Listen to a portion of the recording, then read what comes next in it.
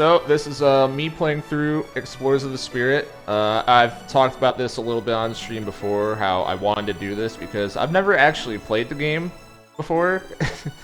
Even though I made it, it was just like going through. It would be a lot of like debugging scenario type stuff and like manually changing different variables with the team to try and test the worst case scenario all the time and stuff like that. But I've never actually just played through the game in one go, so I kind of want to. I don't know. It's something I feel like I should do. I don't know. Originally I thought that this was going to be like a dev commentary type of thing, and I do have notes for, like, if I do want to talk about that stuff, things that, like, little bullet points, like, conversation starters. I mean, I don't know. I don't know how much of that this is going to be. This might end up morphing just into, like, getting in a call with other people while I play the game. I'm not sure. You know, we'll see what happens. I mean, worst comes to worst, I can bring up that stuff later. Yeah. So, okay.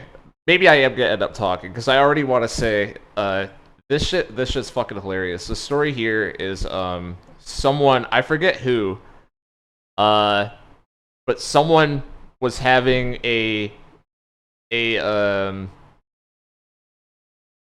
what's it called? Reproduction cart of an EOS ROM hack was coming out around that time. Someone found it and sent the link to me. That was on the team. And then this was probably like a month before 1.0 came out or something like that. This was like one of the last things we did. I'm saying, like, maybe we should add something so that people can't do that for Spirit. And I was like, okay. And then there's a bunch of like stupid ideas we had, but I'm usually the boring, pragmatic guy, so I was like, let's just add that at the very start of the game, whatever. So we did it. I'm the boring, pragmatic, and I go with the easiest solution pretty much always. So I've thought about this a little bit. I'm gonna do the quiz honestly here, but I'm gonna play through with we're gonna do Piplup Chimchar. We're doing Team Pokepals for this one. I think it's a fun team. Like, it's a fun little concept. I've played this game so many goddamn times that you know, I need to have some kind of gimmick for me to want to keep playing, you know, for what team I'm running with. You're pragmatic, but hey, still the first link story hack. It's true. It's true. It is. Yeah, I think there's an element to like pragmatism helping this thing get out the door for sure. I wouldn't deny that. You discover a beat-up looking chest and some ruins. What do you do? Okay, I need to get myself in the actually thinking about the questions brain. Well, the way I see it, mimics don't exist in real life, right? So, we're just gonna open it and see what happens. Tongi, what's good, man? Thank you for the Twitch Prime there. Appreciate that. How's it been going for you? Been like forever. Since I think I had one of these CPU streams that you popped into. Do you want to be taller someday? No. Some of these questions, I always thought it was weird. Like that one, for example, that feels like that's very directed at kids, but some of them are more kind of like all ages questions. They have a weird blend here. You're in class when you realize you really have to go to the restroom. What do you do? Like, yeah, this is another one. How do you use Prime on someone? Might as well be you. See, folks, that is why these streamers be just going live 28 days a month because of this exact mentality. Let me move the chat window a little bit. I'm gonna have to shrink it. That shit's fitting on screen.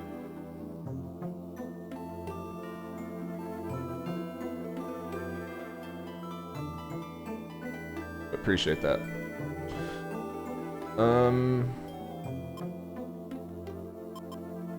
Last time you realize you really have to go to the restroom. Just ask like a normal person. You run into a new person that you haven't talked to very much before. What do you do? Make small talk. Would have been a different answer a couple years ago, even. Are you truly sincere when you apologize? Yes. The people at the next table are singing for someone's birthday. What do you do?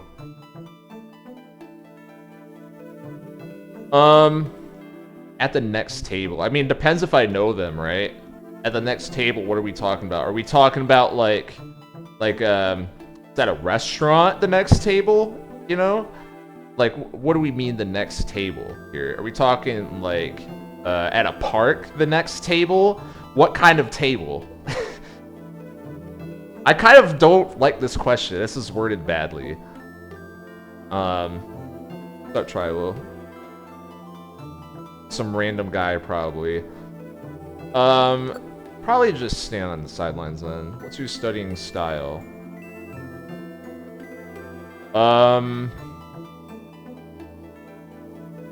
I think this depends.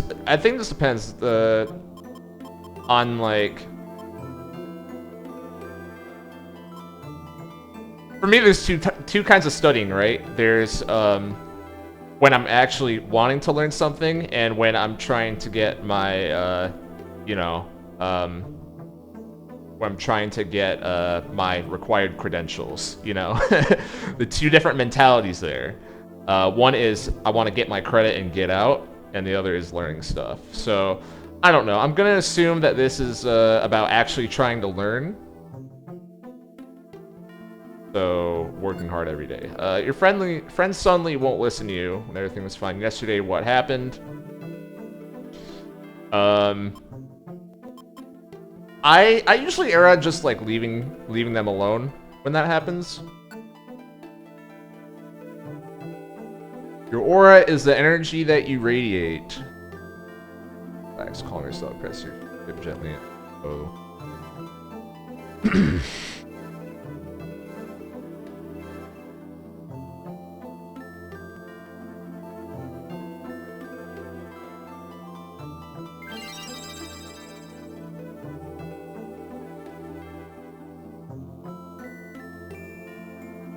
Thank you for answering all the questions. You seem to be the brave type.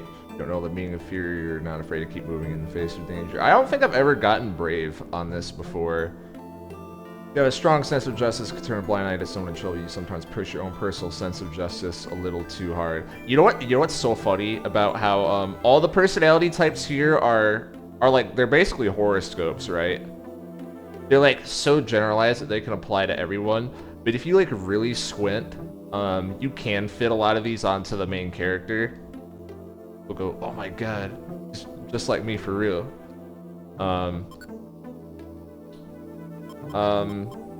Going with the Piplup Chimchar.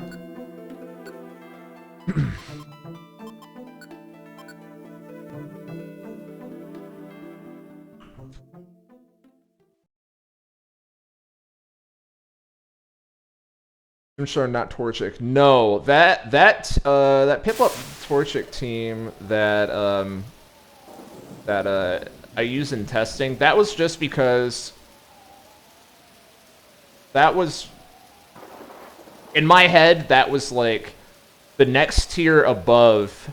That was like the average team. That was like the baseline for testing, right?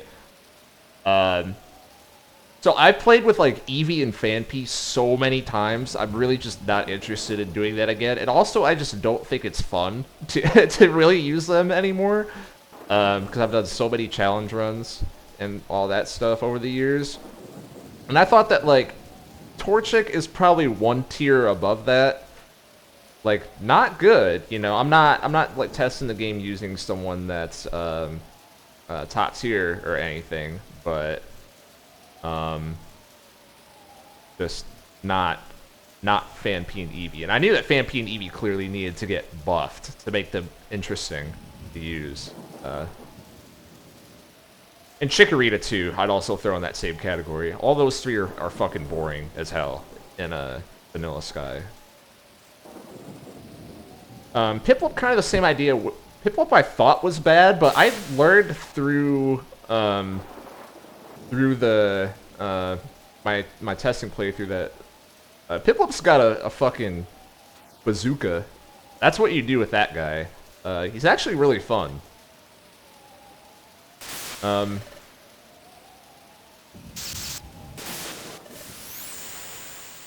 It's actually really fun. I'm kind of I'm wondering what I'm gonna end up running in terms of kits with Chimchar. I think that a couple interesting tools he gets. He gets Taunt and Torment. I can think of a couple situations where I might want Taunt. Torment, I don't know. Torment sucks because you don't know what move you're locking them out of. Well, that's a lie. You do. But, hold on. Now that I'm saying that out loud, maybe I do want that. We'll figure that out when we get there. So yeah, opening scene it gives away the twist. So the whole time it's like, obviously it's not supposed to be a very well hidden twist, right? So I guess I'm gravitating towards my notes and I'm looking at it now. I think that giving away the twist at the start of the game it's one of those things that's just like stupid hack writer shit, you know? I love stupid hack writer shit. I'm probably gonna use that phrase multiple times. It's like, it's fun and it's stupid, and this game is fun and stupid. You know, we had a lot of fun making it, like throwing all this stupid shit in. And so by doing that, there's two possible effects here, right? Those being either you pick up on it or you don't. And so if you don't get it, then you don't get it, right? For whatever reason. And so even though it's like, to us, very plain and obvious, like giving away what the twist is immediately, there still has to be a story there, right? Like the story has to be played straight, because you can't assume that the player has that information. This is kind of a common thread that's going to be coming up a lot, where almost the entire time I'm thinking a lot from the perspective of, like, start with what is the average player probably thinking based on this information, and then secondly, what are the other possibilities and what can we do to accommodate those other possibilities. So for people who don't pick up on the twist in the first 2 seconds of the game, you have to have a functional story. Okay, simple enough. You know, I probably wanted to do that anyways, right? Some of these are going to get a little more complicated as it goes on. And yeah, what I have written down is the other half is accommodating for the people that do pick up on it right away. So I'm a big believer that if you have a twist just for the sake of having a twist, you should probably reconsider that. You know, like, it's probably let me reword that sentence. It makes it so that if this one plot event, right, this one twist that's in mind, it gets spoiled in some way, right? It can get spoiled in many ways. Either, like, A, in this situation, they figure it out. They figure it out before you do, right? Or it just, like, literally gets spoiled. Someone accidentally says it to them, like, someone accidentally tells someone that's about to play the game about the twist that comes up, whatever. There's a million different ways you can get spoiled on plot events. So if you're just hinging everything on X plot event being unrevealed, and once it's revealed, it loses all the effect. I'm just not a fan of that. I think it makes repeat playthroughs less interesting. That is something I value, and I think that you know, I'm a person that tends to bring up the question of like, is a twist on its own without any secondary meaning that can be extrapolated is good, to simplify. I'm trying to think of a more nice way to word it, but you know, kind of just reads to me like shock value for the sake of shock value, despite what it may appear to be. We try to not do shock value for the sake of shock value. A lot of shock value in this game, but we always, you know, as much as I love hack writer shit, as I just said, I love my hack writer shit. That's one where we want to have a little bit of self-respect and, you know, allow there to be a story beyond just surface level presentation. I guess I'm doing max, right?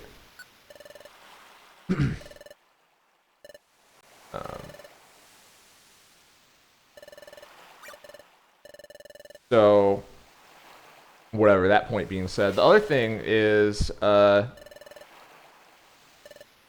don't want to have the twist just for the sake of having the twist. Okay, so how functionally do we try to go about this? So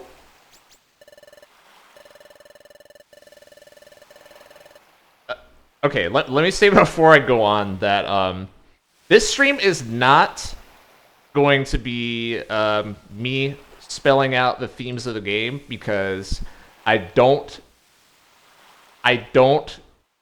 think that really benefits anyone. I think that a lot of the times the most fun part about experiencing a work of art is coming up with your own interpretations and trying to I guess kind of like figure out the puzzle pieces yourself with all the information that's available and stuff like that. So if I am to go and start talking about the intended themes of the game and direct artist interpretation and stuff like that, I think that kind of gets rid of the fun. And there's a lot of times where we deliberately leave things open to multiple interpretations. So I'm not going to be talking about that. I will be talking about some of the more obvious things, I think. Some, like, things that probably most people will realize the first time they play through the game. Just, like, not actively thinking too much about it. And, more of kind of, like, from a... like a high-level standpoint, the types of objectives that we were trying to achieve and how we were pulling that off with certain techniques and whatever. It's going to be more about that and less about this is what the game is about, because what the game is about is that's your decision, not mine. I'm a death of the author guy, you know. I'm a death of the author guy, so point of all of it is the next thing I had written down was main character's Darkrai, right? We wanted to make Darkrai not only a compelling character, but we want to stress that they are like literally, like, the point of their character is not just that they're Darkrai, you know? Exactly what was being said there. It's that they are their own character that is Darkrai.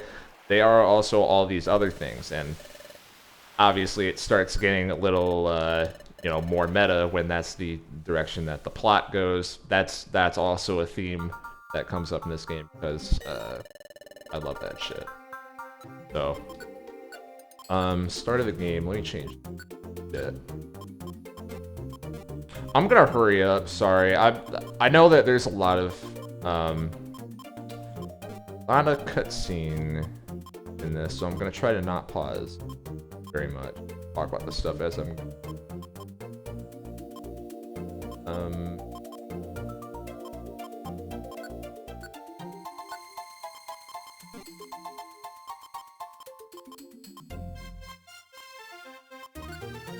Frame 2.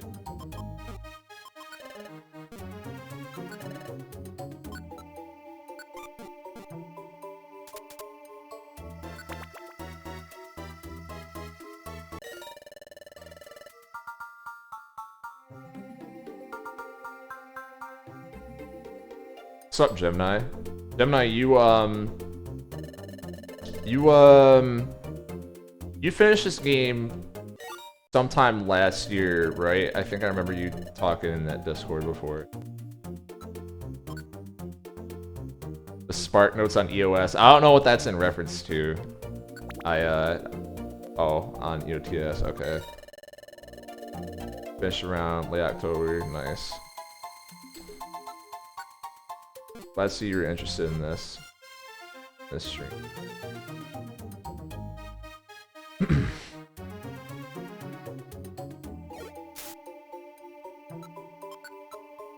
Definitely interested to hear the dev commentary. Hell yeah.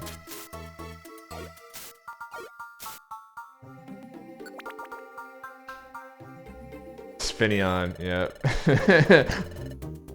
Adex's favorite. Let me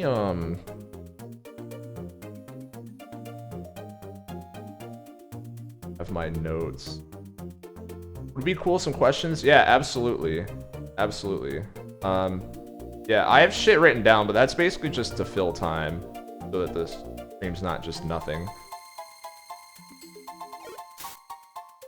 But just before you came in, what I said is the one thing I'm not gonna answer is spelling out, like, the themes of the game and artist intent and stuff like that, because I think that's lame if there's an official answer. That is the only thing that will not be answered. Like, anything along the lines of, what is the one meaning of this scene, because there's not one meaning.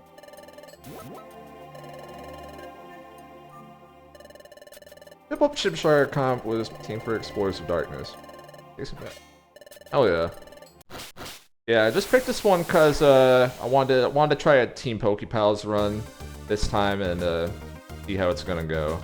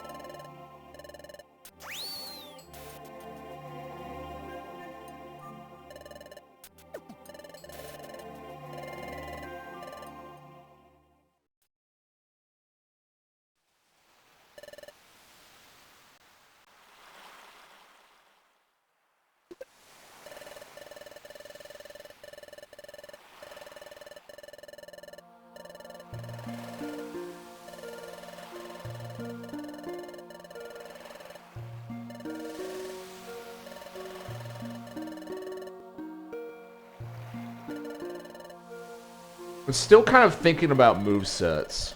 Trying to remember what Chimchar learns. I think he gets Fury Swipes pretty early on. I don't like that move, to be honest. I don't like multi-hits. I know they're good, but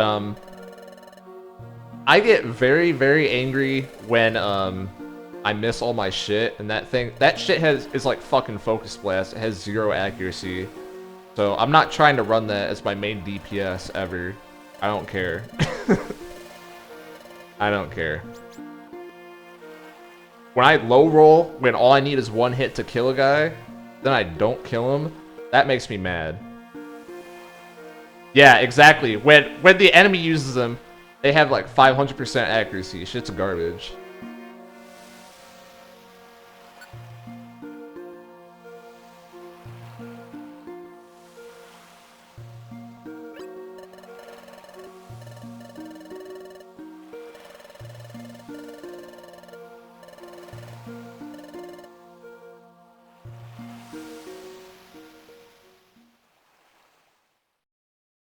And so,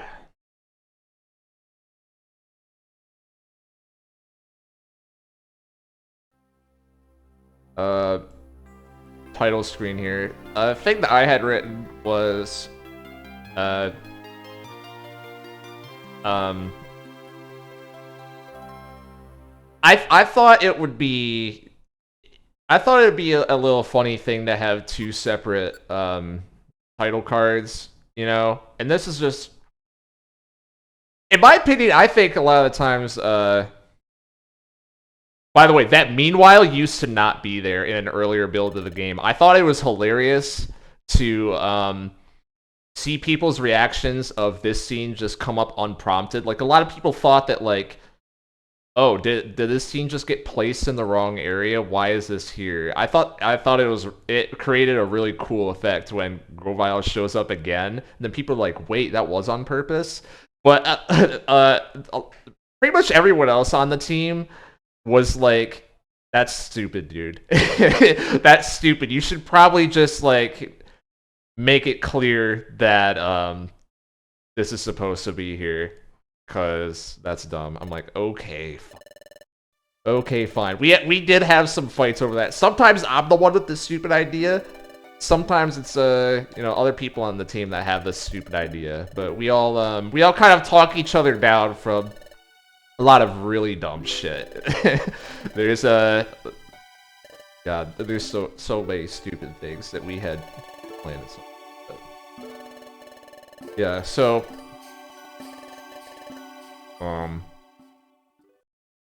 Grovile and Selby. Gonna have a lot to say about Grovile later on in the game.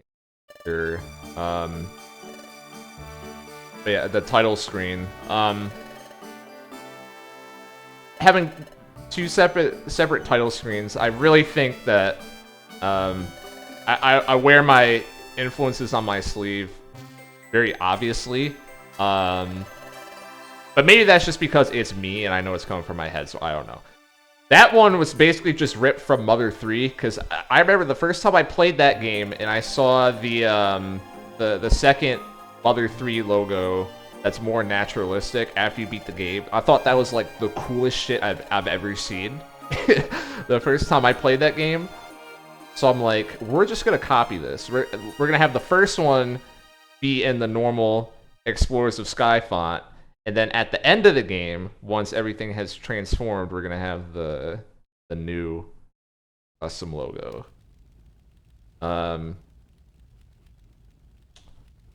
So whatever. That's the story. And there wasn't a custom logo at first. Like all that shit came fairly late, but I always knew that there was going to be one, you know what I mean? It just so happened that OJ, who's awesome. OJ is like a huge part of the reason why this hat got any kind of traction, you know? Everyone on the team was all of us are writers. You know, all of us are writers, and we're like not even really programmers, you know? I certainly don't consider myself a programmer, that's for fucking sure. Like, this is just some fucking spaghetti code and writing. You know, we write ourselves out of every situation in this game, essentially. And you know, and a little game design thrown. OJ is super cool. Resident Sky Temple top menu artist. Yeah, for sure. Lead of something general. How the heck do you handle natural choreography while scripting these scenes? When I was poking around Sky Temple, I was shocked at how blind scripting scenes is.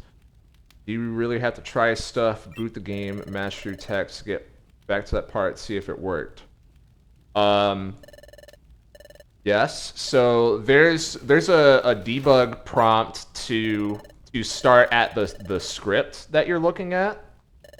But within the script, you just have to watch it over and over and over.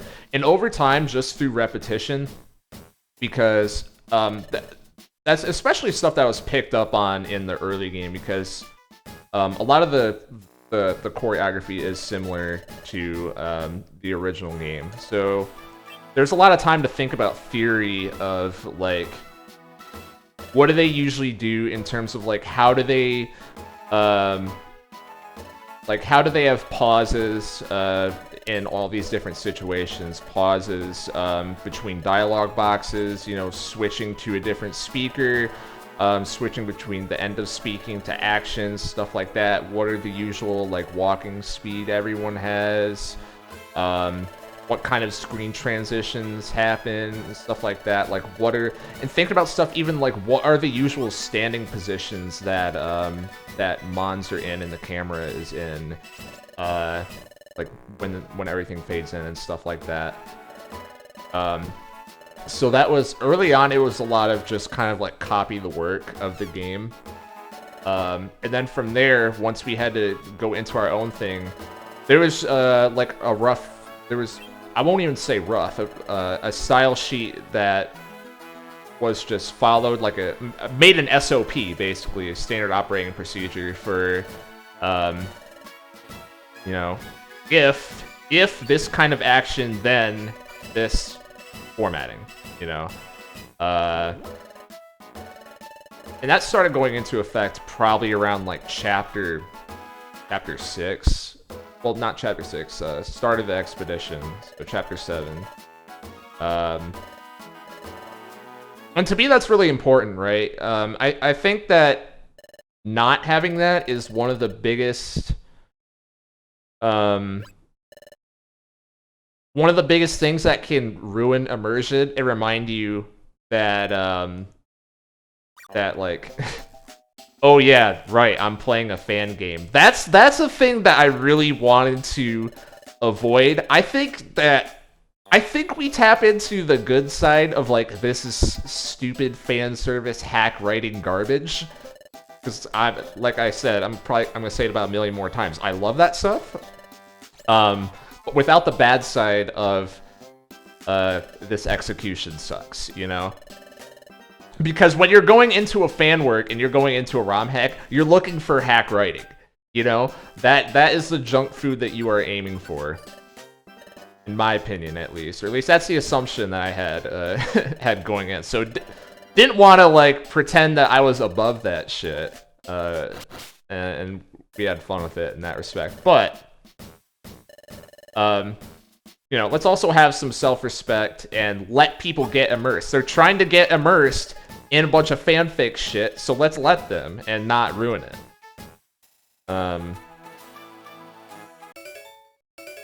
So yeah, that's the idea. I mean, there's some parts where we kind of break that rule just because we, all of us were / are inexperienced, but we always try. That's like the #1 priority of just, is there something that is obviously immersion breaking and amateurish, I guess is the word I'm looking for.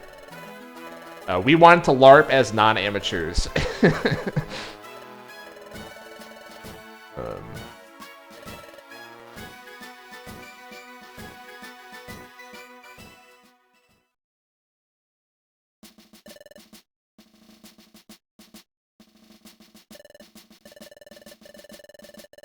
AX said earlier, Espix mentioned your style sheet before. We have a looser version of that for Explorers of the Unknown. Yeah, I think it's real helpful. Espic was,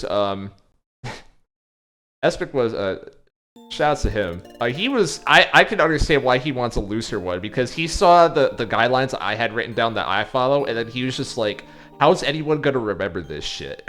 Was his reaction, basically. And I was like, don't worry, I'll do the last polish pass. Just try to remember most of it. And then I'll do the rest.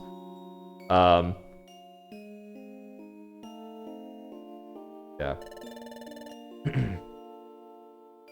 There's more than even I thought. Something simple like, say, portrait position during a text box. If you asked me right after I was done, let's say there's only 2 portrait positions, but completely flew by me that they're bouncing all over the place. Yes, and when it's wrong, you notice immediately, right? Because normally what they do is try to have the portrait next to where the character is relative to their position on the screen. Assuming that there's multiple characters. If there's only one, then it's like you get bottom right or bottom left or whatever. And where they, if their portrait is mirrored or not, depends on where they are facing on the screen. That is almost universal in Explorers of Sky. So we copied it.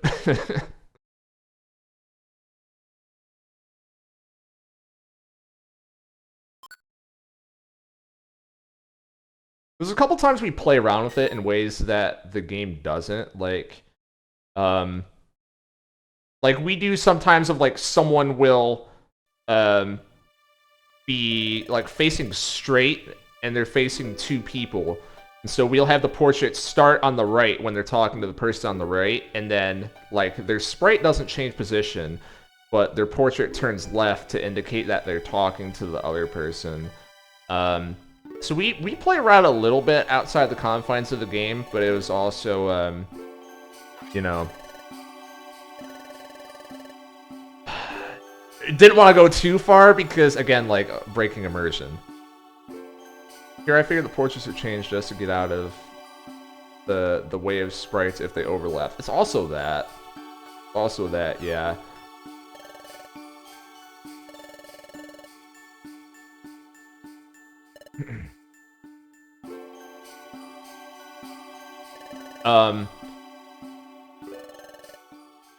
There's also little stuff like for this scene, for example, like, funny that you brought that up.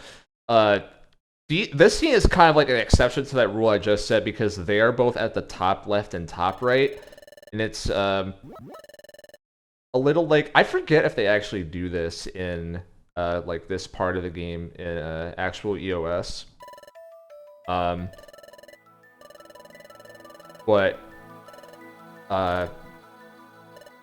the idea here is that a little psychological trick of making it feel like it's a grander scale type of thing, and like emphasis on the sky, make it feel like a big area type of thing. That's kind of the idea, right? And it's the opposite, whereas if you have the portraits closer down, your eyes only need to pay attention to like the bottom half of the screen, right? It makes it feel more grounded, more close, more whatever. You know, how much does that actually affect things? I don't know. But we ran with it. Sounds a little like panel flow theory in comics manga. See, I don't even know what that is. But it makes me feel good to know that that there's some kind of basis in it.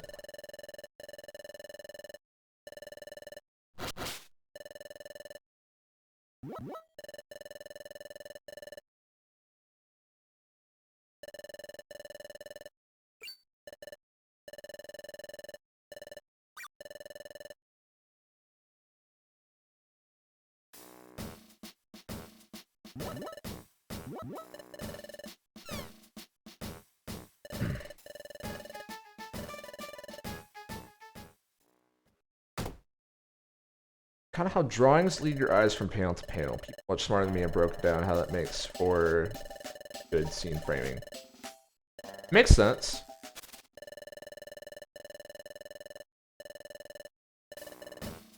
Yeah, I've always assumed that, you know, there's reason for all the quirky, you know, abnormal shapes that panels have and stuff like that, but I never really, I guess, like, got into that world. So I haven't dove into it too much. But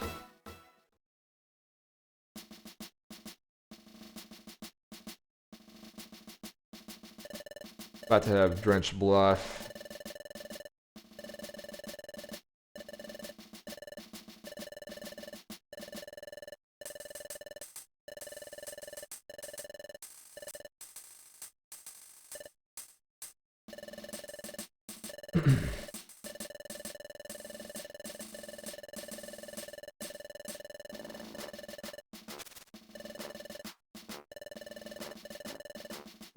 Mm, mm.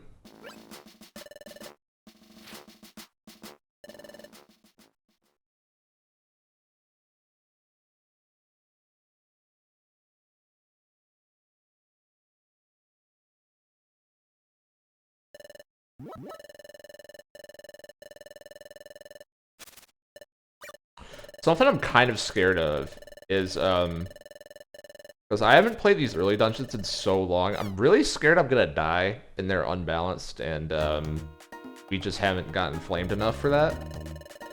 I'm hoping that doesn't happen. Yeah, balance testing in general is like, it's so hard for like this, that style sheet stuff, right? That is a very that was like a finite certain guideline that we could follow, and there's just certain kind of principles that we could really buy into. Like, if we keep consistent formatting, that's good, you know, like that is just good straight up, and that's like, people will get used to it and whatever. Balancing, that is so, it's so subjective, and a lot of the times playing through, we didn't know what our audience was necessarily, and that's what we were trying to find that out really the entire time. There was so much data collection stuff throughout the course of this game of just like, all right, who's going to be playing this game, you know? And I constantly did not trust our testing group because, one, it was too small. It was too small. It was a decent amount of people, but the type of size I'm looking for before I can feel a degree of confidence is like, I don't know, like 50 people, which was never gonna happen, right? So we had to extrapolate based on small samples. And also just like, we knew that people would be leaning more on the like enthusiast side if they were going to be playing this game.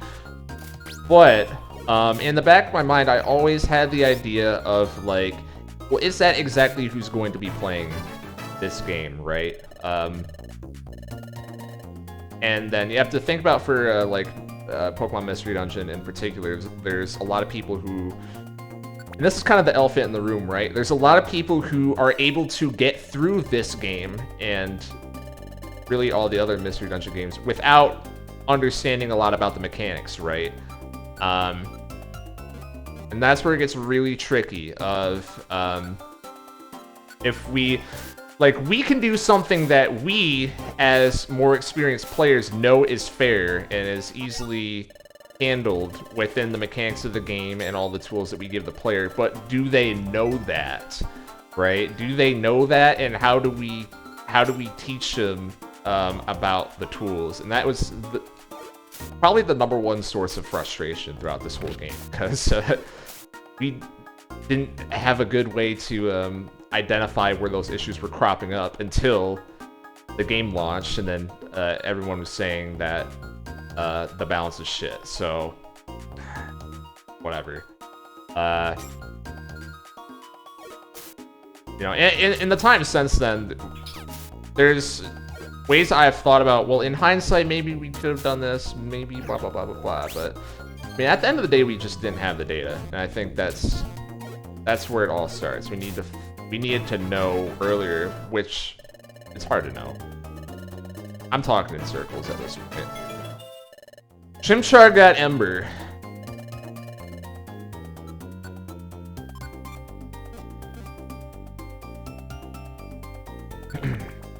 So I didn't really use tactics for watching you play PMD games, so this is my first time really putting them in action. Yeah, tactics, that's a big one. I think that if people were playing this without using those, they were probably more inclined to feel frustrated.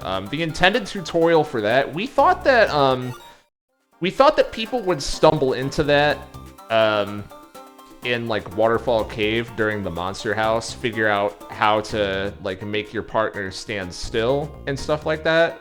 So we thought that was a tutorial, and then if that didn't hit, our second like backup option was the Cresselia fight when she uses Solar Beam. The whole point of that is that if she aims it at the partner, you better learn how to make your partner run away or you lose. You know, and that's supposed to be a hard wall. Did it actually work out that way? Probably not, because there's a lot of ways to just beat her without doing that. But I don't know. That depends on your playthrough and your mons that you use in your loadout and etc. But Celia was a big moment when I started using tactics. Okay. Well, that's good to know. Good to know it, the intention worked out somewhere.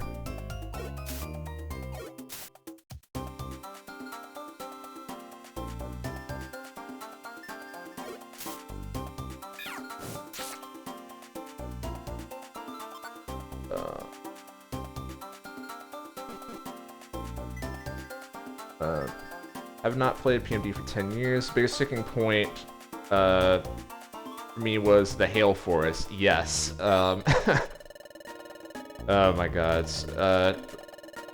There's that dungeon, a couple surrounding it were the roughest patches. Once I got through those, it was pretty smooth. Yeah, that whole section of the game also is supposed to be kind of a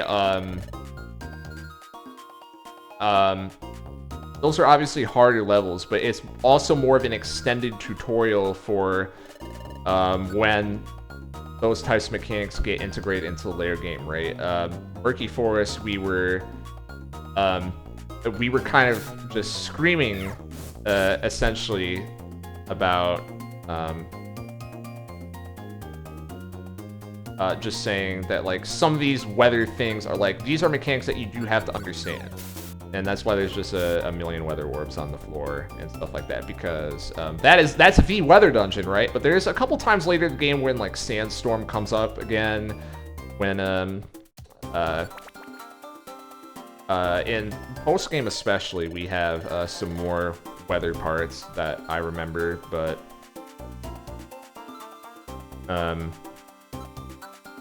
yeah, and then speak of the devil as I'm throwing Geopebbles here. I think even more important was Horn Valley, a dungeon that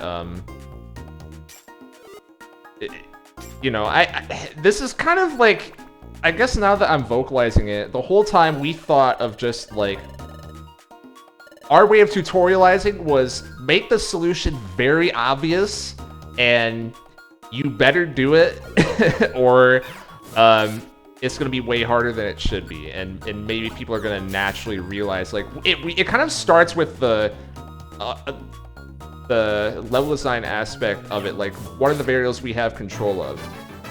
I know, the shit that spawns on the floor, you know? So for Horn Valley, you find gravel rocks every 2 steps. We're trying to say like, hey, maybe you should see what these things do, right? You know, what's the point of gravel rocks in that dungeon? If you get within 1 tile of any of these guys, you're in trouble. But luckily, you actually don't have to fight them at all. I think Horn Valley, is one of the easier dungeons in the game, because you never have to actually fight any of them. You just get to throw rocks the entire time and kill all of them. But you know, it can be one of the easier dungeons or one of the harder dungeons if that's not something you pick up on. It's just it was consistently frustrating to us of like, the solution is so obvious. Why is no one trying out the rocks to simplify it there?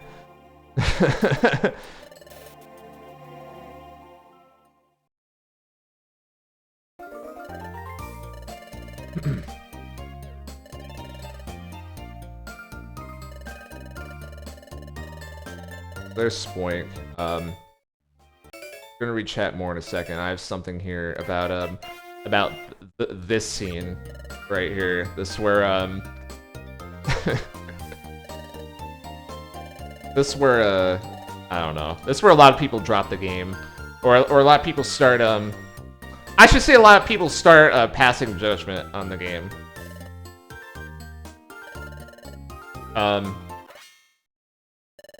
So, what we thought throughout this entire game, and again, I don't know if this is something that's backed up with theory or whatever, But we thought of writing every scene. There's 3 axes that we have to keep track of, right? Which are the plot, character interactions, and the meta narrative, and probably in like reverse order of how important those are. So meta narrative, character, and plot. And meta narrative kind of in reference to I'm trying to think of a way to describe this. I have a background of like watching a lot of pro wrestling when I was a kid, right? In pro wrestling is fake. Everyone knows it's fake or scripted, whatever word you want to use. Everyone knows it's scripted. However, there is a very real part of the outcomes of pro wrestling, which is the more that a wrestler wins, the more often they're going to be on TV. Because if they start winning, you know that the writers are going to be involving them in a storyline that involves more of the show. So what happens if you get really into pro wrestling is you say, I like this guy because he's athletic and he does cool moves, or I like this guy because he's a good actor. He really plays with the crowd a lot. That's entertaining to me and stuff like that, whether they're like a hero or a villain. You like them in that sense. So you are rooting for them to win, even though obviously it's scripted, it's fake, whatever. So you have this kind of like outside rooting interest that has nothing to do with the actual storyline that's occurring on the show. It's just more of you viewing it from kind of this almost this third person, like I am above the plot kind of perspective. But you're not above it. You still have your own rooting interest, whatever. That's kind of the idea of meta narrative. Or like the foundation of meta narrative. Video games do this stuff differently, of course. So how does the main character being a brat in the first half of this game tie into this? Really the whole game, but especially in the first half, right? And what I thought was, if we're making a story about someone who starts ugly and goes through this self-discovery thing, right? Because that was like, that was definitely the crux of what was going on. We knew that. If we're doing that, then wouldn't it be interesting to have the ugly, like define ugly, right? We define ugly as, what if we just make it how the average PMD player feels during these parts when they were edgy kids and they played Explorers of Sky when they were 12 years old. You know what I mean? And what's funny is 12-year-olds post on the internet, right? So you can, to this day, you can find first-hand accounts of people who are very obviously young and posting their very loud opinions about Explorers of Sky online. And so reading that stuff enough was... all that stuff kind of was like a refresher to me at the time when some of these specifics were being written of like, oh yeah, right. Like when you're a kid, you really wanted to just like tell Chatot to fuck off the whole game and stuff like that. So, and by doing that and having that be the flavor of ugly, the thought was, because it's something that would be like oddly relatable to people, it would establish some kind of goodwill with the player, right? Because at the start of the game, player's kind of a brat, but they're doing what you wanted to do when you were a 12-year-old kid, so you're kind of like giving it a pass, like, oh my god, I can't believe all this stuff's happening. Eventually, we're going to stretch that goodwill about as far as it can go around chapter like 11, 12, 13. So we're trying to build up as much goodwill as we can while still keeping him in character. I swear I'm gonna read chat soon just one more thing. The inspiration for this, there's a lot of games I played around like 2018, 19, 20, because 2020 is when writing, like, pre-production started for this hack. One game that I thought was really interesting that really stuck with me was the first Ratchet and Clank, the original 2002 version. Because that game's not perfect. You know, it certainly has its flaws, but I think they really had something going with having you know, the mascot, lovable mascot platformer protagonist Ratchet be a fucking asshole. I thought it was very interesting and something that caught me quite off guard, just because I hadn't seen something in that kind of context with that kind of presentation before. And the thing is, Ratchet is an asshole in that game, but he's still endearing. And I was trying to wrap my head around how they pulled this off the whole time, and it's because he appeals to the meta-narrative. Every time that there's something that you, as kind of the third person looking at the game, something that you would say, well, if I was the protagonist, then I would just simply do this. You know, these types of things that you say, even though you maybe might not do that in that situation, but you say that you would, right? And Ratchet in that game, he's smart, he's witty, he's capable, and he doesn't really do anything wrong that puts the player holding the controller in a bad position. And so that gives you leeway, right? Even though he's being an ass, it's okay. Well, he's getting out of these situations during the cutscene, right? He's getting me extra materials, getting me extra currency, you know, he's whatever. He's doing the right thing in the cutscene. That helps me out as the person holding the controller. And, you know, in the middle of Ratchet and Clank 1, things start to shift a little bit and whatnot. But that's the type of thing that we were hoping to replicate there. We were hoping to have that leash through the use of meta-narrative techniques. There's that. Gonna start being chat now. The tactics were something I wish I got a handle on sooner. I think I got lucky having Chikorita as a partner for the Solar Beam bit. That makes sense, yeah, have a resist for that move. Happy played like an hour of Super Mystery Dungeon before I picked this up. Maybe use throwing items a lot more. Yeah, it makes sense. Mystery Dungeon, I like that game. I think the tutorialization in that game may be a little harsh with the level 50 Salamence, but I guess the way we do it's harsh too, so maybe there's some subconscious inspiration there. 8x. It feels so cathartic to huck a rock and watch it soar like 10 tiles into the next room, hit someone I can't see. No, it's great. You just feel like you're the GOAT. For sure. Jaguar, I love the tutorializing aspect of the level design. Appreciate that. 8x, it feels like people are usually in the oh man, the player is edgy, or oh man, the player is base camp for the chat scene. Yeah, and that's another one of those, we know for a lot of these parts there's going to be two very distinct reactions to these scenes as they come up, right? And so we have to play around that, and we have to attempt to appease to both of them. And it's hard. It's hard.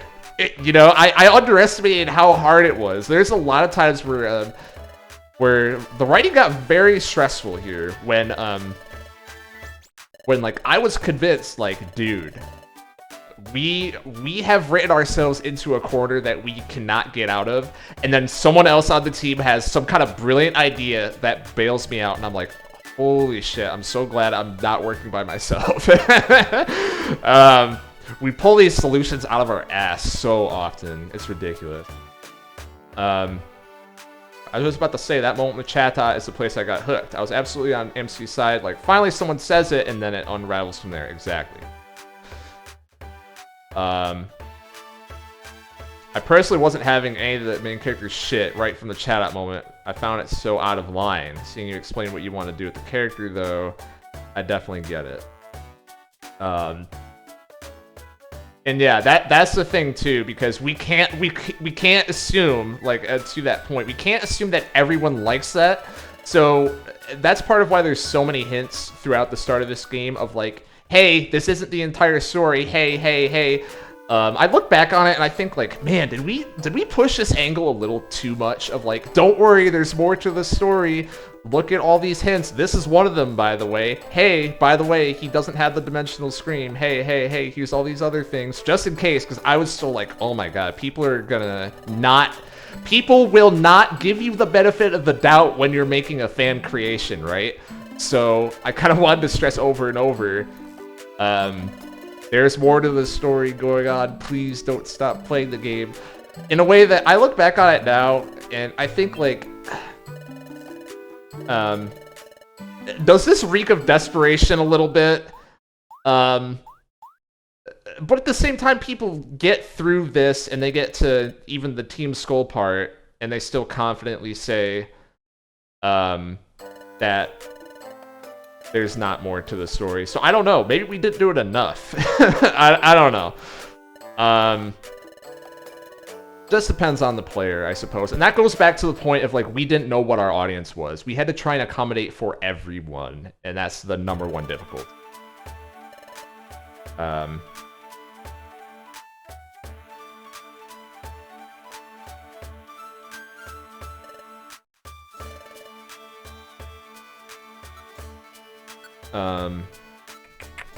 Let's go back to the guild. Alright. You selling anything good?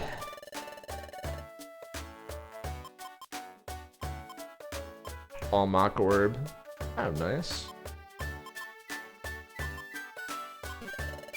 It's kind of nice. I think when I play these games, usually I just save up for a TM the whole game. There's Reviver Seeds. There was an earlier build of this game where Reviver Seeds cost, I think it was like 4,000 or something like that. That is one that I will forever stick by, and I don't care. I don't like Reviver Seeds. I think they're a bad mechanic. And that being the only thing, that is the only thing that is raised in price, right? There are a lot of items that are more broken than Reviver Seeds. That I shouldn't say that, because nothing's more broken than Reviver Seeds. But you know, a lot of other really good things are still cheap, right? The intention is not just to make it harder to use items, not at all. It was that I think Reviver Seeds are lame because it enables the strategy of just mash the A button and die, and then keep mashing the A button more until you win. I think that's lame, and I think if you're enabling that strategy, why are you even designing levels? You know? Because that is the path of least resistance that I would argue most players will take. So why are you putting in the effort to design levels if everyone's just going to face tank through everything that you make, you know? And also, I think, like, I've played through the PMD games without Reviver Seeds for the past probably, like, 10 years at this point. I think it's just the best way to play the game. It encourages you to use everything else in your bag, for one. And everything else in your bag is stuff that is preventative instead of reactive measures, right? Like gravel rocks, you use that to chip them before you get to the fight, you know? Same thing with orbs, to give yourself an advantage before you start attacking. And, you know, the more I thought about these kinds of things, the more I thought, like, it feels like the game almost was not designed around revivers, and that's just kind of a... like a cheat code, almost, you know what I mean? So I don't know. That's a me thing. I know a lot of people are not too big on that, but whatever. What's up, Okami?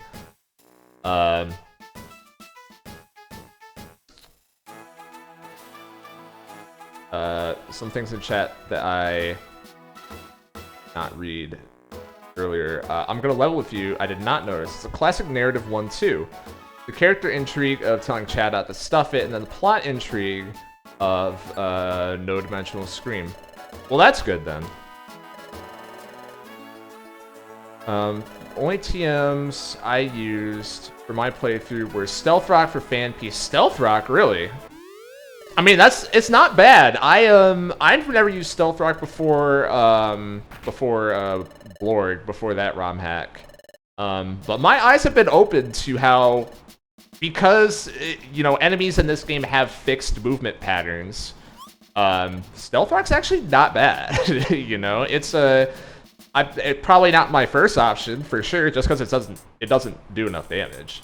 But not bad. Vacuum Cut for Piplup. They both kind of suck, so I dropped them instantly. Yeah, Vacuum Cut is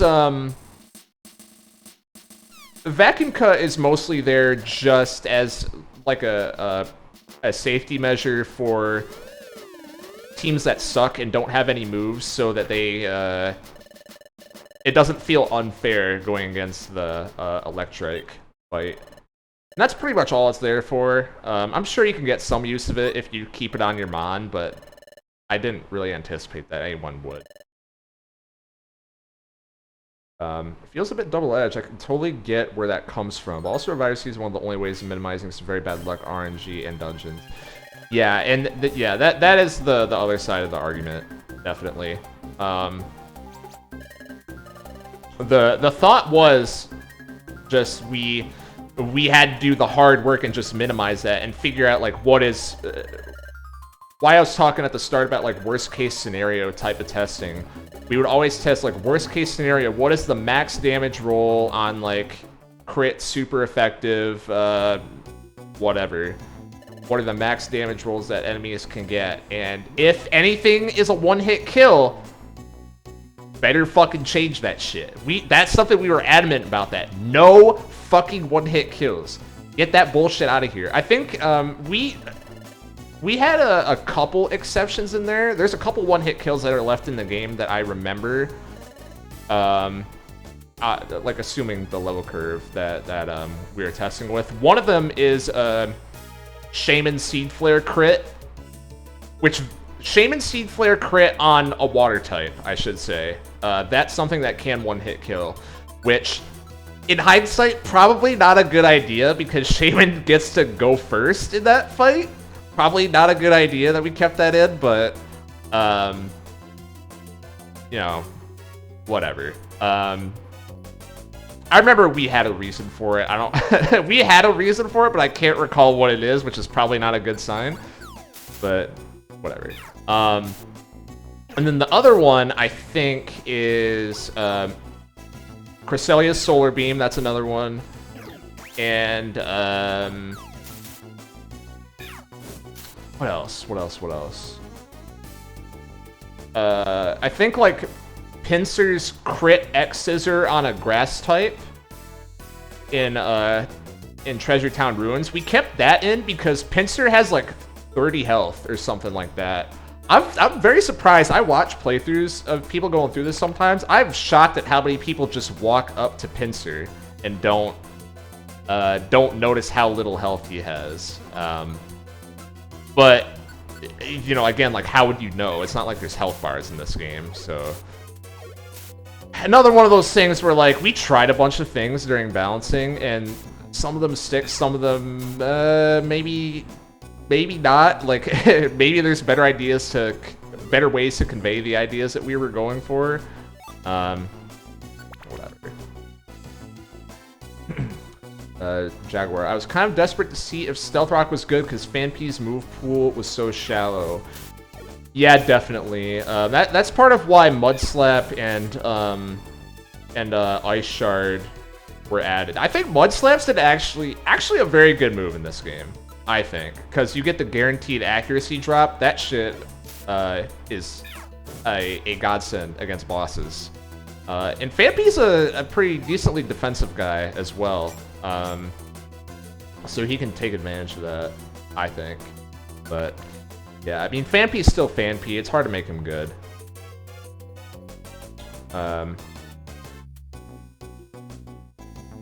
Gemini is saying, boy, am I thankful that in hindsight, 8x and recent times seen more and more people have trouble with the Shaman fight. Gemini, it's fine. Shaman's basically the sands of this ROM hack. That Shaman was so funny. That's one of those that we had a lot of fun with, of just like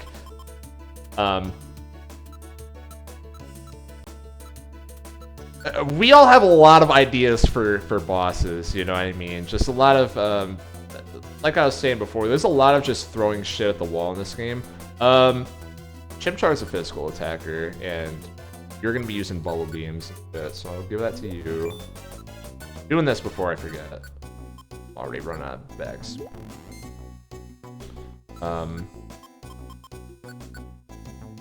That's probably on me.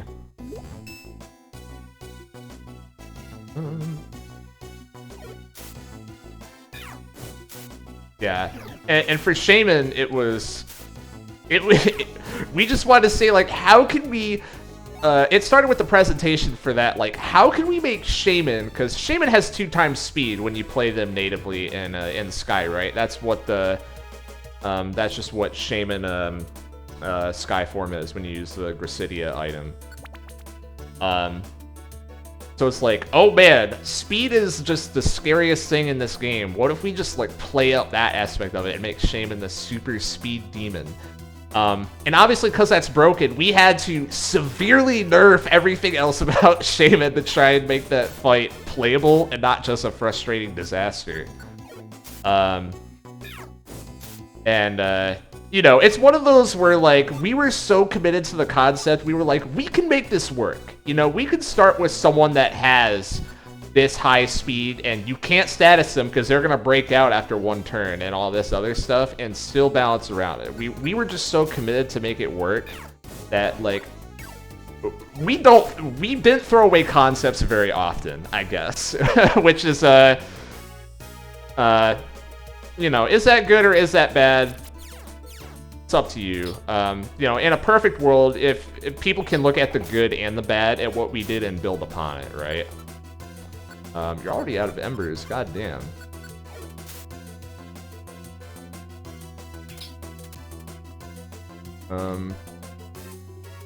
Scrolling down a little bit.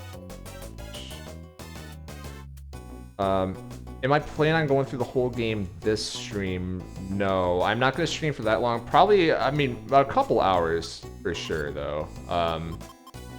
And then I'm going to keep going probably, like, throughout the week.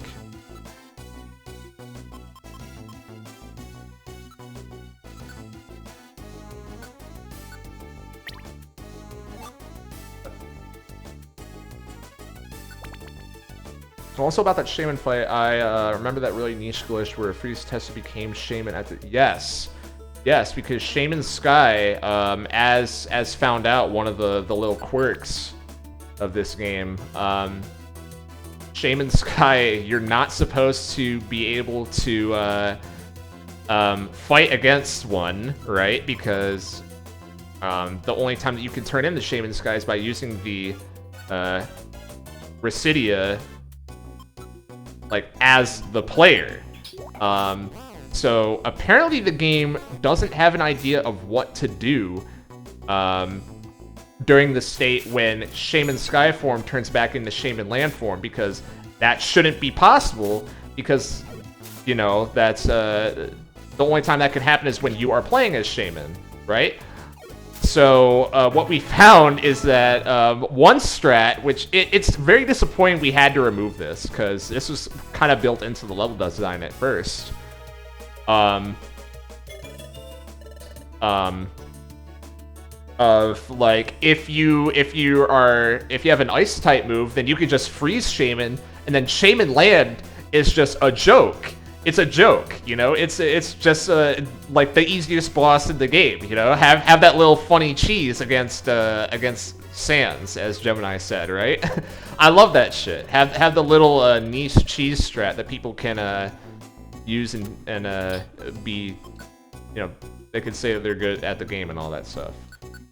I'm a big fan of that type of content. But we couldn't do it because if you freeze Shaman, the game thinks that freeze Shaman and turn back into land form, the game thinks the only way that can happen is if you are playing as Shaman, because you can't be Sky Shaman unless you're the player. Therefore, turn back from Sky to land means that the player is now Land Shaman. So what we found is that people would beat the fight, and then they, when they go back into the overworld, they are playing as Shaman instead of their main character. Oh boy, that was an interesting one. We thought we were gonna have to like scrap so much of that part of the game, but thankfully, Erdquia, who puts this the whole community on his back, you know, along with other key contributors as well, such as Adex in the chat, ended up bailing me out on that. Shout out to him. Finding out how to change that variable. I think sticks are terrible. Some sickos who play this game default to using silver spikes over gravel rocks. I will never understand these people. They are sickos. I think there's no debating that. Okami says, I really should play more hacks, but it's tough to find time. Yeah, same here. I'm thinking, if I just like hear some outside buzz about one of these hacks, I'm gonna probably try one as it comes up throughout the year. But other than that, maybe whatever comes up at like end of the year time, most likely. Hacks are only good when you've got Fierce Hurler. Yeah, that's right. I never like try to IQ grind and all that shit, so I always forget about all those. Gemini, this might be a good time to mention, I want to buy whoever's decision it was to remove traps from dungeon, the best dinner. That was me. That is one that I've been very adamant about. Not gonna name names, but there have been some people who have pushed against that, and they've said, like, don't you think that getting rid of traps removes a lot of the depth from the gameplay, right? Because the argument there is, well, if there's no traps, then there's less need to have things such as like roll call orbs to beat out warp traps, for example. You know, making sure you have enough throwing items to beat confused traps and whatever, all that type of stuff. I don't care. I just think it never feels good to get hit by a trap, and that's just where the conversation ends for me. You know what I mean? Like, I don't think anyone ever lands on a trap and says, "Oh, that was my fault." You know? I don't think anyone has ever said that. And to me, that's where the conversation ends.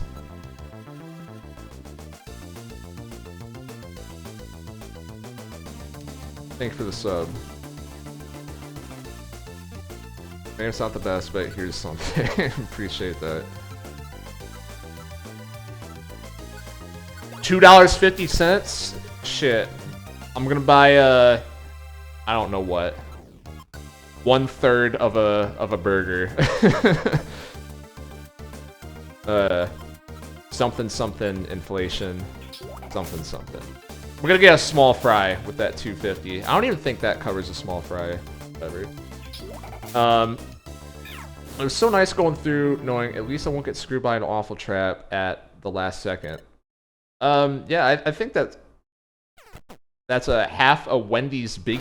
Oh yeah. Oh, whoops! I forgot I kept that in as my shit.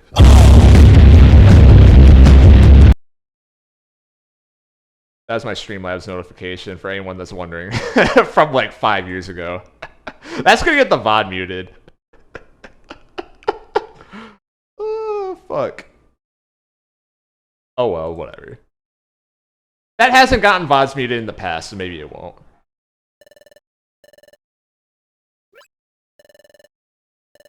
That's weird. How come the sub from earlier didn't trigger that? All right, I take the $5 back. Oh, that was a donation. That's probably why. Fuck. Well, much love, much appreciated. Or oh no, that was the sub. Okay, okay. Hold on, let's think this through. Now I'm thinking like, why is Streamlabs going for only that one though? Because if that was a donation instead of a sub, that would make sense. Maybe because the other one was a Twitch Prime sub, so the notif sound didn't go through. But that was a normal sub. I don't know. I don't know how that shit works. I haven't. It's been so long since I've been on the grind.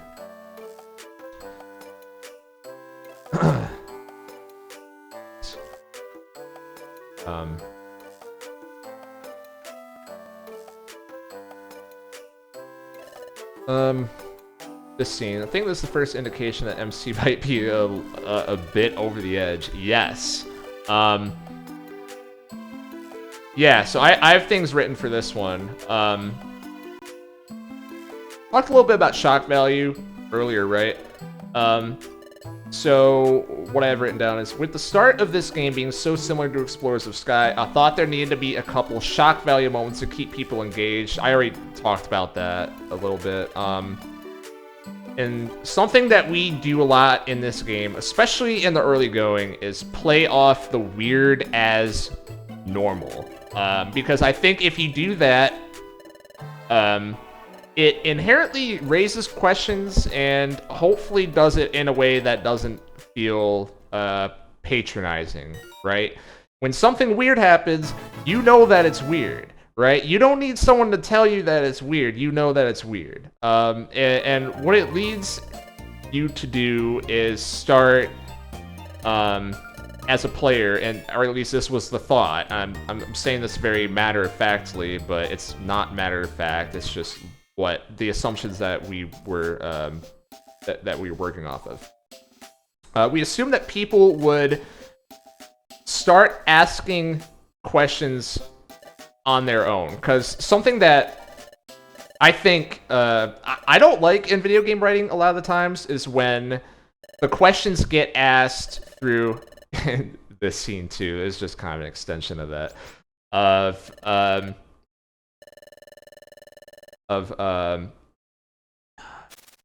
yeah, what was I saying?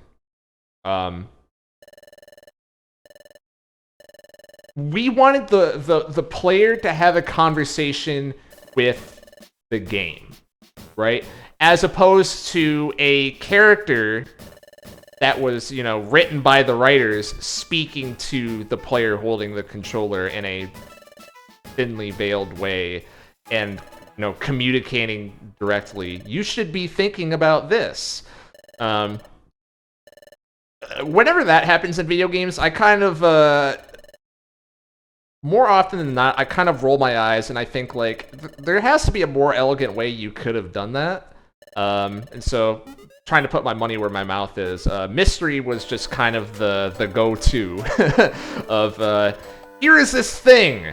What do you think about that? And it goes back to the meta-narrative aspect, right? Because since this isn't being communicated directly in text, it's through subtext, we just have to kind of like hope that the person holding the controller gets that reaction that we want. And because we can use that assumption to lead to more assumptions, to more assumptions, to more assumptions.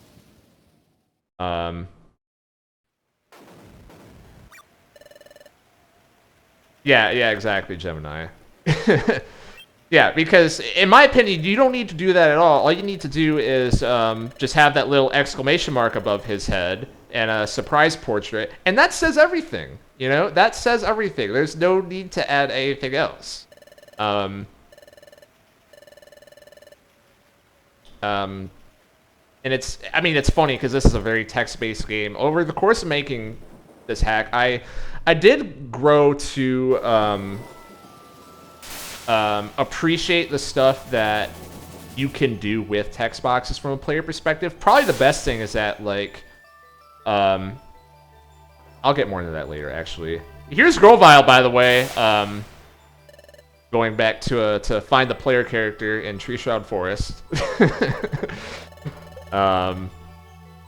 Some things never change. This is we put this in one of the trailers. I think it's in the final trailer that came out as well. We keep the slide in because this is one of those dumbass like you smile when you're writing it because you're just like a shit. You're a fucking hack writer, and you're like, oh, this is so clever. That was definitely one of those.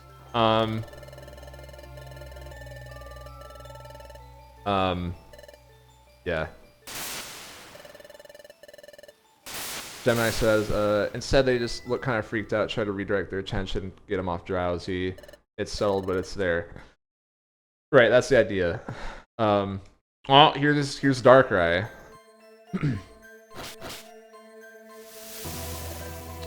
Jaguar says that drowsy moment was definitely the shock value that got for me when I played the demo. Yeah, I think that's it's really like a wake up. Is kind of the thing we're going for. It's like, hey, if you haven't picked up on everything else that's happened so far with like the intro to the game, and and the conversations with Chatot and the no dimensional scream, that's gonna wake you up. You know what I mean? And we I kind of think about it like all this talk about we wanted to keep it subtle. That's like probably the least subtle thing ever. But I don't know, whatever. That's what we ended up going with. So Darkrai. So Darkrai and Giratina. The theme that you're hearing in the background. There's a lot of times I've seen people talk about this game, say stuff like first mention of Spirit in this game, by the way.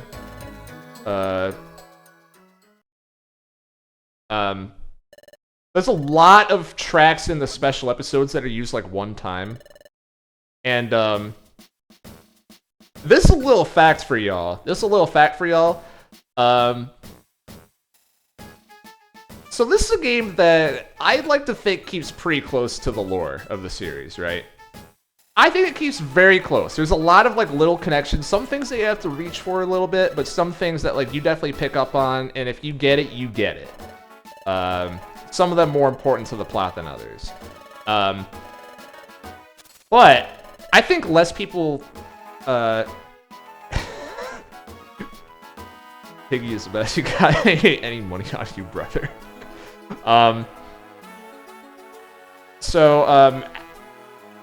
of these things was we make a lot of use out of those special episode themes because when using tracks to have the equivalent of like original tracks, when this game was made, there was no way to integrate custom music into EOS. That's something that's very recent. And so to have new tracks, we wanted to repurpose the special episodes because fact of the matter is, people do not remember the special episodes as well as they do the normal game, right? You can't be reusing like Darkrai's fight to the finish and stuff like that anywhere in the game because people are gonna know. Sorry, Dialga's fight to the finish. I should say because everyone knows what that is. Everyone knows where that should be in the game, and it's not where you put it. You fucking hack writer. You know, why are you putting that anywhere except fighting Dialga? Because that's what that song's for. The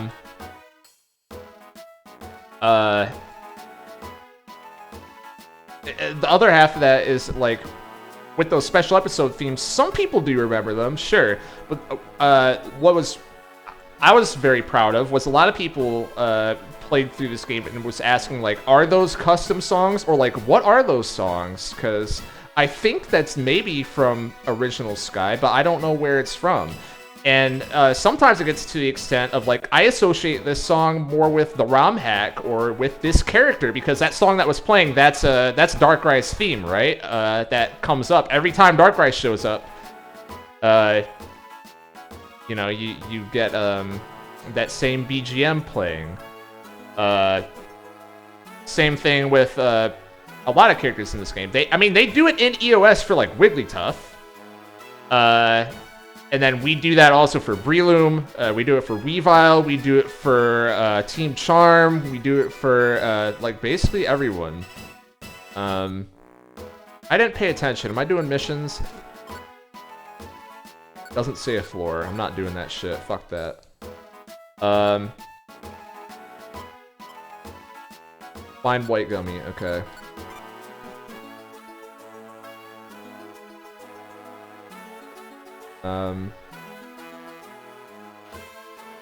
So yeah. Oh yeah, the other thing about not remembering, I'm gonna get more into this later. But just on that subject, I want to say now, that is exactly right, Paz. That is, Paz understands the beach cave grind. Yeah, why do we got Breloom as main character? Exactly to that point. Breloom is, of course, a character that is in Explorers of Sky. And I've seen some people posted in that Discord. Someone said like, I replayed Explorers of Sky recently, and I didn't even realize that Breloom was in the game. But you know, they wouldn't have noticed that without playing this hack, because you just glance over him because he's in, you know, the world famous Explorers of Sky post game, right? That everyone says is the best shit ever, and then they don't remember any parts of it. You know, like Breloom's a main character in that Shaman Village arc. You know, he's very clearly in Sky. So there's things like that happen a lot throughout. I kind of want to point all of them out, but I don't know if that intrudes into like writer intent too much. But I'm probably gonna break that rule. And good luck finding any of the info online. Exactly. Yeah, documentation for these games is just god awful. Even like ROM hacking. Yeah, exactly. You get a screenshot let's play, or you have to watch a like 8-hour cutscene video and just like skip through the whole thing and try and get to the part you're thinking of. And even then, that's only cutscenes. You're not getting anything for NPC interactions and whatnot and so forth.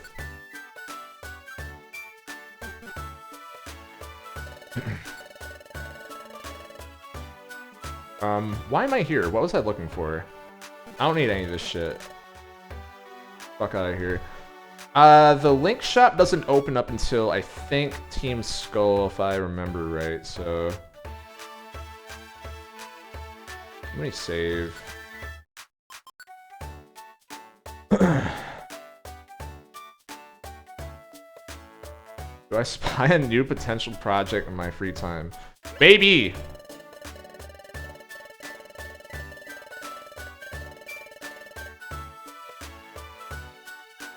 PMD community is this almost paradoxically passionate and undocumented fandom.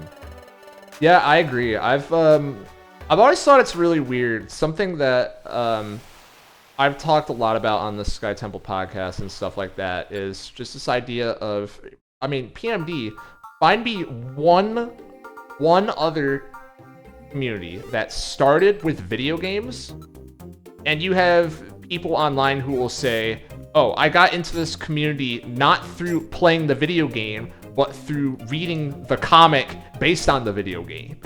Like, who the fuck has ever said that for any other game, you know? It's very strange how the love is spread. Like, people are a lot more inclined to express their creativity, I guess, is how I want to word that. It's real weird. What am I looking for this mission? I'm sorry, guys. I know I'm playing.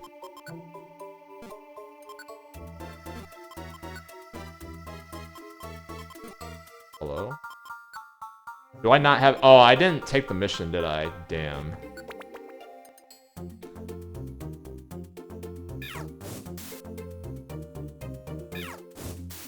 That's annoying.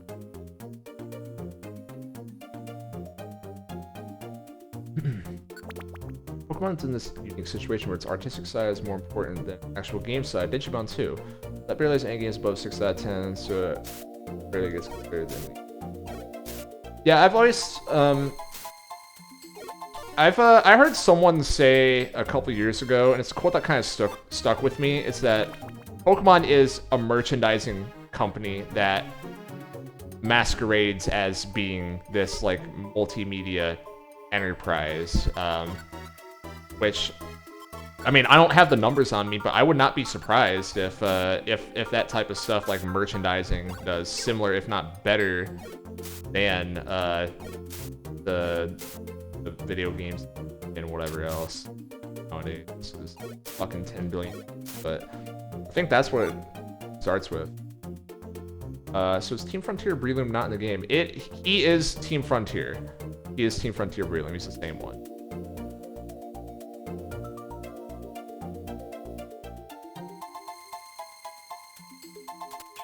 He is the same one. However, he does not join Team Frontier because instead, the little butterfly effect action happens in Chapter 5.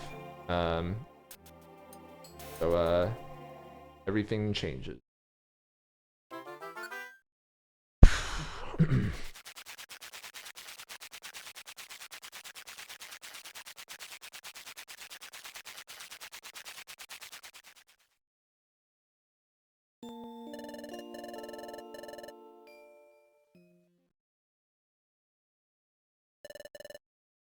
Accept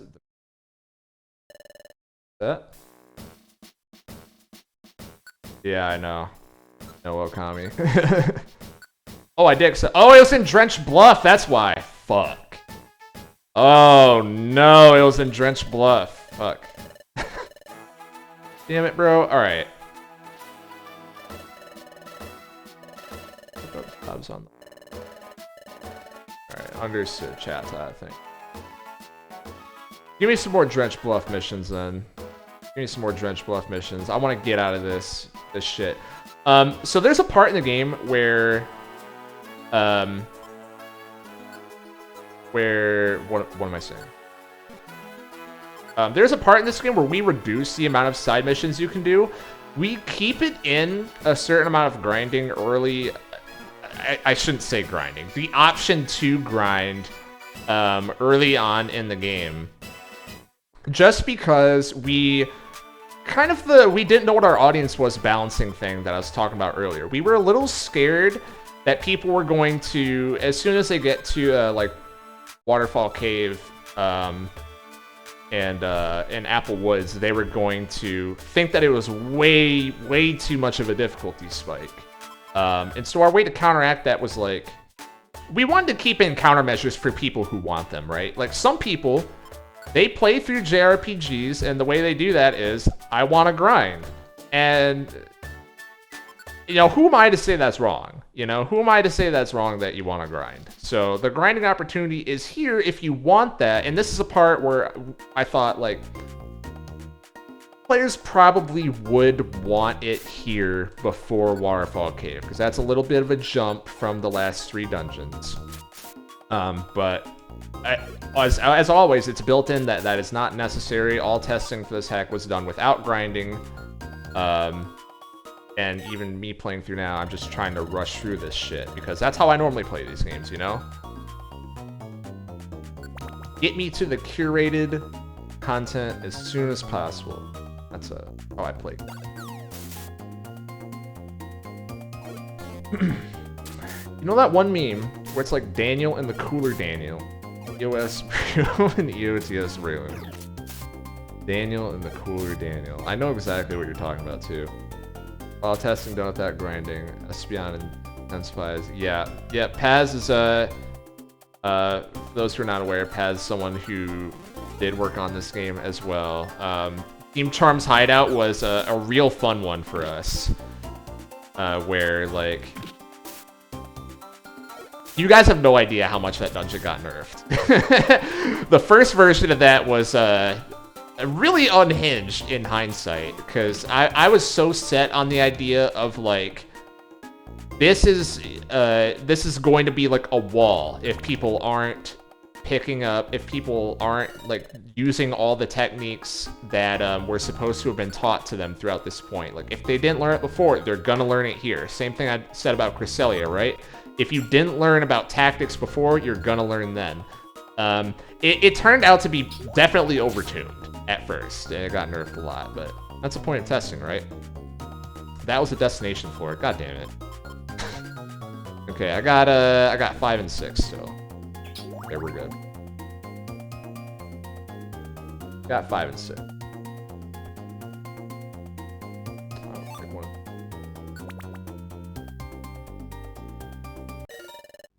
What am I picking up?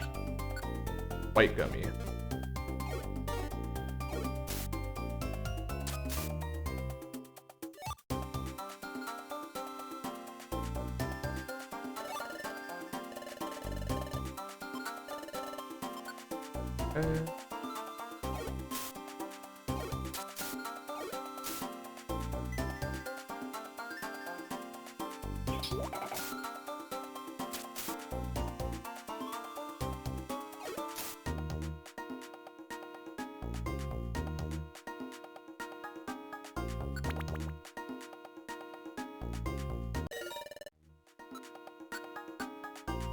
Impeccable.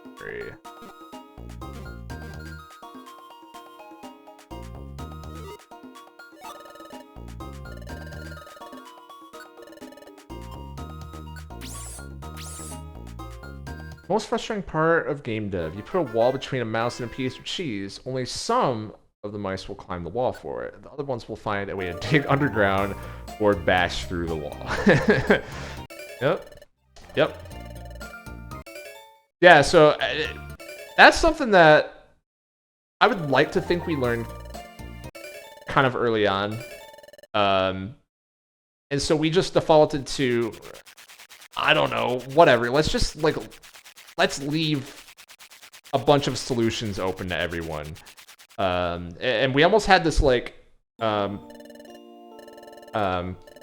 choose your own difficulty type of philosophy. Almost, where, like, we basically don't get rid of any of the tools that are available in normal Explorers of Sky, and even then, there are, like, system changes that help. No monster houses, no traps, keep your items when you die, so, whatever, just, maybe that level design is gonna, the harder level design, whatever, is gonna encourage people to use some of the really broken systems that we left in there, like Spin a Cafe, like infinite grinding in the dojo for items and stuff like that, like linking moves, which we really try to get people to link moves, you know,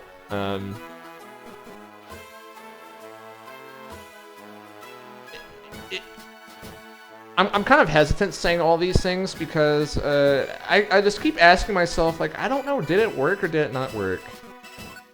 Time will tell, you know? Time will tell, I guess.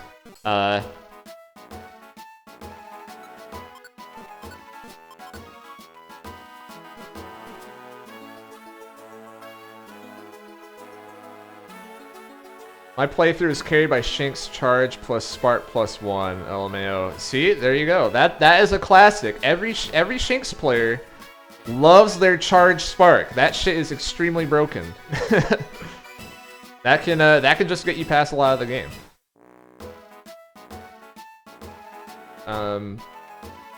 Alright, the stack monster houses. I was so tickled when I got past the monster house and the characters reacted to it. Like, oh my god, what was that for? Gonna be talking about that more when that comes up.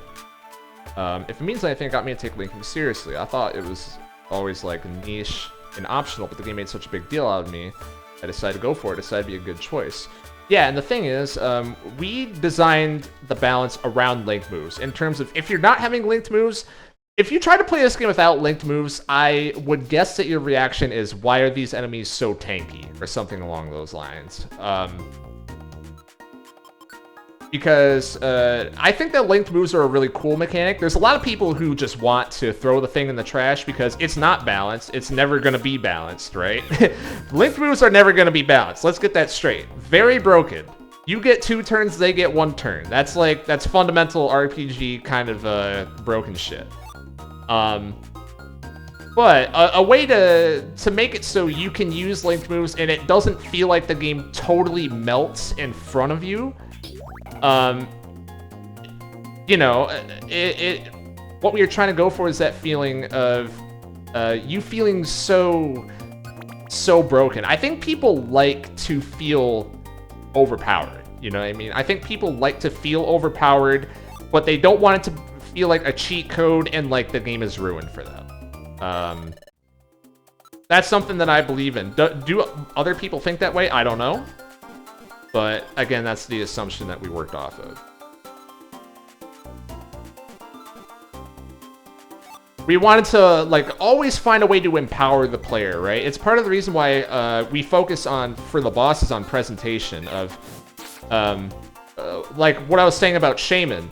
The most important part of that Shaman fight is not how hard the fight is, but it's that the first turn, he moves so fast and he hits you before you can hit him. That's the most important part of the fight. How hard it is doesn't matter. Like, if anything, like I was saying before, maybe should have made it easier. The point isn't to be hard, the point is to make you feel cool when you win. To me, at least. I like this very Bushido Blade-esque flow. You obliterate your enemies, but then you get close to Pincer and find out what happens. Right. There's some wake-up call moments. Yeah. I typically go into a lot of things underpowered, actually. In JRPGs, I'll find a team I like. Just go into a boss fight like 10 levels early. Yeah, my JRPG leveling philosophy, I guess, is I'm going to assume that your level curve is, if I just take the straight path directly across the story, I'll fight every random encounter that I find and get XP that way, and I'll do all the required encounters, obviously, and that's it. I'm not going to grind more than that. And depending on the game, sometimes that means that you go into the boss 10 levels under. So yeah, I've had that experience before too. Usually the older the game is, the more they want you to grind, of course.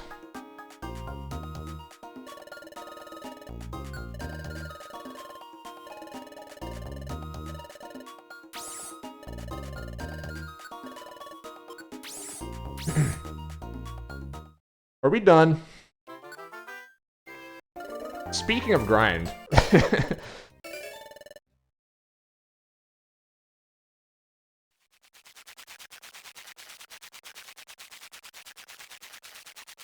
I'm also getting some good items. That's the other half of why the amount of missions were reduced or weren't reduced in early game, because for the next couple dungeons coming up, like, I guess there's a whole nother chapter here, but by the time Waterfall Cave starts, we wanted there to be no possible way a player did not have a full inventory bag, and like a good one with items that they wanted. They were swapping out items and stuff like that, right?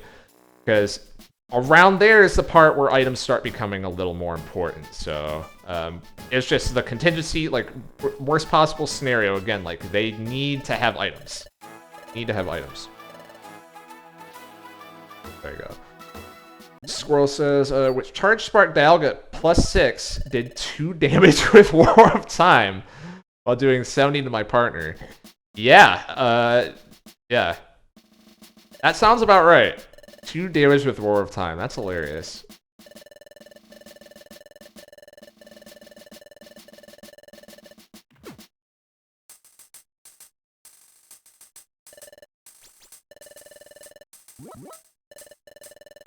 Alright, we're about to look at feet in a second. I'm going to use the bathroom. I'll be back in a couple of minutes.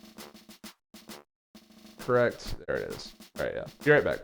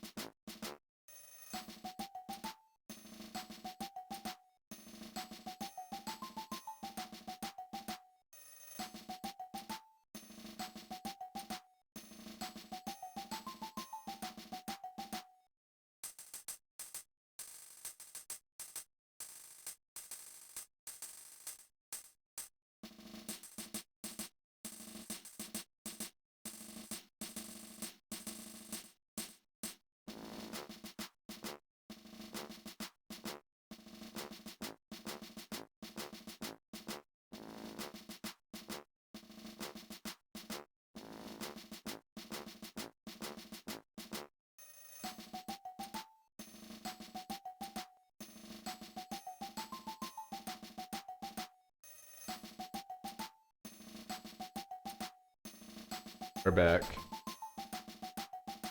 We are... No more belly aching.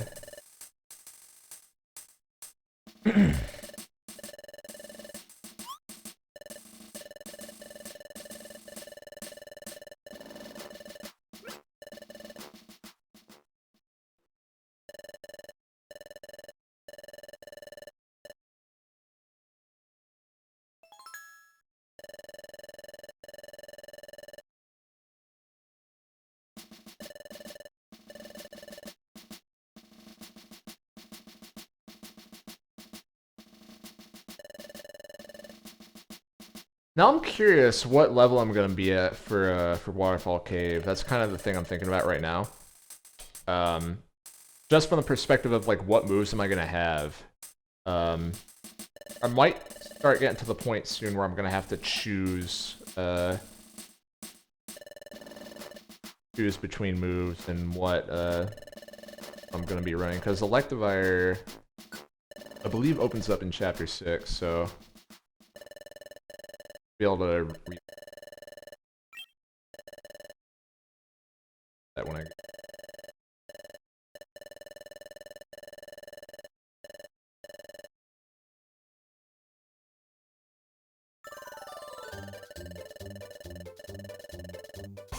So I've always been shit at this. I just wait for the hints to tell me who it is, because I don't know.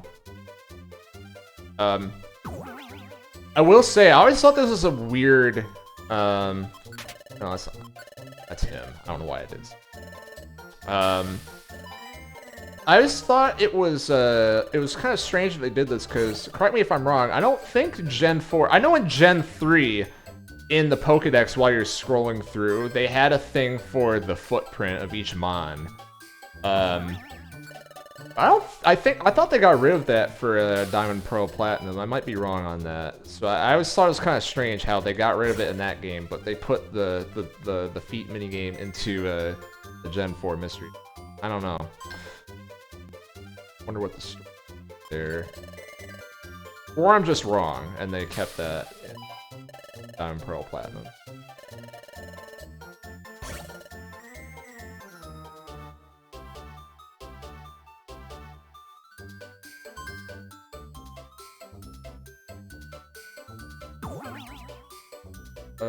Probably this guy. Nope.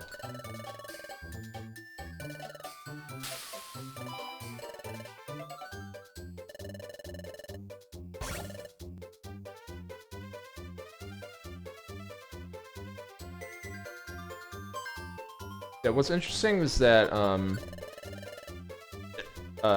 responding to Jaguar, weird skill to test, either way. I agree. You know, everyone who's ever played this game makes the foot fetish joke, whatever. I think that it's like, I don't know what they were going for, honestly.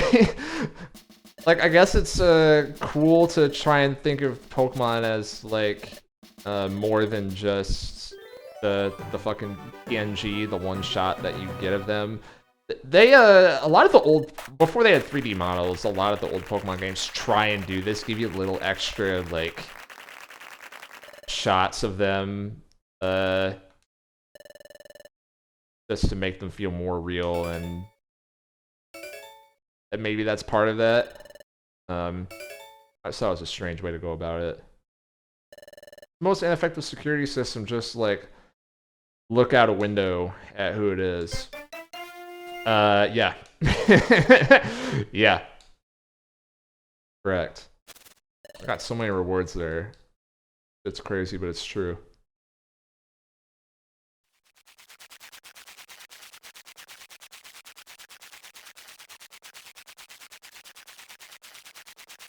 Crazy, but it's true. There's a lot of the another part of the reason why we do stupid these stupid, you know, fan fiction shit throughout the game. Just a lot of like just a lot of like trashy shit that we had fun with. part of that was, and this is a little bit mean-spirited in hindsight, but while we were going through, we kind of, like everyone knows that this game has so many plot inconsistencies, right? People don't like this game because the plot is solid and has no holes in it, right? That's not the reason why people like this game. So we kind of, we had the mindset quite often of just like, well, fuck it, if Explorers of Sky can get away with doing this stupid shit, then why can't we write in XYZ, you know? Why can't we do that if they can get away with this fucking garbage, you know? So, whatever. Gemini, to what you're saying, it's there to have a kids clubhouse kind of feel. You have secret methods of identifying who's there. That's something that I never thought of, to be honest, but that definitely gives more perspective to the old security system there.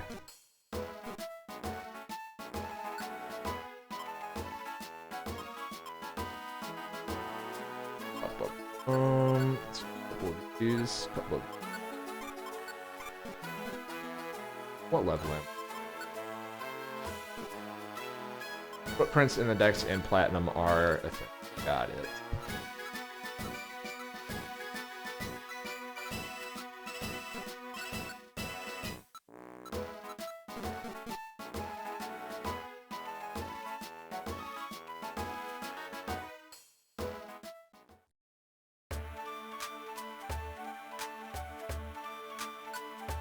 What do you like to save?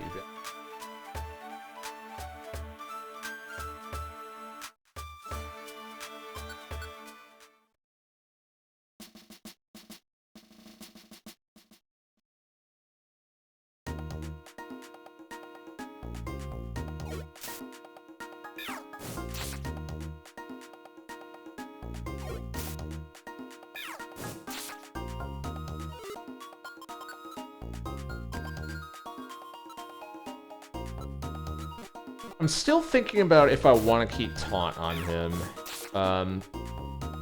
Like, what's coming up soon? That would be good to have Taunt for. I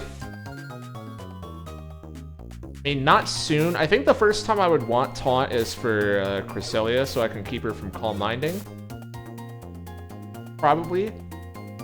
But, you know, is that worth keeping throughout the entire expedition? It might be. It's still a far ways away, so I have time to come to that conclusion. Just thinking about it right now.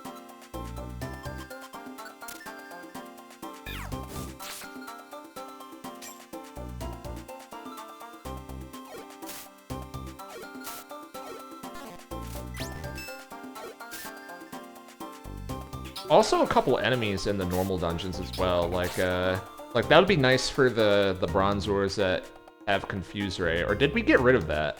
I forget. I forget if that's something that we kept or if we got rid of. I know we talked about it, one or the other, at some point.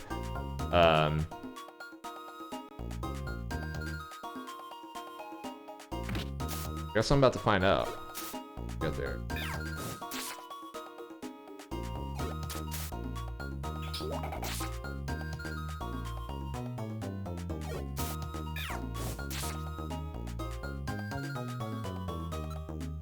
Probably want a stun seed. I already have one. I don't need more.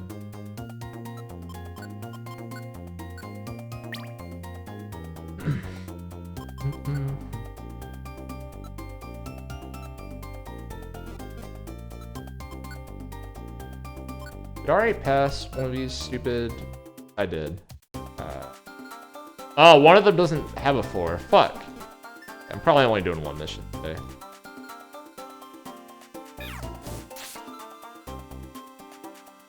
Unless I find the other Staryu by chance.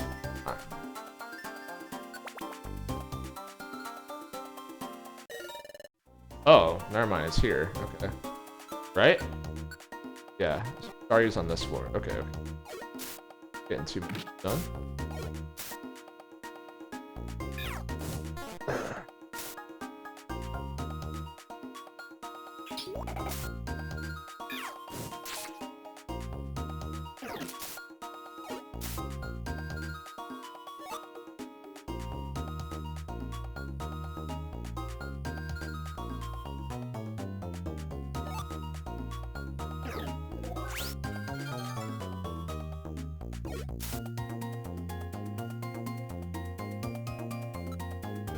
Oh, is that an Oren? Motherfuckers. Yeah, I mean, in hindsight, there's a couple of these things where, like... I kind of think lookalike items are stupid, too. That's something that I think... there's a split on that in the... Actually, no, I have one more mission to undo.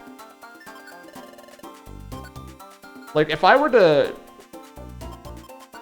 If, you know, hypothetically, I were at the same point in my life and whatever, I was in a situation where I would make this hack again, but I started today, it probably wouldn't have any lookalike items, because they're just kind of... I don't really see the purpose in them. I don't think, you know, the 1 out of 1,000 times someone gets fooled by one is worth just having a wasted item slot, essentially.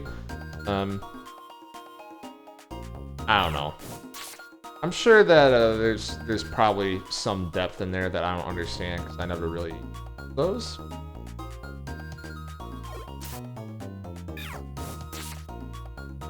Whatever. Obviously, I felt differently at the time when this dungeon was made. We're using them for natural gift because they have higher base power with it. Oh, right, with Fan P, yeah.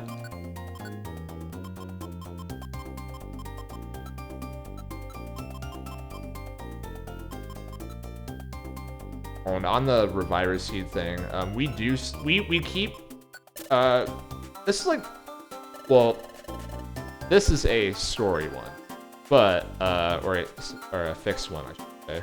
Want to leave the dungeon now? Yes. But, also, Reviver Seeds do drop at, like, the same rate as in the normal game in some of these early dungeons. I want to say Apple Woods and Waterfall Cave and maybe Mount Bristle as well.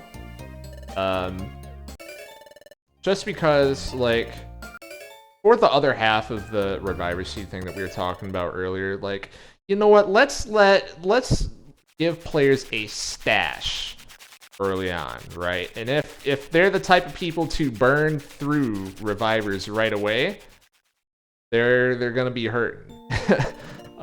Because it's not so easy to get them later in the game, type of thing. But that's what the idea was. They're kind of like the mitigating the randomness. Like, okay, well, if we're gonna do that, let's give all the freebies out early, try and keep them throughout the game, type of thing. Now, of course, that's a dangerous game to play. That's another thing that I probably wouldn't have done before, because that just encourages hoarding, right? And that goes against a lot of the other things that are that we try to put into the dungeon design as well. So, anyways, Chapter 5. Chapter 5.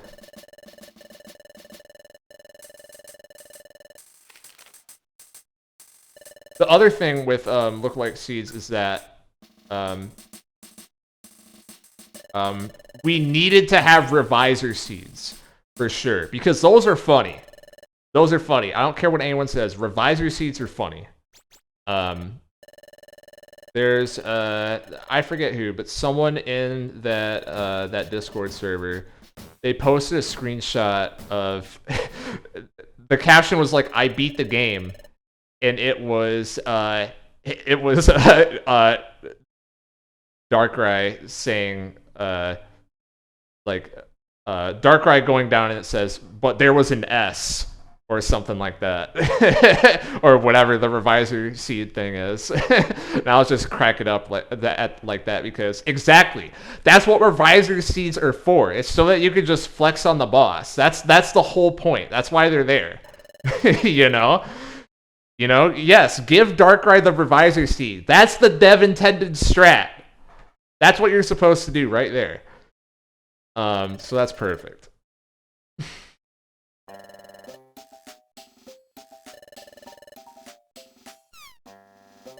So we get got a Chatot Wigglytuff cutscene. We're gonna talk more about this later, but These were fun. These were fun. Chatot Chatot's one of my favorite characters in EOS, like easy. Writing him is very fun. And Wigglytuff as well. I think everyone likes Wigglytuff, you know. And we play up a lot more of the mysterious sagely parts of his character in this hack a little bit, just because this is kind of a trend. Like, we kind of latch onto a couple characteristics that are canon that we just think, like, this is more interesting and we could expand upon this part of it. And so we do. You know. And for Wigglytuff, it happened to be the trying to keep that, like, mysterious air about him,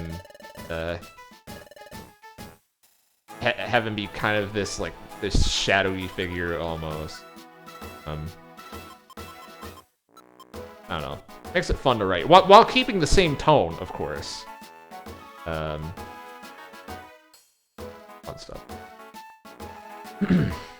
Paz says, one time when I was doing a 10 dungeon randomizer race, I got a Reviser Seed death and the game proceeded to hard lock. Pretty good. Oh, it's Spinda's Cafe.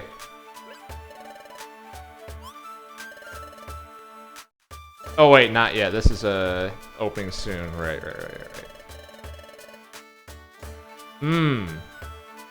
About to open soon. Well, folks, if they're gonna open soon, that means that they need to have their staff ready. Spinda is looking for people to help out with the cafe currently. Speaking of broken thing, I think Violent Seeds, I think we also raised the price on that. That might be the only other thing besides Revivers.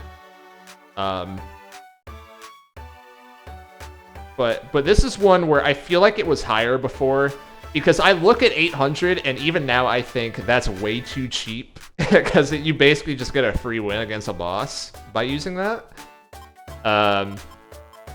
But hey, whatever. I might just buy that and say fuck it. That's gonna be better than a lot of TMs, honestly. You know what? I think I will. Actually, how much money? Because I need money for the link shop as well. 2,500? I'm probably fine. I'll buy that.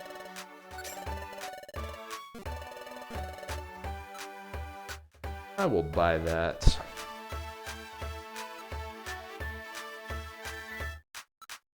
I'll buy that and throw it in store. Gotta start thinking about that too. Not using that until much later. Keep the cross-eye seed.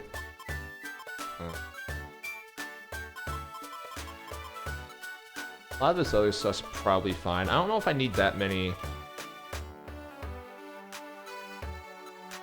cornberries.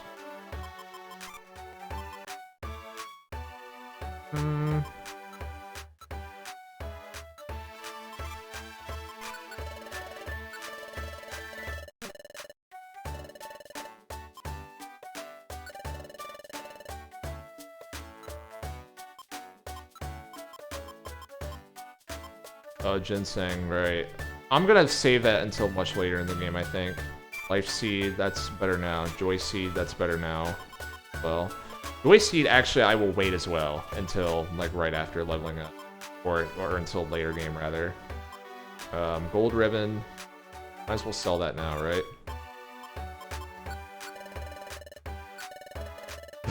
I have to say how much Spinda's 1 or 2 scenes weirdly stuck with me.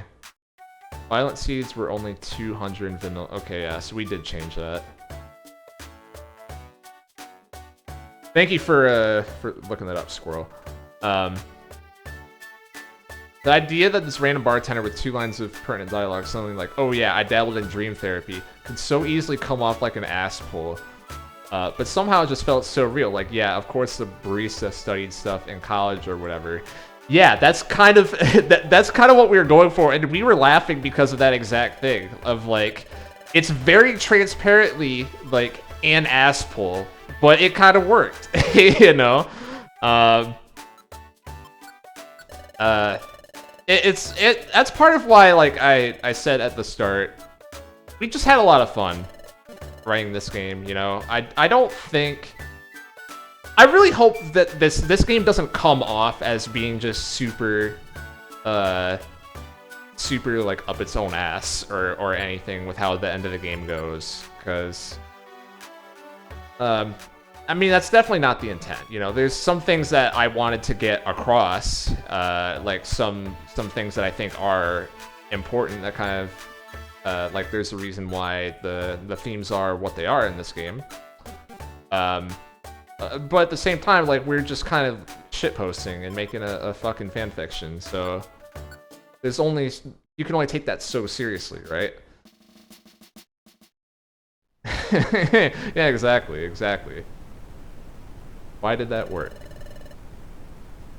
So this is, as Adex said earlier, yeah, this is the first cutscene I ever made in Sky Temple right here, because after writing, after the earliest like pre-production, outlining and storyboarding and all that type of stuff, I wanted to do a little kind of vertical slice equivalent type of thing, and it's like, okay, let's make a cutscene sequence that has everything that I probably am going to be using a lot throughout the game, you know? And so there's a little bit of like fake fade out, fade in, while that last fade out, fade in, not this one, but while they were still at the waterfall, that's within the same script. I wanted to see like how that works, if that's possible. There's a couple other things. This is switching around the backgrounds for scenes. There's extra scripts getting added into an event bank that plays out. And then, of course, because everything's new, it's like having to mess around with new backgrounds, new BGM. And now there's new movement as well. New movements, new effects. So, a little bit of everything. And then, of course, how easy is it to add a new character? So, Breloom was always planned to be in this game, and the reason why, without delving too hard into games and whatever, because I don't want to ruin that, is just the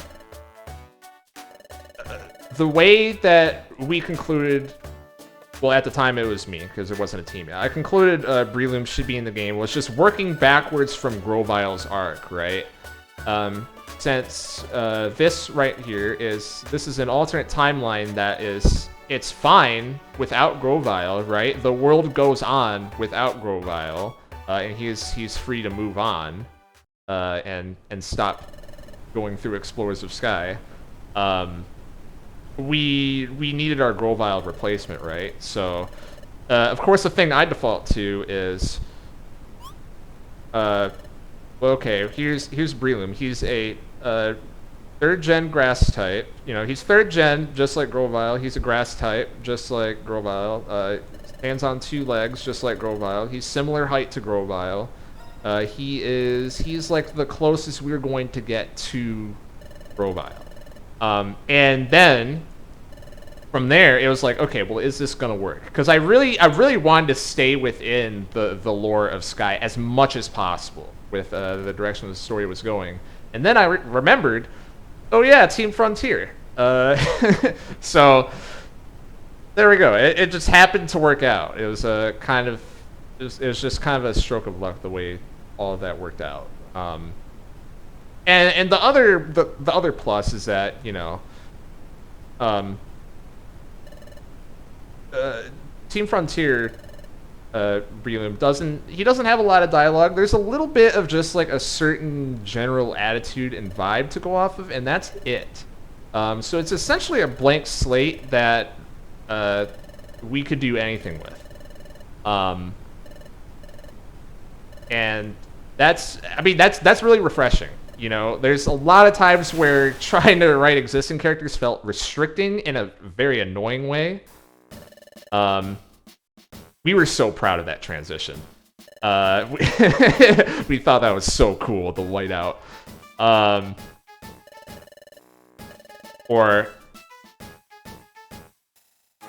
Well, I can't speak for the rest of the team because I was by myself when this scene was made, but I thought it was cool.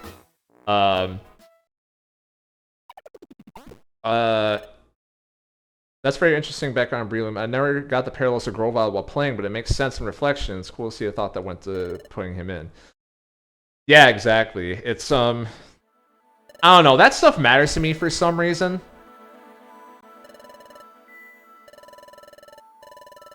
I don't know why. I couldn't tell you why, but to me, my brain just sees these connections, and I'm like, it just screams, Kino, need to add it in, you know?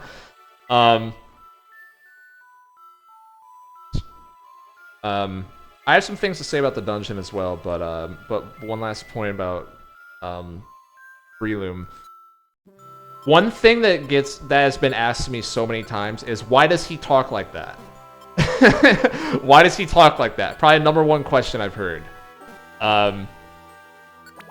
So if this is a new character, right, and he's supposed to be like diametrically opposed to Grovile, he's supposed to be Grovile's replacement.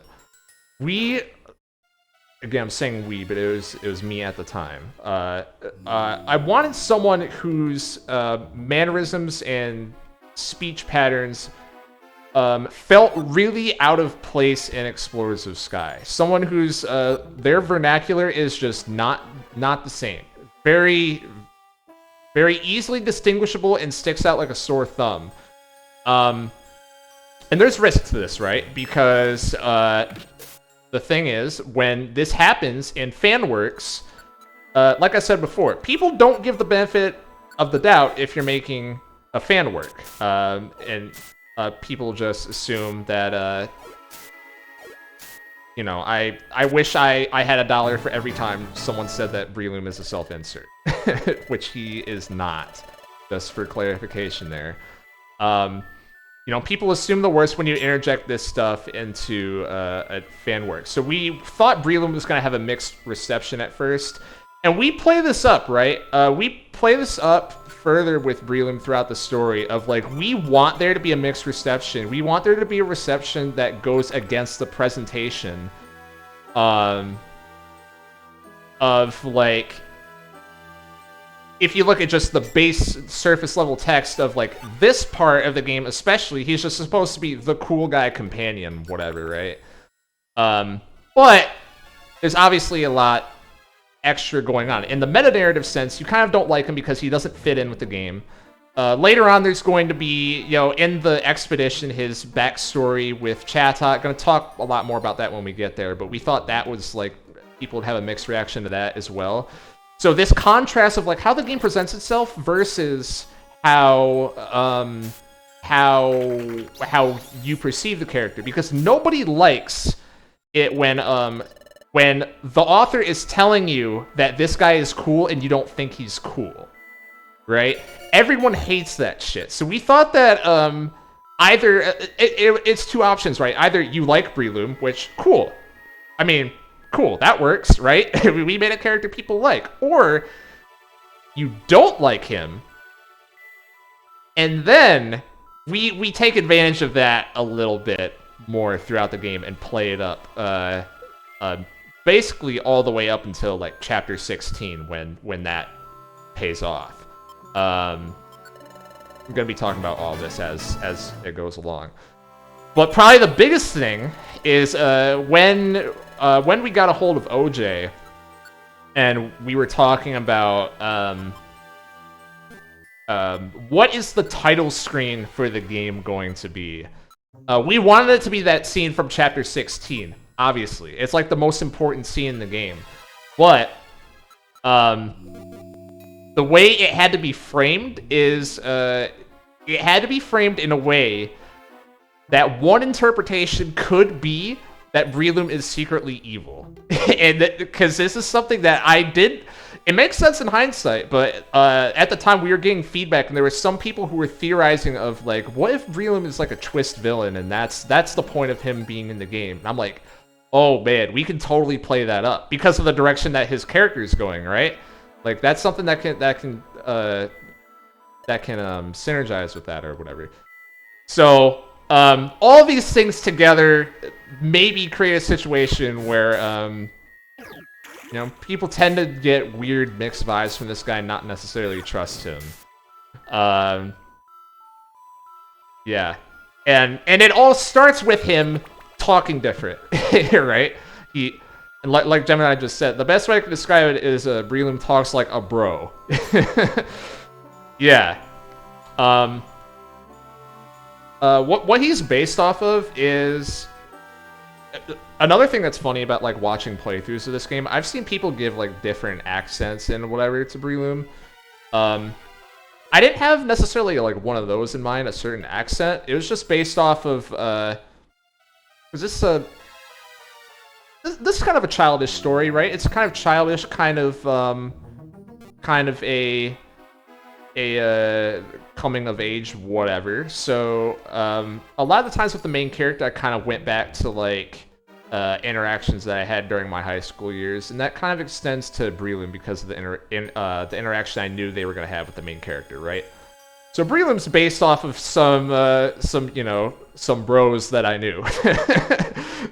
Basically, is the simple way to put it. The pros and the cons. So much. I should have been paying attention. Uh-oh. Uh-oh. I have a roll call, right? Just gonna do that now.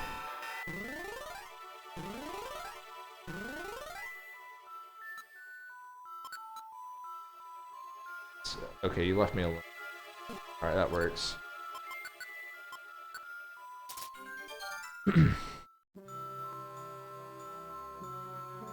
Squirrel saying, looking at the title screen between sessions of the game, I definitely thought that more than once. There you go.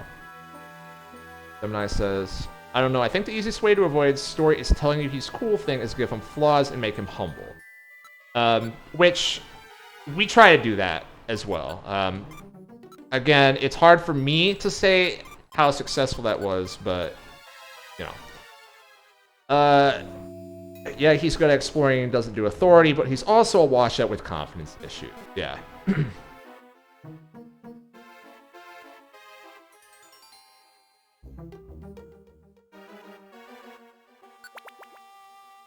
Yeah, and it goes back to the benefit of the doubt thing. There's, Paz, if you're still in chat, I don't know if you remember. We've had conversations before where I said stuff along the lines of, like, Breloom, because he is not a character that you are already attached to from Explorers of Sky, even though you think it would be harder, and it is, in my opinion, to write a character that's already established and try and put your own spin on them in a way that feels natural. You actually have to, I think, write a character better in this type of game if they're original, because you will never, ever, ever get the benefit of the doubt.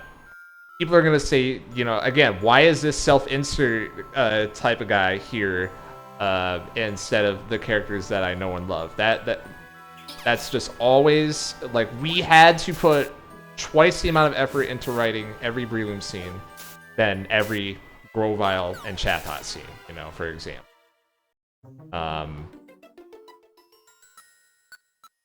Which, you know, is that true or is that not? I don't know. I'm not a fucking psychologist, right? But it's something that we assumed. I know I keep saying that, but I want to make clear that I'm not pretending that I know what I'm talking about. Definitely don't, but these are the assumptions.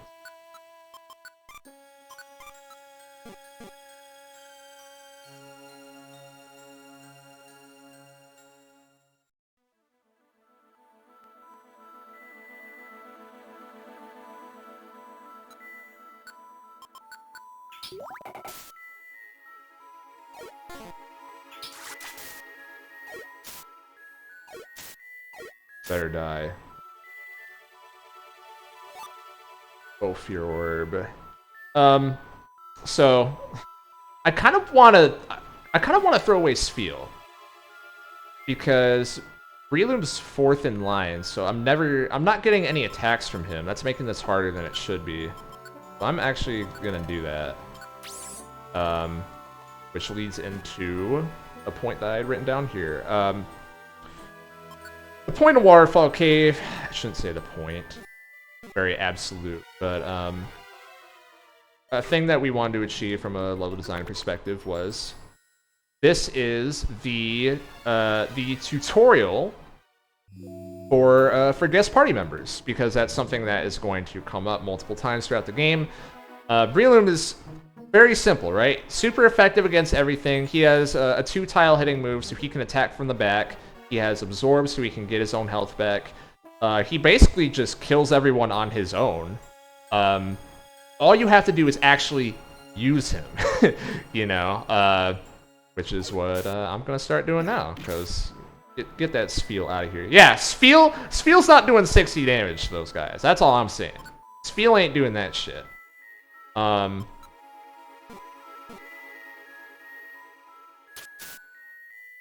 I should listen to myself and do the dev intended strat there. So this is your guest party member tutorial, basically saying, hey, you should use them. You know, he's level 23, you're level 11. Don't let him just sit in the back and do nothing. And by extent, what I was saying before, this is kind of supposed to be like a gameplay integrated tutorial to positioning. Because a lot of people just try to one-on-one every enemy in the game. But, you know, this is something that hopefully you learn at some point throughout playing this game, that if you 2v1 an enemy, things are much, much, much easier.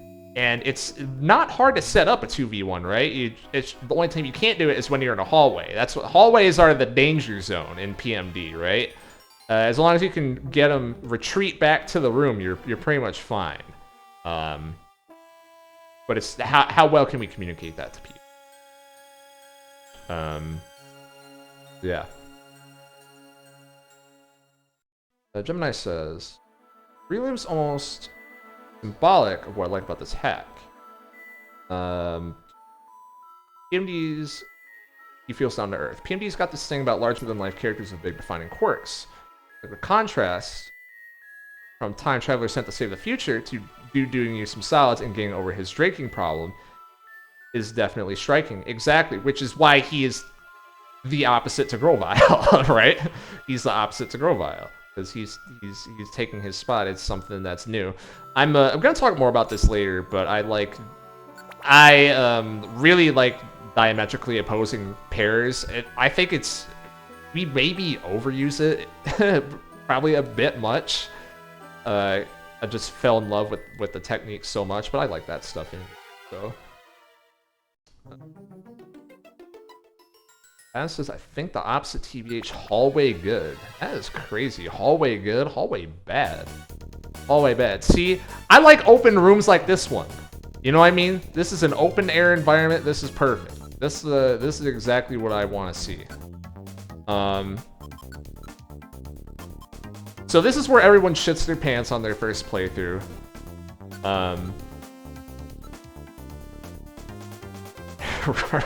Shadow Legends.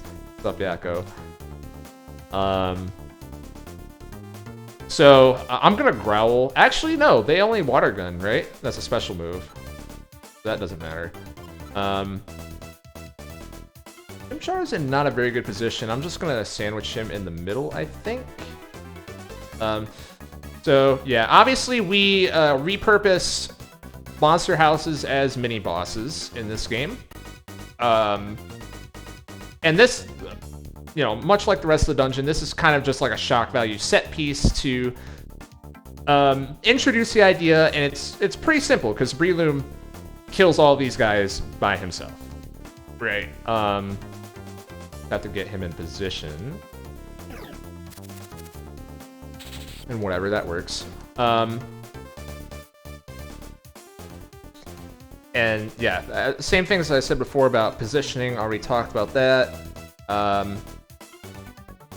you know, and the primary, I guess, goal here, aside from that positioning and utilizing your partners, is to not panic, because that's the easiest way to lose this, right? If you just panic and like run straight into an enemy and I don't know what's going on, you lose.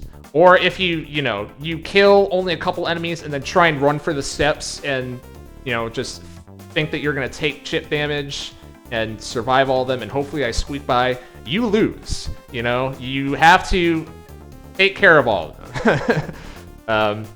That was the goal of this here, because that's kind of the good fundamentals or whatever that we're trying to instill in players. What's up, Aspect? I'm twitching, he says. Can't stay, unfortunately. That's fine. Thanks for stopping by, man.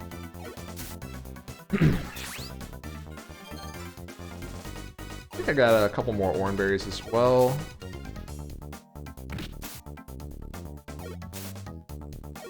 So it should be good. Will the bod be saved? Yes. Gonna be uploaded to YouTube as well. Not right away. There's a decent delay on it for me, but at some point.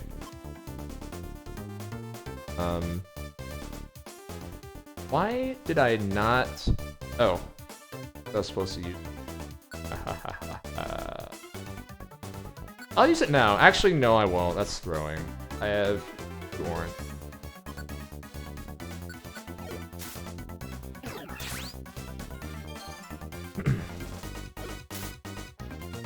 So he's dead. You know, obviously, of how much I'm talking about this section, I really like it. I still like it. One thing that I kind of don't like in hindsight is that it's a little drawn out. Maybe like I think for a lot of people, they kind of get the point after maybe like killing half the amount of enemies that there are in this room, but whatever. It's I don't know. I guess the best we could do given the situation. I think the pros outweigh the cons there. Front, do that. Oh shit! I could die.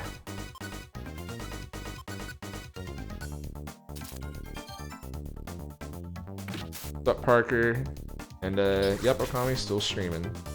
Be going for a decent bit longer.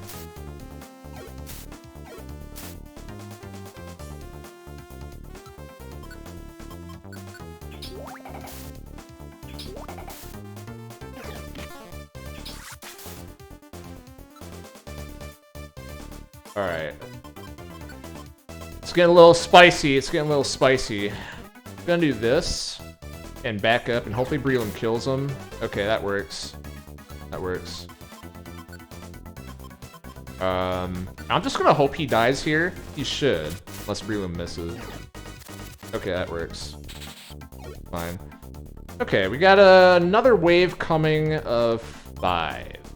I have some time to set up my positioning. I'll probably just do this, because Breland can kill them all in a line at this point, right? I also have to worry about... Let me pop that on myself. I guess I have 50 pebbles, so fuck it. Oh, it doesn't go that far. Second one of these in Treasure Town Ruins was brutal for me. They do get harder as they go, that's for sure. They do get harder as they go, I'll just say that. It's, on the team, we all really like Treasure Town Ruins. There's some people who who don't like it, but I personally stand by that dungeon. I think it's great. I gotta wait for that. Thank you for that, Breland. Let's get to it.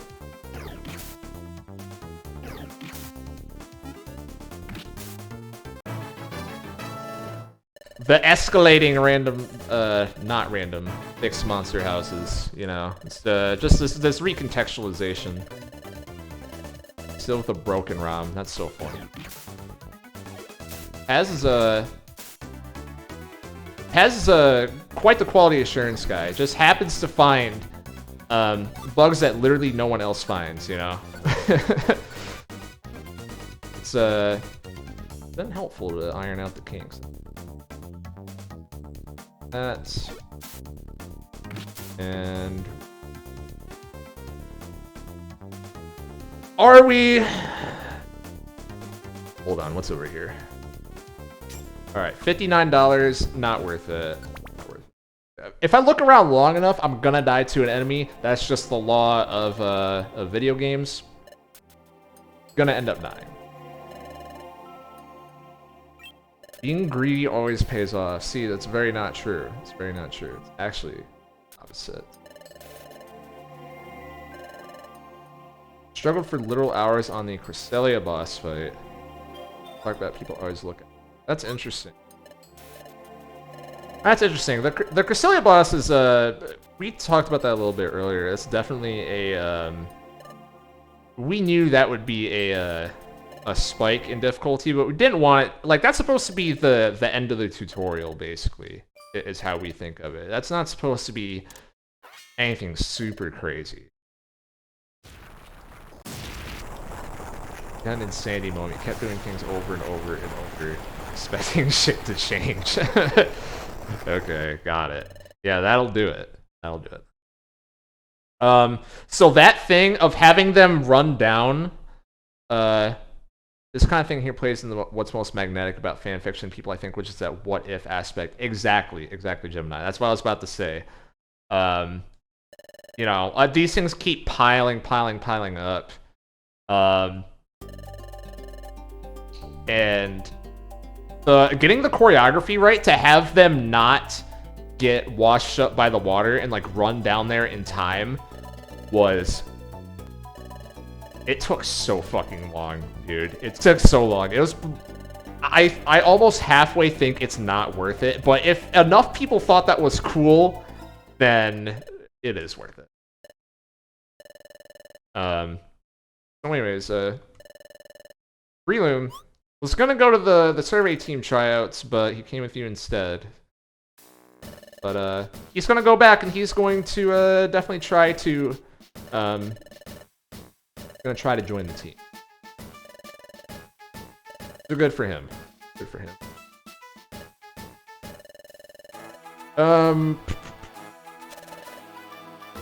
Now I got this here.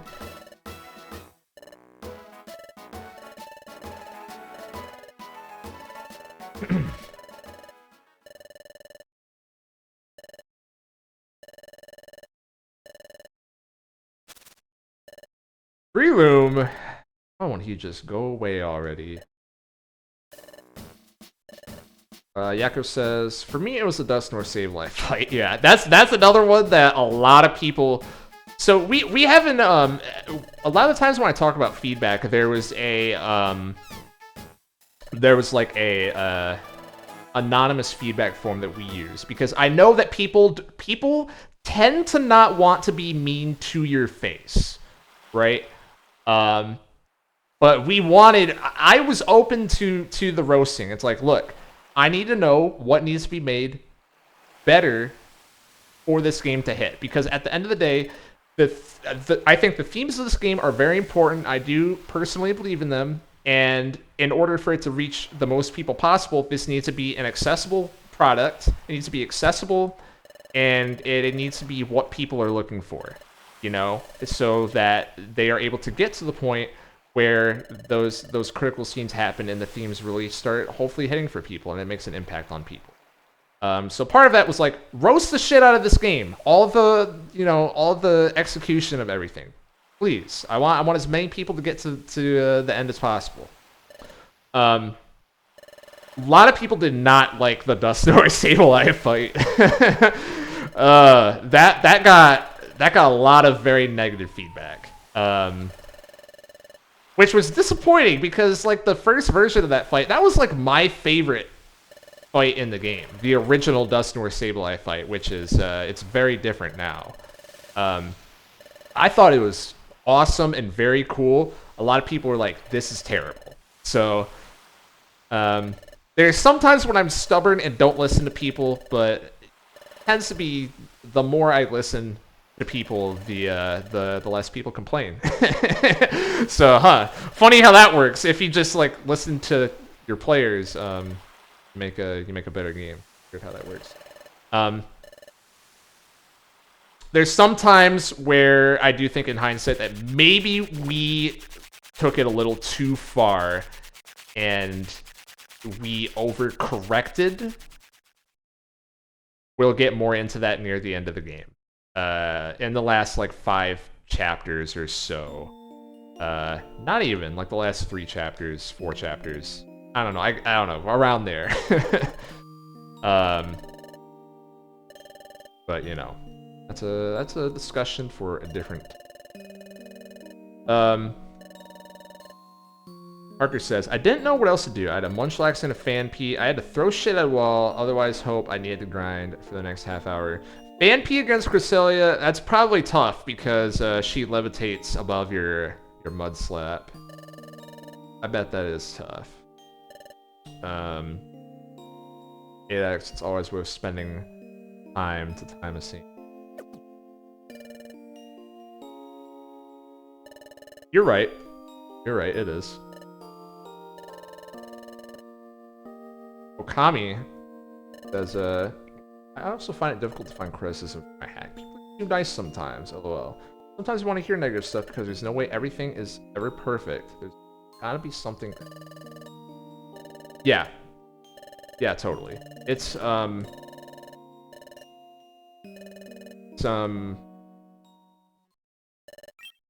very complicated subject because something that ended up happening, kind of leading into like the end of the game that I was talking about. There's a point where I kind of you know, there was so much like negative, and that was like all I was taking in because I was under the mindset of like I want the negative, I want to know what can make it better. And all that stuff. It eventually got to the point where I was not very confident, like near the end of the game, and it was, you know, a lot of the people on the team, such as Paz and Aspic, if he's still here, who kind of like got me back on track of like,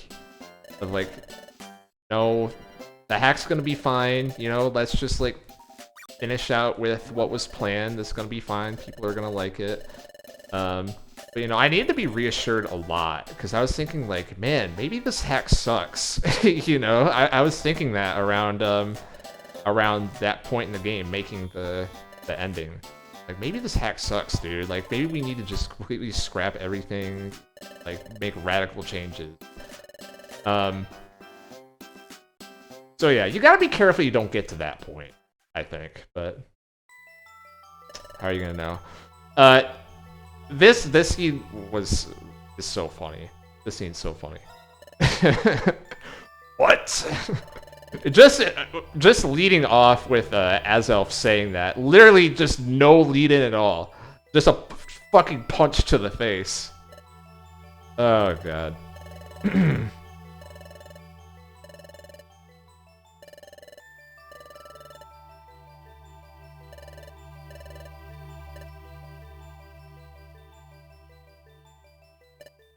Where am I? Grovel, Grovel's kind of our designated one-liner character, you know? He's our one-liner character. He's our trailer scene, you know? A trailer scene guy. Unlocked water. Hell yes, brother.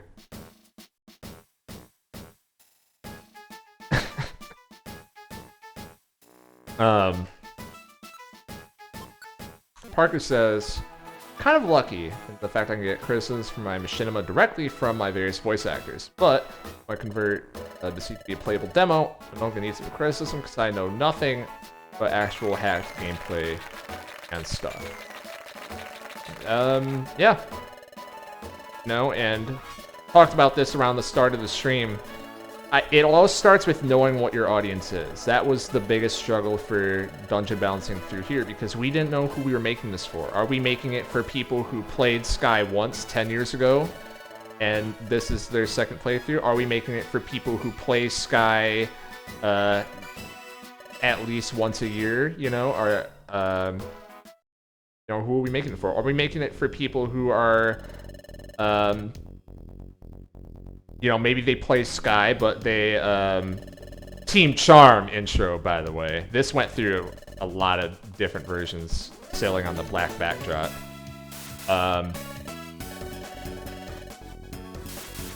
But it's basically that, like, who's your audience? Because before you know that, you can have your balance be totally fine for what your vision is, but if your vision is not compatible with your player base, then it doesn't matter, because you made the right product for the wrong person. Is the way I think of it. That's the biggest struggle.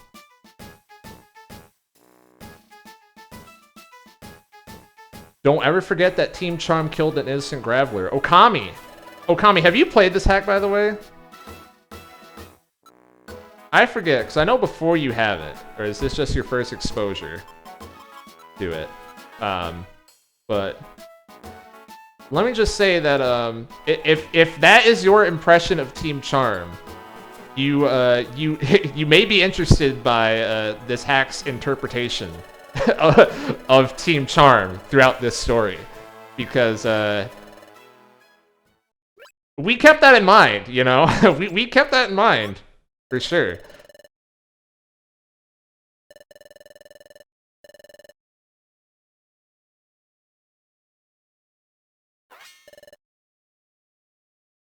Gemini earlier said, every time anyone in this hack is like, I literally have no idea who you are, makes me laugh. Yeah. Yeah, Grovile's kind of the designated guy for that throughout. We're gonna get more into it later, but he was like... We thought it'd be kind of tired if more than one person did that, right? Because that leads into before, like, the game just directly telling you, just every 2 seconds, did you know this is an alternate timeline? Like, yeah, no shit. You can figure that out on your own through context, right?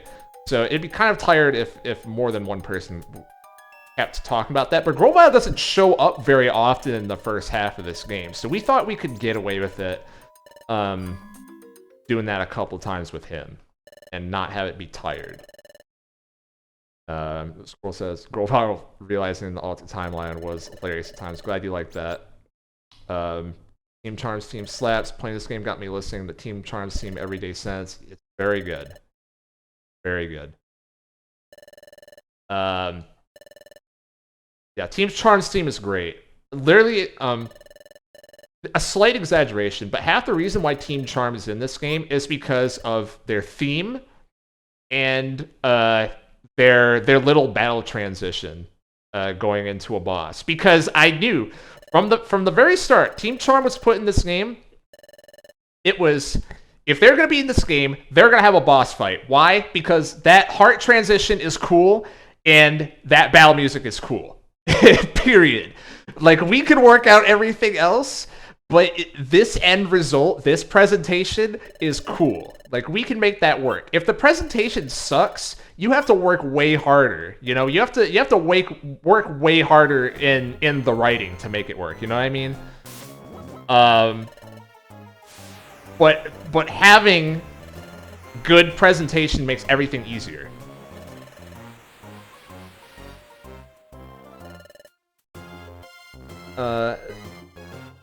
Okami says, I want to reuse Team Char's theme for something, but that's like the most recognizable special episode theme, and they're gonna make an appearance later.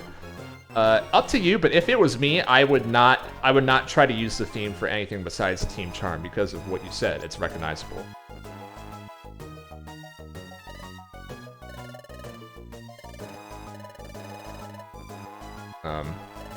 Gemini says, they fit both because of their theme, and they fit the theme. That they make great foils for AWD and how they relate to the MC. Yep.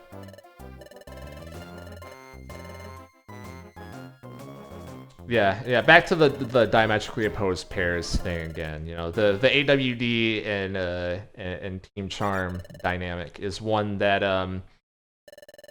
you know, it's not necessarily the focal point of the game or anything, but I think we put a decent amount of emphasis on it, and I think that it's an important dynamic that like the hack would be lesser if we took both of them out of the game for sure. Like if we replaced them with just like other miscellaneous characters that were more of like one-offs or whatever, I think that would hurt things. You know, the Team AWD, Team Charm, those were... I really like how a lot of those scenes turned out. Especially given the limited amount of dialogue compared to Breloom, Grovile, Chatot, etc. Got side mission shit again.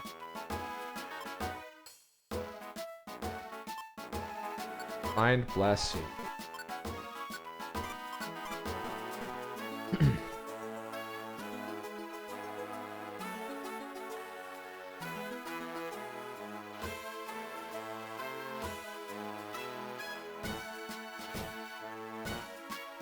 Saw that shit about fucking Mitchell and Darker. One thing about this hack, Team Skull and Team Tasty are the best they get additional love in your test. Team Skull does, yes. Yeah, Okami, you better watch until the end of this chapter if you're looking for Team Skull content. That's all I'm saying. Team Tasty, no. Team Tasty's good though. I'd like that kind of give that spotlight there. And also, what's up? What's up, Guy Donkin? That's funny because like you're combining both your names with the Twitch name there, because like I don't know how long you've been going by Jai, but in my head it's just I knew you as Donkin first, so that's what my brain defaults to, and then I have to correct myself and say Jai instead. Jeremiah says define love.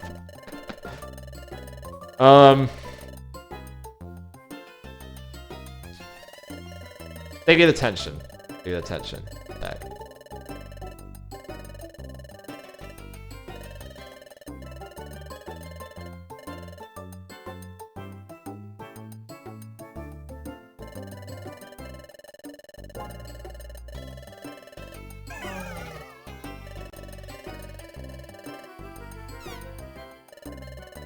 So, Spinda and what is it? Lapras. Probably like a month before the game came out or something. Someone said like, hey, isn't in the Discord, I should clarify, was like, isn't Spinda supposed to be a guy? And then we I looked at the source material, and there's like only one line in the whole game where Spinda is gendered, and indeed does end up being a guy. And we already wrote Spinda as being a woman the entire game, and it's like, well, fuck. I don't even know. I have no idea how many scenes in this game we mentioned Spinda or like use Spinda's pronouns or whatever. So we just didn't correct that. And the same thing with Lapras. So those are two errors that, like, if we had infinite time to make the game, those would have gotten fixed. But you know, whatever. You could say alternate timeline, so they're different genders. That excuse also works.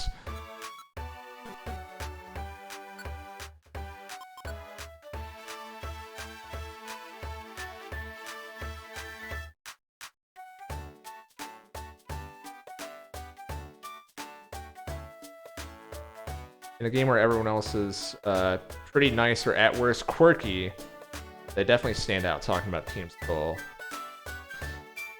Yeah, pretty much. See,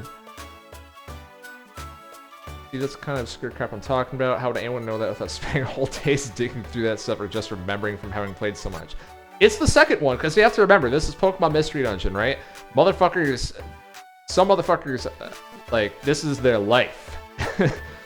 they love some Pokemon mystery. You know, it's I think that it's to the point where, like, if you are someone making a fan work and you get enough of these little details wrong, like, I wonder if that's just a turnoff for people, right? Because it feels like you're not to use like stupid gatekeeper language, but like you're a fake fan. You know, you're like disrespecting the source material that people hold so strongly. They replay the fucking 2009 handheld video game every year since it came out and whatever. This is their 25th playthrough of the game. Gatekeepers doing fucking stupid. But I think there's a little bit of that dynamic here.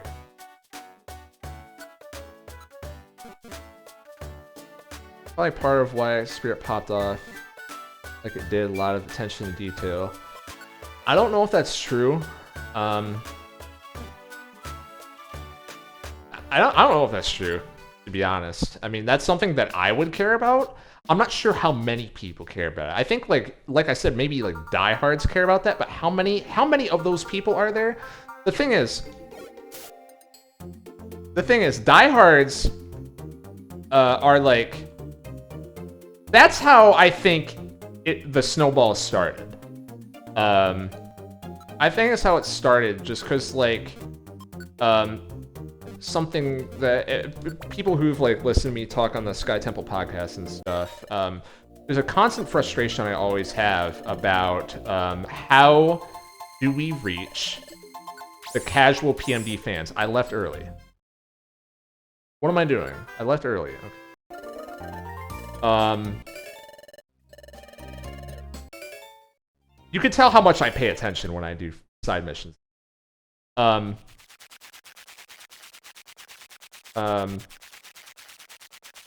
are the early adopters, right? And just the thought of like, I don't think the casual, like, I think the casual audience is how you are going to grow, right? But you don't have any base to work with without your early adopters, which are going to trend more hardcore. This is pretty much always true. Like across, I mean, I'm thinking of it a lot from a business perspective, but you know, in like art fandom and all that stuff as well. You know, it's because the casuals simply are not going to find it unless it's popular enough, right? Like, let's think about this. This is March 2023. How many PMD ROM hacks, if you're just an average person who fucking scrolls on Twitter or whatever, or do people even still use Twitter? Did everyone leave after Elon Musk? Probably not. So probably still Twitter. You know, if you're just scrolling Twitter, how many ROM hacks are you ever going to see mentioned by name ever?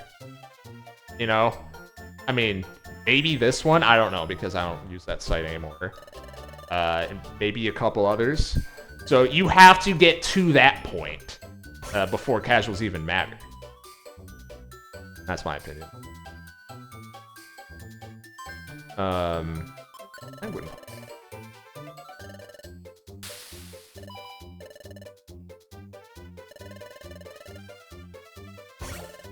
Gemini says, in fairness, authenticity kind of bleeds through, and if you don't know a lot about the source, Cobra Kai, that's Murkrow.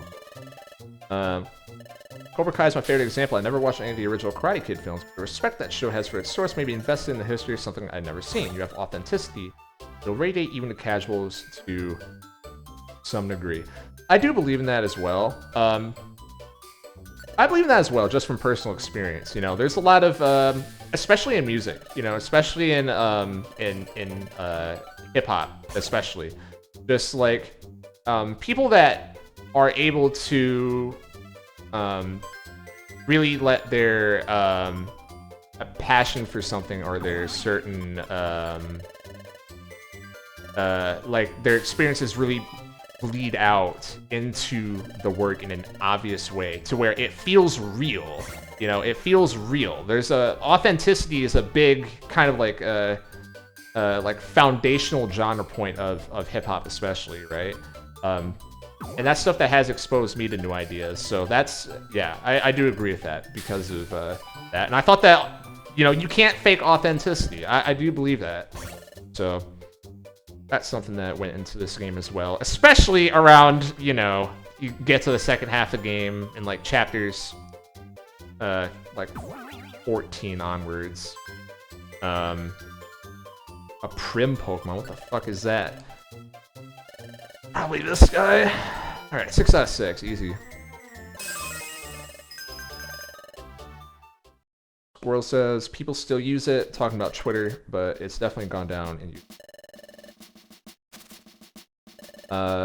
Jaguar, I didn't know PMD ROM hacks existed before you told me you were making it. I haven't really seen others since. See, I mean, there's an example. There's a whole community of people that are making shit. There's like a lot of people.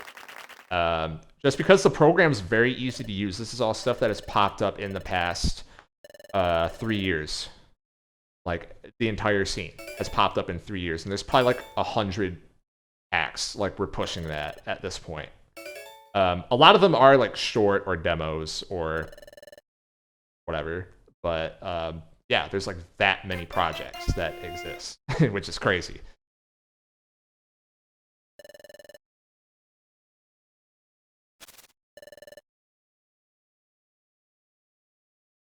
In my experience, at least, it takes at least a single hack someone sees to get into. Maybe Spring Collect got me into Celeste. The AK-47 got me Hollow Knight. Yeah, and of course the Silver Bullet always is, you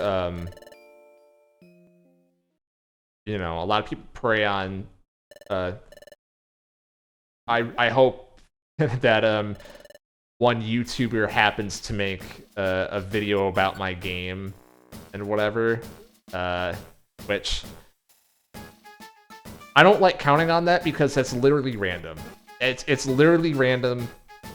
I think you. I don't believe in making like YouTube bait things, you know, like YouTuber bait type of games and whatever other kinds of art. I don't think that works a lot of the time.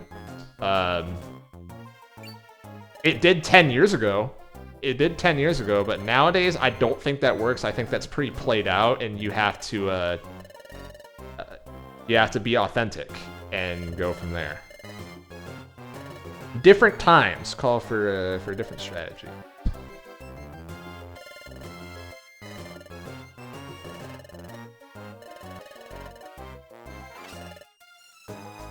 Found Sky Temple back in like 2019, maybe. I was looking for a PMD randomizer and it's confused Explosive Spirit. I literally found a win while googling good ROM hacks because I was sick. Well, that's a good sign if you you looked up good ROM hacks and this one came. That is a good sign.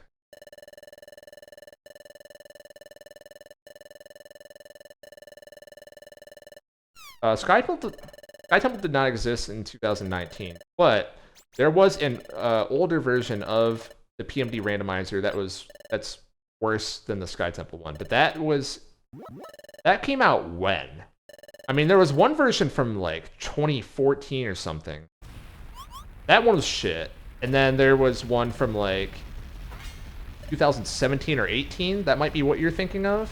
That was a little better than that. And then the Sky Temple one is just like the standard. Might have been 2020 or even 21. Time has lost meaning. Understandable. Understandable. Yeah, this whole decade so far kind of feels like, well, not really. I mean, it doesn't feel like 2020 anymore. I don't want to say that, but I've definitely not paid attention to time quite as much since then, you know. In a very chilling way that reminds me, oh no, I am getting older. Oh no.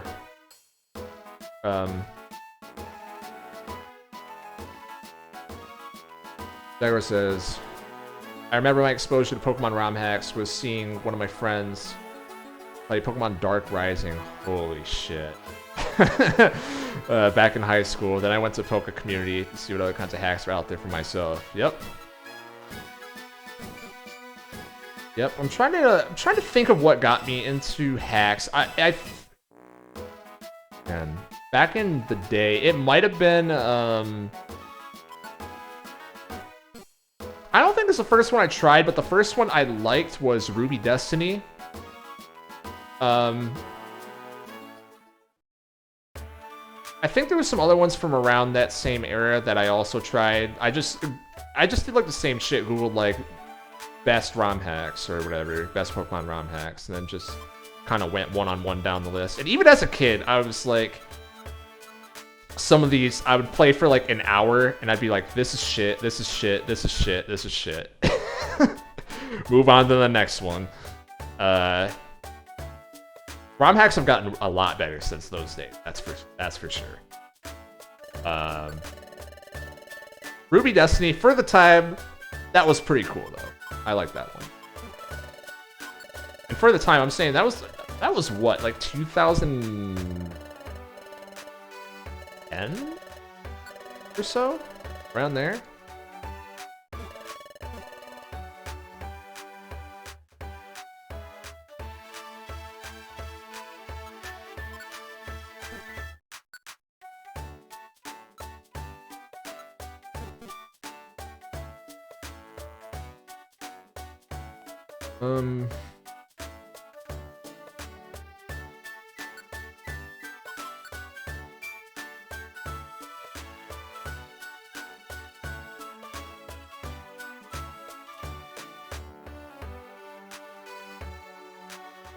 Tommy said, I always knew ROM hacks existed for mainline, but never PMD.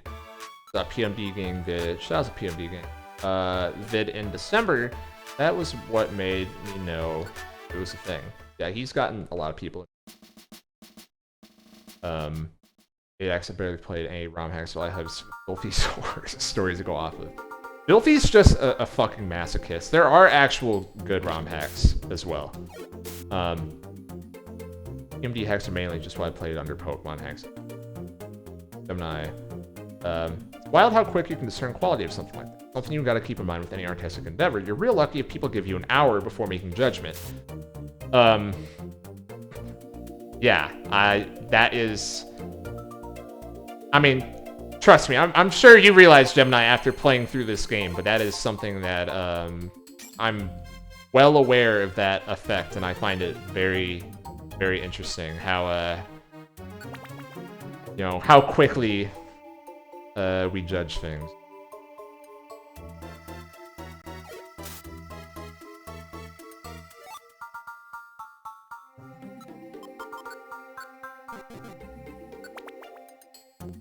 It's 8x sleeping. God damn it. Yeah, Yaku, you missed the first time that that Finneon showed up. Did get an exclamation in the chat.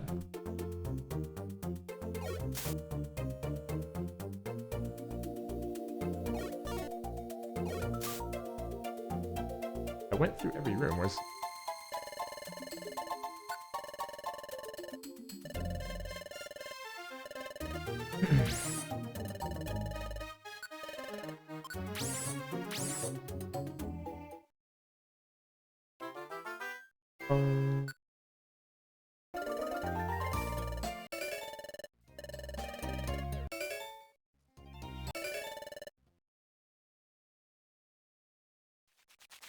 Luckily for Spirit, I think it's 2 big hooks happen within the first hour. It's kind of close, but it's about the slowest I think a star can be and still have good...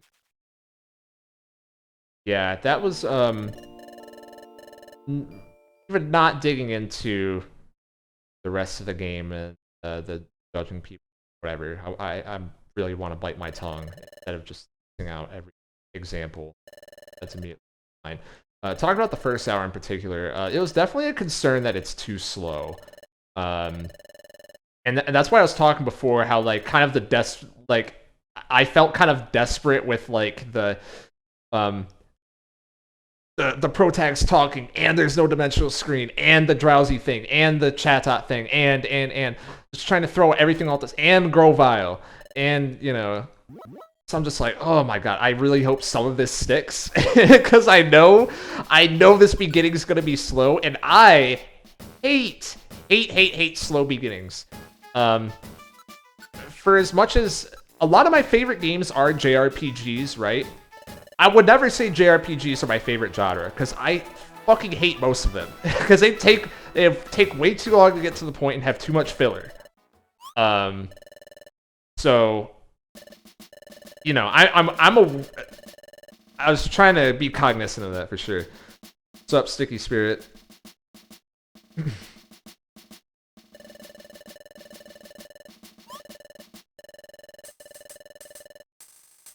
Vanilla Sky has the slowest opening ever. Yeah, take too much filler. Likes Kingdom Hearts.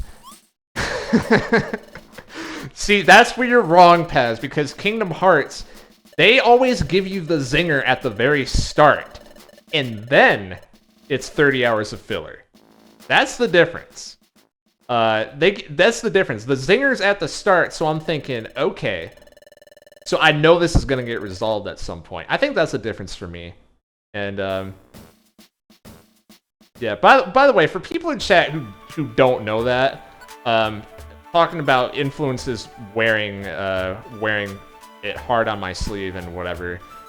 You know, I think the Kingdom Hearts influence in this game is really, really obvious at some points. I love that game. I love the one I would say has a zinger is 2 with Roxas. It's the best one for sure. It's the best one for sure.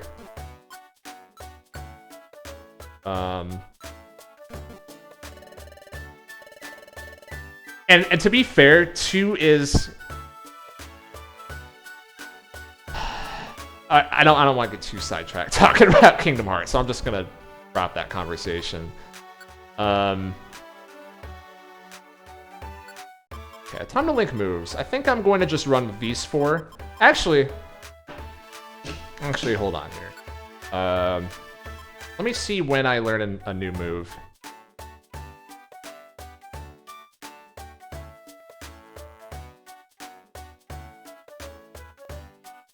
Let's see,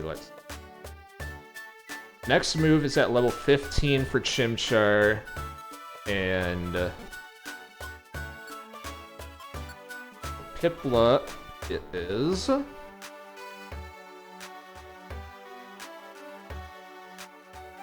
By the way, if anyone's wondering why I didn't change too much about the Mons and change the moves they learn, this is why.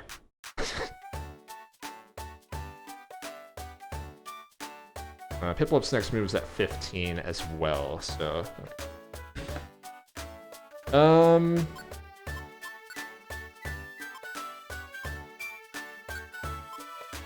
Do a Leer Scratch, link that to... Oh, nope. That, switch. And, do Growl Pound. Water Sport's so fucking bad. Piplup early on's a little rough. Bubble's a great move though, but I'm gonna get the double bazooka pretty soon here, so can't really complain.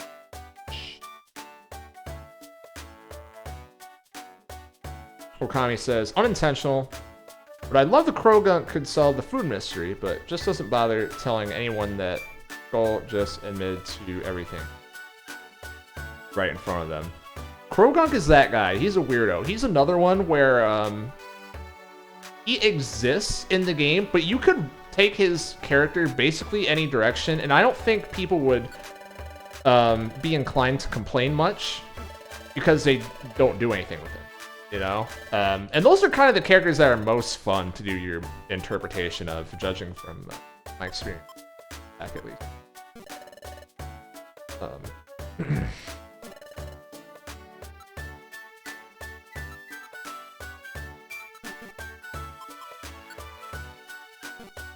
I got a French Bluff.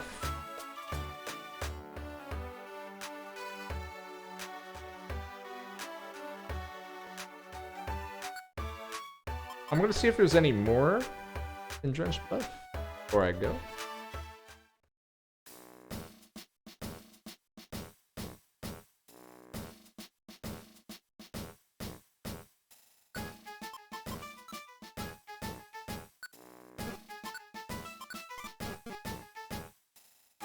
You'll never catch my ass taking the outlaw board ever. I want the most brain-dead easy side missions so I can get back to the oh, I don't have to. Oh, hell yeah. I didn't... This is how much I'm paying attention. This is how much I'm paying attention, folks. Okay. Don't string that. Should I bring an ally with me? Probably should, right? Why not?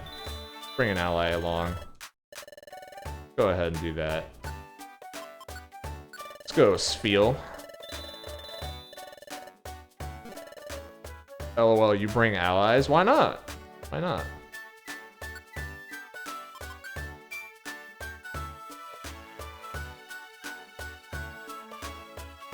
What do you mean no outlaw board? Best combination is obviously escort mission plus outlaw. I hate that. Hate that. I hate that message that was just sent. Imagine doing missions. This message is brought to you by the Beach Cave gang. Beach Cave is where the most seasoned warriors train. That's what they say.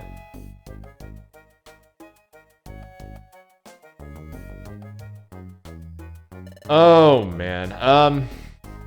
So should I talk about this now?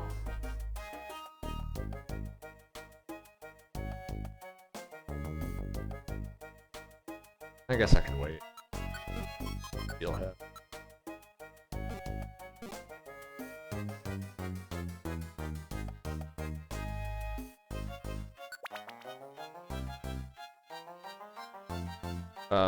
Gemini basically Paz, when he plays through, all he does is he does not do side missions, he just goes through Beach Cave and just speed runs through Beach Cave and goes back to the story. That's like, I'm like one step above that. I do missions while going through Beach Cave and Dredge.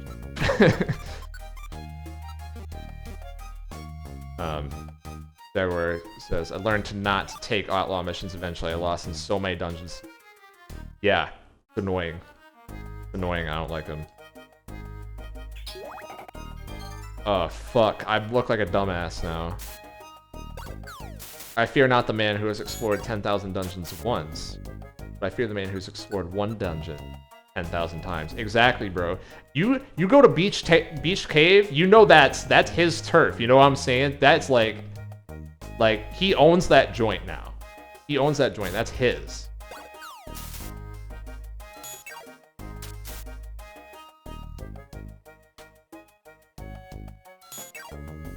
That was pretty dumb of me to move downward. I don't know why that did.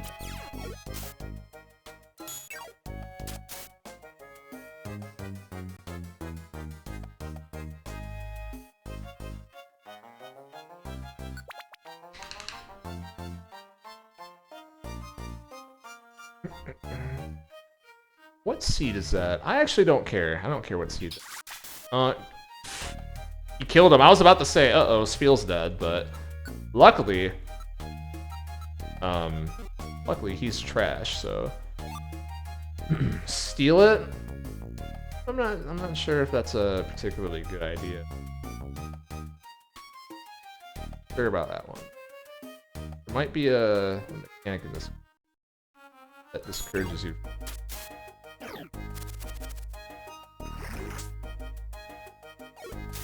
You never know. Never know with these.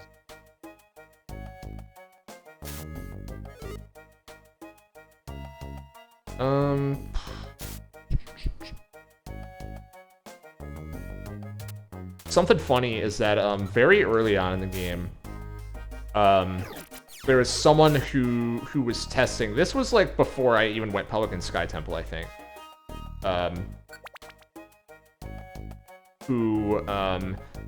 They came back to me. I wasn't watching them play, but they came back to me and they just sent me a DM and they were like, yo, my entire inventory turned into plain seeds. And it took me so long to figure out they were trying to steal from Kecleon because I never do that, because why the fuck would you? But, you know, Wise Guy tried to steal from Kecleon, and then through some research I found out that's what the mechanic is. I'm like, that's hilarious. Did I just lose? No, I didn't. I'm gonna heal. Hope Roselia doesn't try any dumb shit.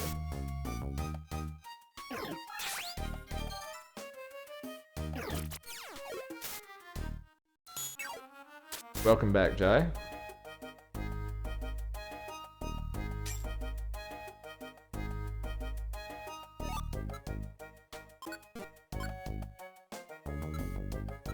The Big Apple. Every time I pick up one of these, I think about making a New York joke. Then I don't, cause I only have one bit. Fucking I'm walking here, what everyone else has, so gets a little tired. A little tired after the first 500 times you make that joke. But that is what enters my head every single time I pick up the Big Apple. Or it's all about the Mets. That's the other one. It's all about the Mets. Shit. This guy's an op. Yeah, super op.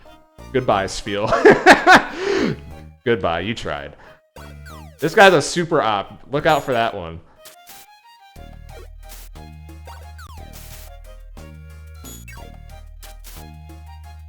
All right.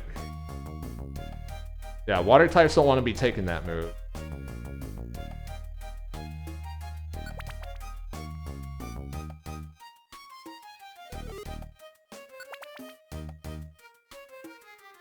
Or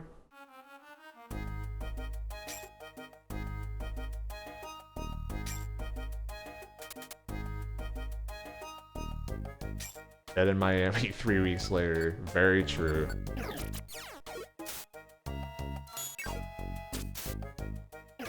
Ah, fuck. Okay, good.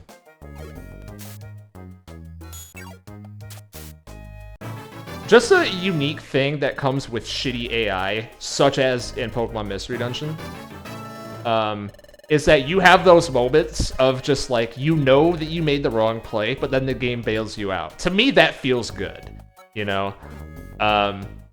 It's just a good feeling. When Roselia used Absorb on the fire type there, it made me feel like I was good at the game, you know? Very satisfying. Or it made me... Let me clarify. Actually, it was the opposite. It felt like I got away with murder. And that is something that I like in my video. I like to feel like I get away with murder. I cheated the game. Bring you along. You have stun spore. Go ahead. Every other move off of you?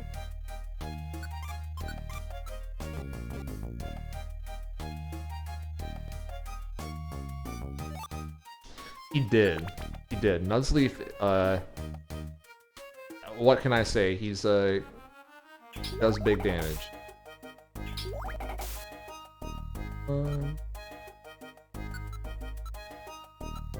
I think... Well, yeah, he's definitely dead.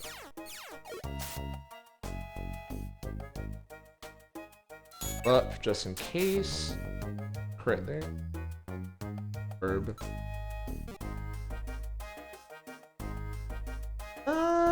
Do I want that? I don't know. I don't like Hurl Orbs very much. There's some use you can have for them. Oh, what is this? We have a midpoint at Apple Woods? Applewood.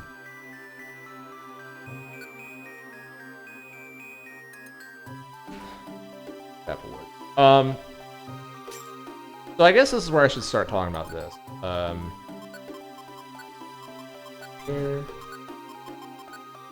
There.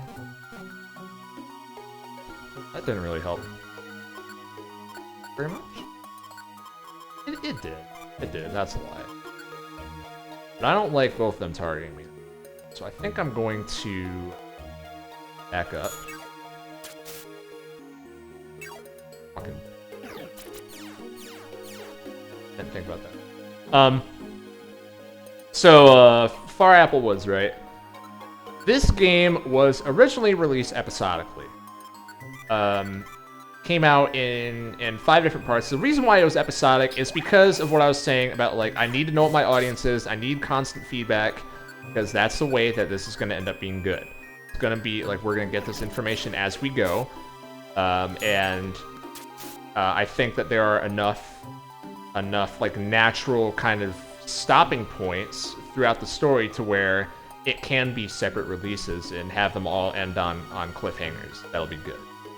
And here's the thing, when talking about how slow the beginning is and stuff like that from earlier, personally, I was always confident, call it arrogance, call it what you want. I always thought that if someone playing this game makes it to chapter 13, if anyone makes it to chapter 13, 14, I would say even like chapter 11, anyone who makes it to the mid game, they will be hooked and play the rest of the game. It's just how do we get to that point? How do we get to that point and not have people that are turned off by this? So for the end of, I figured this is like 3+ hours-ish of gameplay. This is a good natural stopping point for a first build before we get into the expedition. So what are we gonna end it on?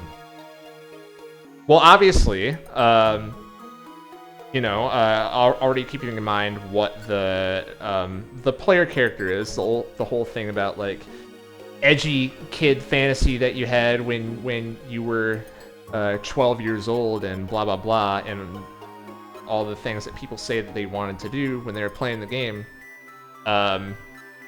There's only one logical choice for how to handle Apple Woods. That was actually like a somewhat last-second decision. It was, I got to this point, and I shouldn't say got to this point, but it was like, it wasn't originally like one of the first things written into the story or anything. It was during the point of dividing the game up into these chunks. Once I knew it was going to be episodic, that's when the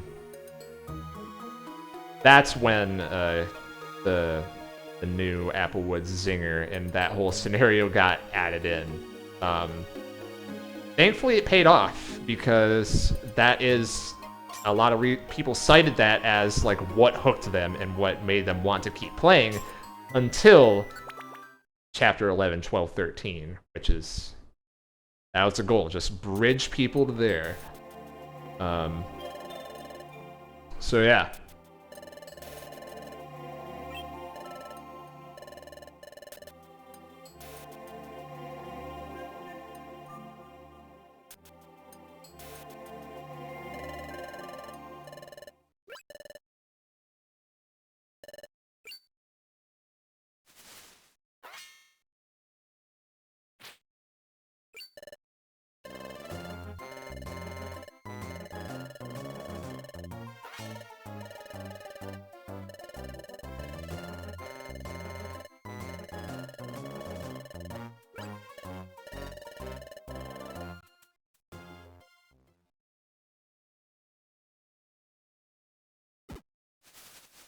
I always thought it was funny how he headbutts the tree here when they're already in the tree and they have to jump out of the tree to get to the bottom and start talking to you. So they could have just like brought the apples down with them if they were gonna do this.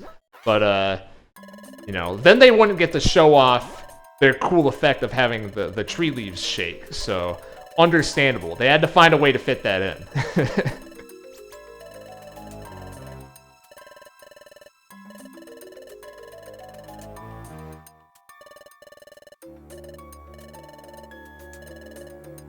Coughing and I will use our noxious gas combo.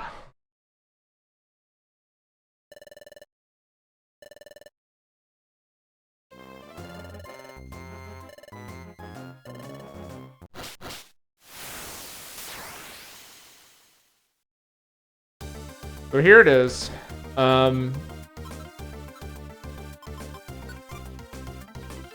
Need to be careful here. There's definitely a lot of ways you can get cheesed and lose here. I won't say a lot of ways. There's really one way, and that's Skuntank Stench. That's what I need to be cognizant of. So I mean, I could just throw a seed at him and wail, because that's a classic PMD thing, right? I'll probably do that.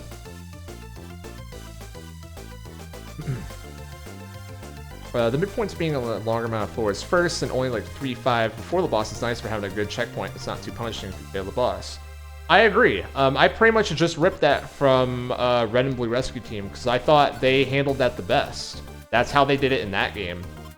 And then for some reason they changed it to be an actual like halfway point and Explorers and Beyond. And I really don't. I don't understand what the point of that is. You know.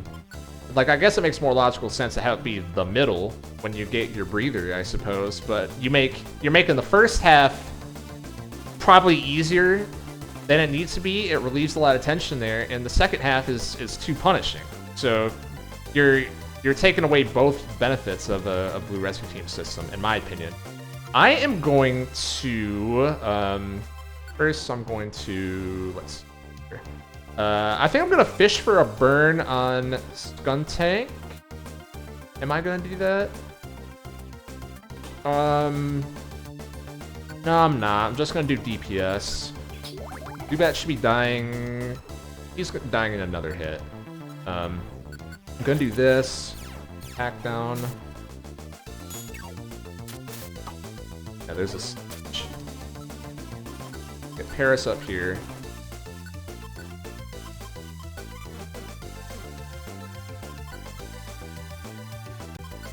Stun score on him. I want to just kill Zubat first. He can be annoying if he sticks around. Oh, wow, he's tankier than I remembered. Oh, shit. Uh-oh. Let's back it up. Back it up. Okami talking shit to Chimchar.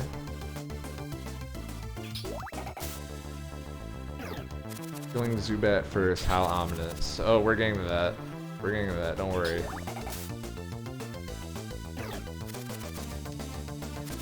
This is how real ones play Pokemon Mystery Dungeon right here. This right here is how real ones play. Goodbye, Paris. You were a good sacrifice for the team. You did your job. Thank you. This is how real ones play. Okay. I'm gonna just growl here. So the only way Skuntank should be able to kill me is with a crit. Kind of wish I brought my Reviver with me. Because I can die to a slash crit, which is totally possible. Have to hope that does not happen. I can kill him first. Or heal myself.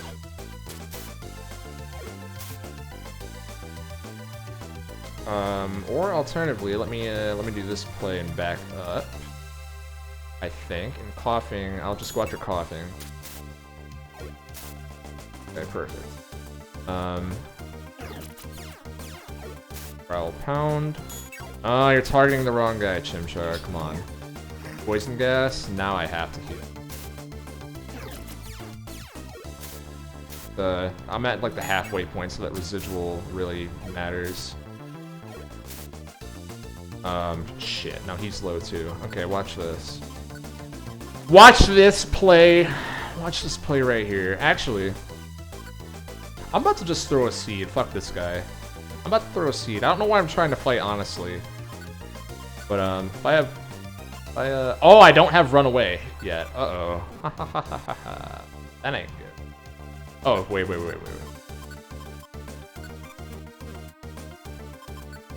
Have that. Okay, Leer Scratch. Hopefully you can handle another turn. I'm gonna heal myself.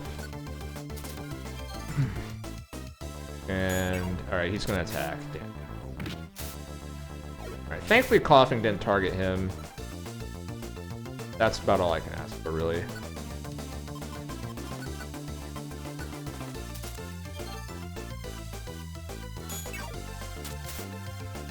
Yeah, coughing didn't talk him up for nothing, exactly.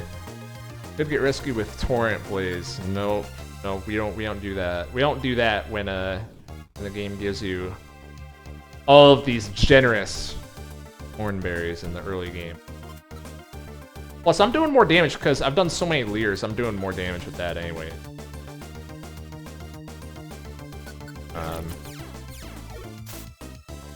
He's gone. Smoke screen, there it is. That's right, that's why I wanted taunt on him, because he has smoke screen. Shit, I forgot about that. Focus energy. Alright, he's going for the cheese. He's going for the kill. He's going for the kill. I'm throwing... Yeah, I'm just gonna taunt you as soon as you fucking wake up.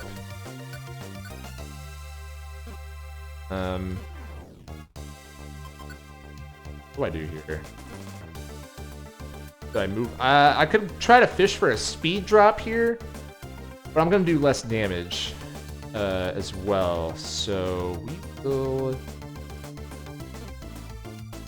I guess I'm gonna fish for a speed drop. That gives me an opening. Actually no, that's a terrible idea.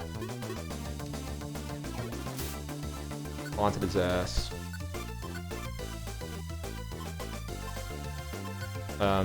Yeah, he has to die soon. He has to die soon.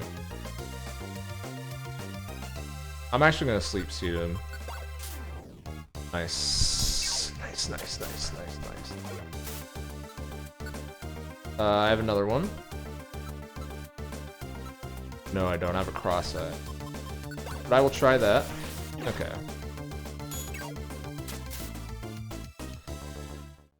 It's only one more hit, but better safe than sorry, right?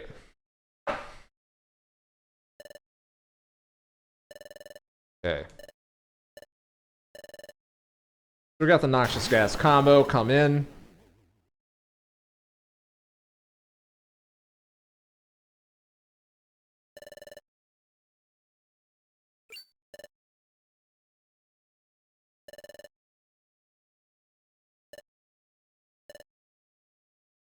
So,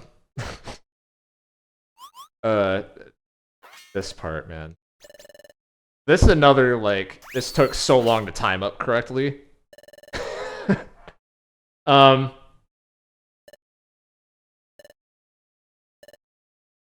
you know.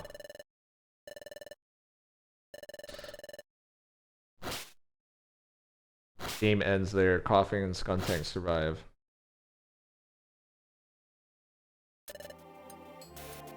Not quite. Hey Chimchar. Well, actually, yes, Coughing and Skuntank do survive. No, so here's the thing. How risky was this scene to make? So here's the thing. Here's the thing, Yakko. Maybe this is me being fucked up. I thought it was hilarious because of how over the top it is. When I was making it, I was like, when I watched over this, I was laughing because I was like, this is so stupid. You know what I mean? It's a recurring theme. I know I've said that already a bunch of times, but there's a lot of scenes where we look at it, we're like, man, this is so fucking stupid. It's perfect. We're keeping it in. This is so dumb.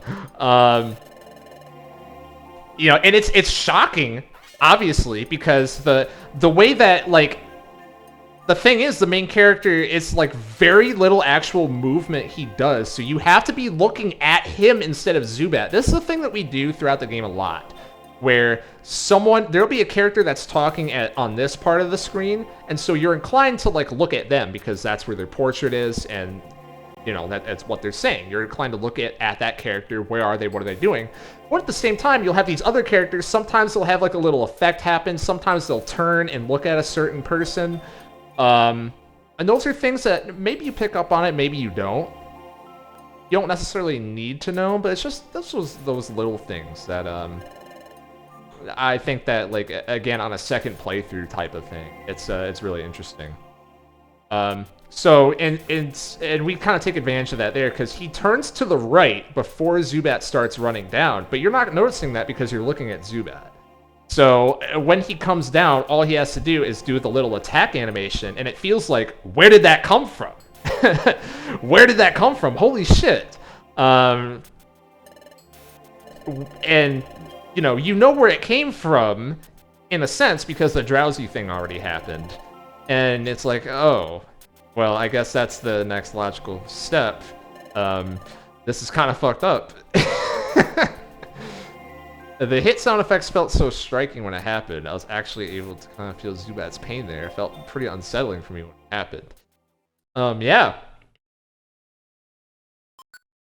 Yeah, this is, and to your point about it being risky, Yakko, it's only risky to the extent of, like, there's obviously the like text, the like layer 1 interpretation of the scene is just like, this is so fucking edgy and stupid. So it goes back to the point of trying to throw in all these other things of like, hey, if you think this is stupid, then don't worry, there's all these other things to latch on to. Hopefully you like some of it, because I don't want to outright just say blatantly, right? The partner's not going to look at the screen and be like, I wonder if something is going on here that's going to get resolved 3/4 of the way through the story, right? I'm not going to have them say that because that's fucking stupid. Like, let's have it be a conversation between the game and the player. But, yeah, to accommodate for people who aren't going to think that way, so. And then the other half of it is what's going to happen in the second half of the scene here, is that very chilling, unnerving, edgy, you know, unlikable thing that he does.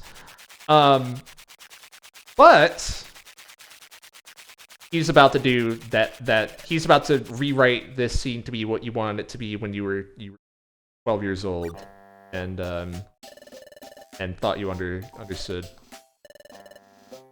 why these writers are hacks and you are the real genius story. So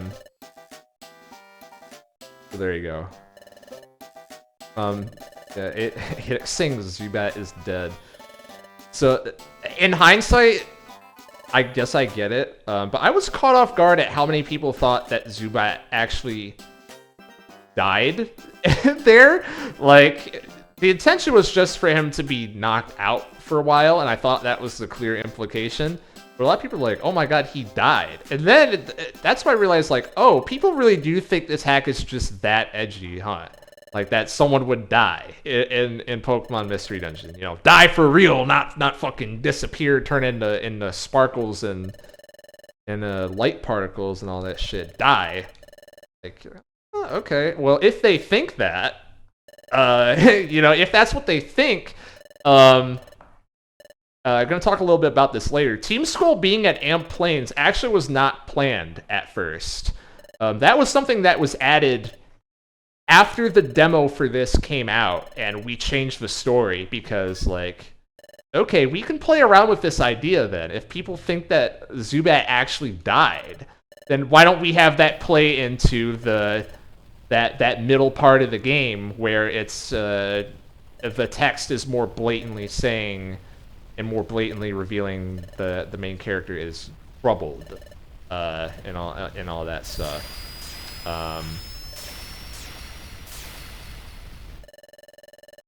So whatever. Anyways, here comes Skuntank to save the day. Get out of my way, kids.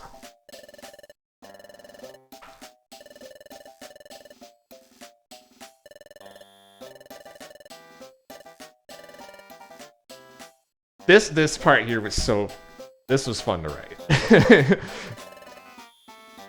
This is so the amount of times that joyous face, the main character uses that joyous face how many times in the game? I'm trying to remember. I know this scene for sure. And that honestly might be it. I'm trying to think of another one. When else does he use the happy face? He uses the default just like normal smile face. A couple of key points that I could tell you. But I think this is it.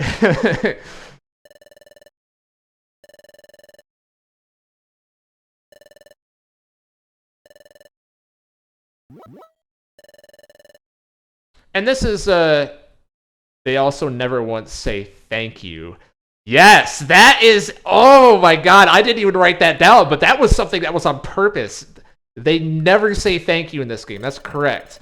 I thought that it might have happened in the second half of the game, because I remember we made a point out of that internally. No, it does. It does, I think, because during the scene where see ya, Yakko, I think they say thank you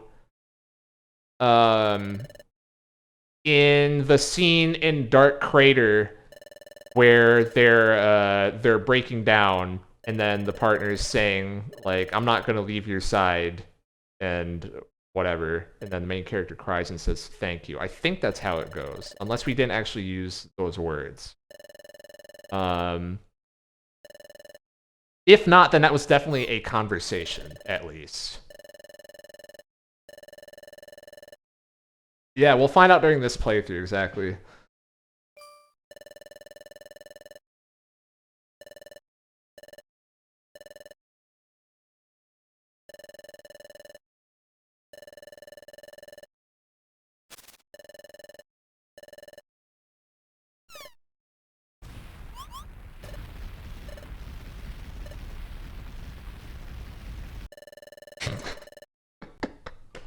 I love that so much.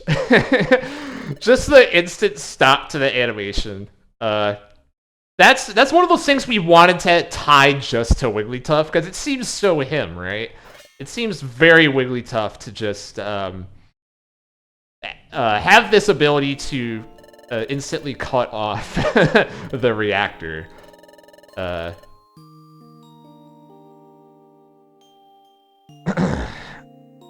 Jeez.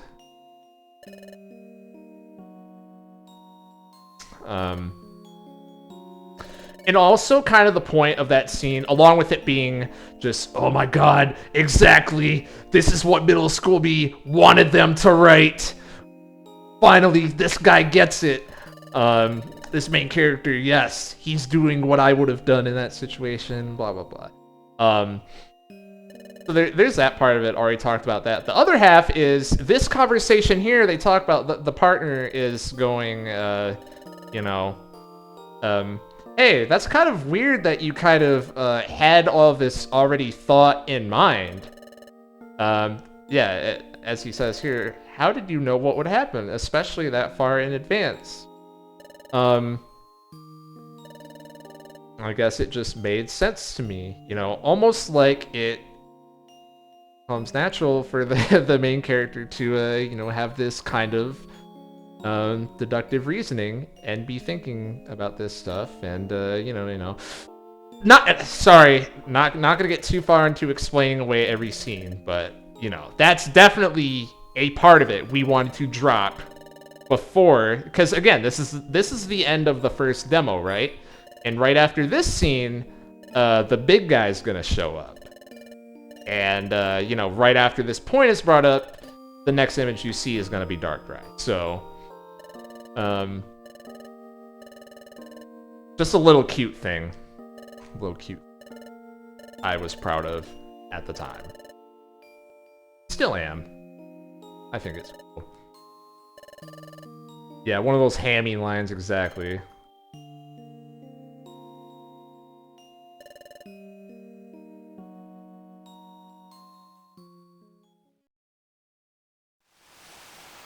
Wigglytuff seems like he'd play Melee.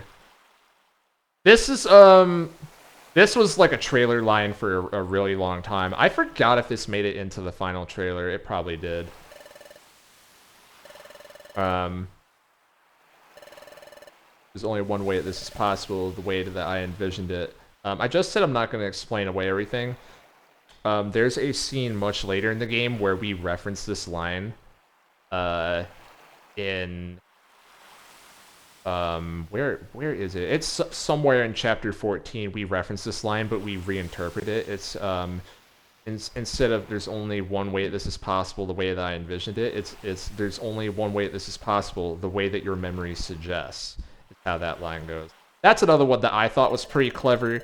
But also, you know, this is just very like super up my own ass. So take that with a grain of salt, right? And then we get the mention of that scornful Cresselia chasing after me, all she knows. Time for plan C.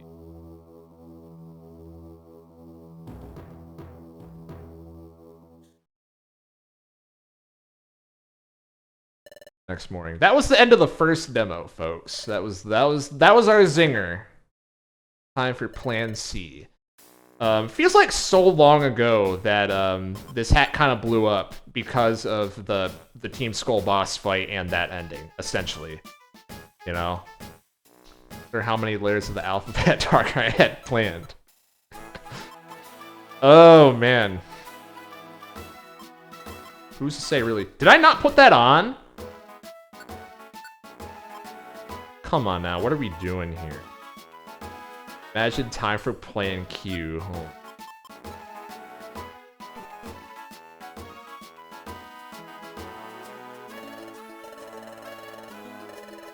You know, I think if you're at the point where you're saying time for plan Q, it's like, I think you get diminishing returns on that, right? Plan B, it's like, oh shit, he had a second plan. Plan C, oh, he's really thinking ahead. Plan Q, well, you know, like, if you're gonna fail that many times, why don't you just make plan A better, you know what I mean? You know, like, there's having contingencies, and then there's just, like, expecting failure.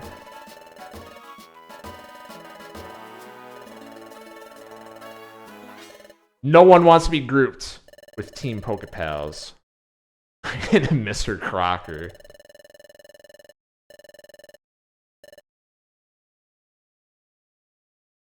By the way, the guild doesn't like you.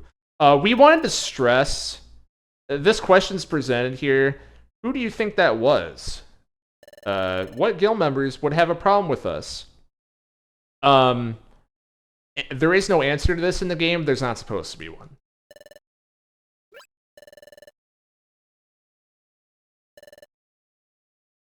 But there's a lot of people it could be.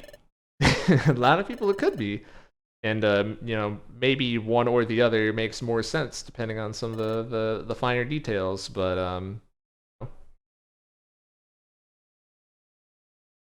it's not a, you know, the point of this wasn't to have one person that is conniving that doesn't like them, right?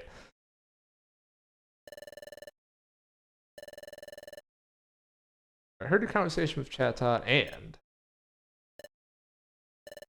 What?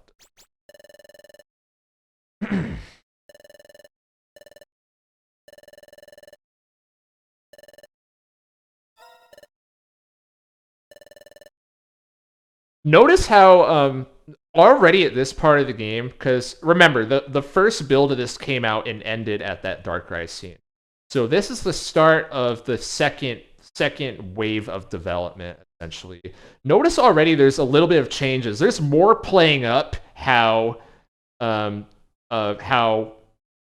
main character is angry, edgy guy, right? Like it's less kind of like this background piece, and it's more just very in your face, because at this point I realized, like, okay, everyone gets it that they're the angry guy.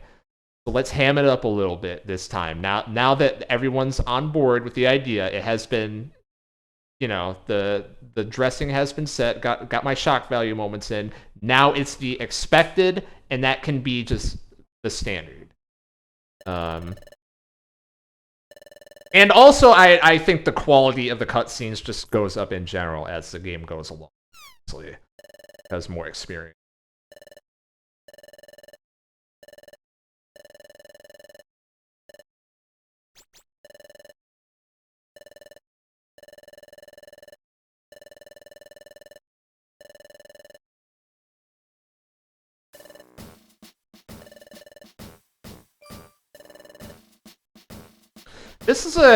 This is around the start. It happened a couple times earlier, but that little awkward silence there into the partner saying, "Thanks, Bidoof." We love if Paz is still in chat. We joke about how often we abuse awkward silences and ellipses in this hack.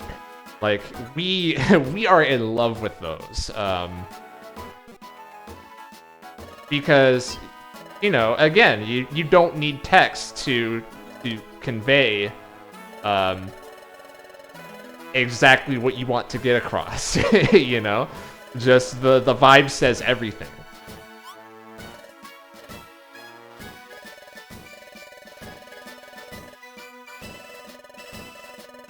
There's Krogunk, blah blah.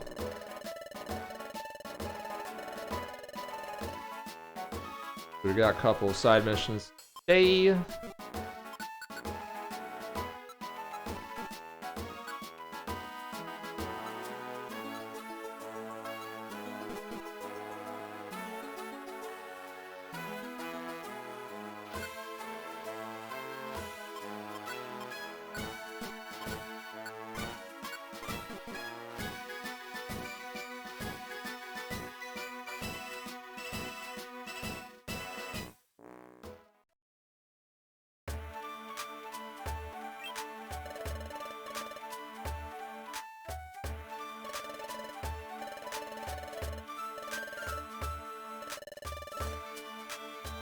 About to learn about Project P here.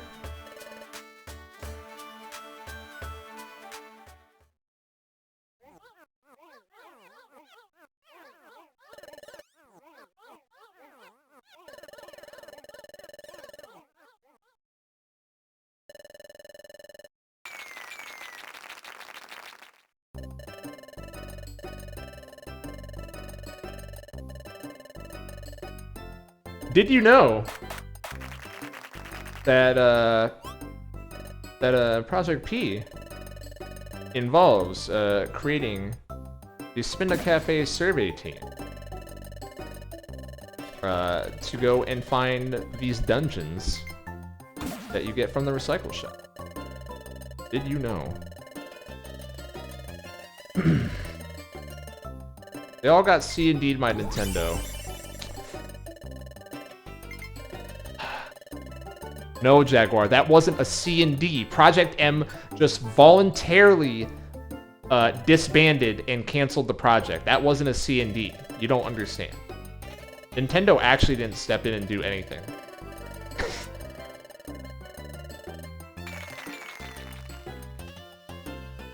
Letter before a Q. Now it's getting interesting. Now I think we're starting to put some stuff together. Oh, also I skipped through it, but most people have skipped through the dialogue in this scene, but there is a line the partner says about, hey, I wonder if this has to do with Reloom, haha, wink, wink, wink.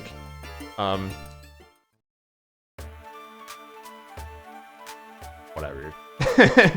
I mean, it makes sense for it to be there with the story that we're going with, right? But I kind of wonder if maybe we could have fit that in somewhere else, just because everyone skips through that scene. Everyone, even I skipped through that scene. I don't know.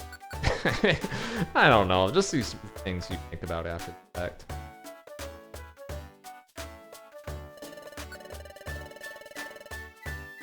I admit I sped up the game. Yeah, there you go. Another violent seed. I kind of want that, to be honest. I kind of want that. I want that violent seed.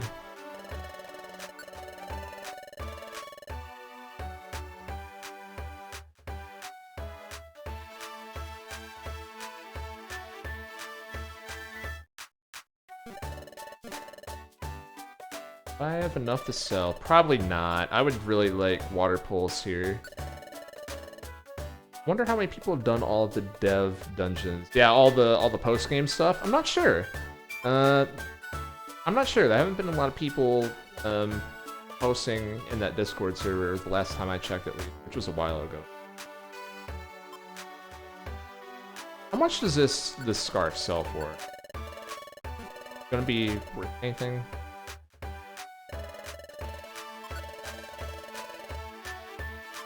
$350. Fuck out of here, fucking trash. Oh, that is so. Well, no water pulse for me. Violence.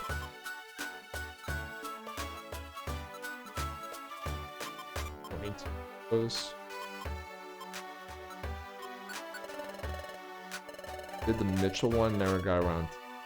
Got it. Yeah, there's those 3 post-game ones. I think more people do the hack, yeah, than the rank ones, what I was talking about. Yeah, part of it is,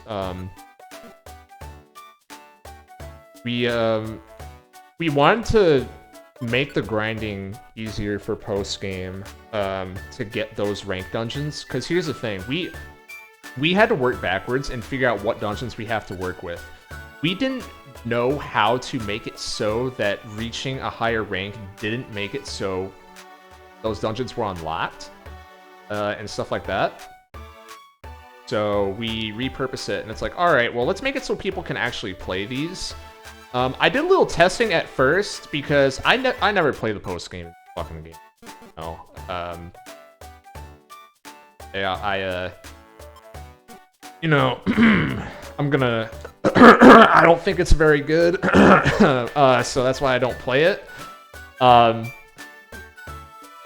But you know, so this is my first time figuring out just how many missions do you have to do to get to Guildmaster rank and that shit in this game. And I was so mortified by this experience that the ranks got nerfed as much as they did. I said, this is ridiculous. Let's like lower each rank requirement by like 10 times. This is just not reasonable. So if you think that it's too easy, then that's my fault. So sorry.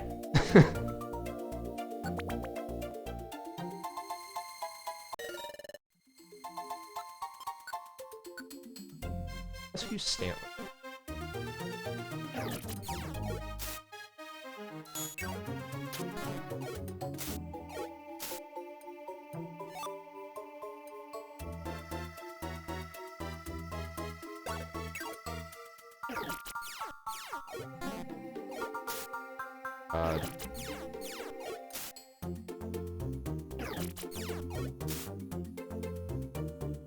By the way, if anyone watching this wants a free tip at a combat idea,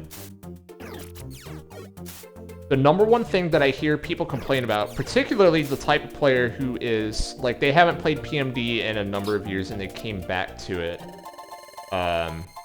like for Spirit or whatever. One of the number one things I consistently hear is, and also I've had some people who never played Mystery Dungeon at all, like friends of mine do testing for this early on, like I was talking about. They all say, why does every move have such low accuracy? Now, there is a reason that they go with that, kind of what I was talking about before, how it feels good to get away with an enemy move missing and stuff along those lines. Just cheating. I would like to see someone try like a decently sized hack where 100% accurate moves are 100% accurate. I think that you could really... I think that's that type of like background quality of life change that you won't notice until it's gone. Like I've heard some people describe like the no traps, no monster houses in this hack as that kind of thing, where you don't notice it until it's gone, and then you go, oh my god, I need to go back to the no traps, no monster houses, because that was just better, and I didn't even notice it. And I think that would be a similar thing if you do that. Figured that out a little too late into development, where we would have had to rebalance the whole game. We added that in a second.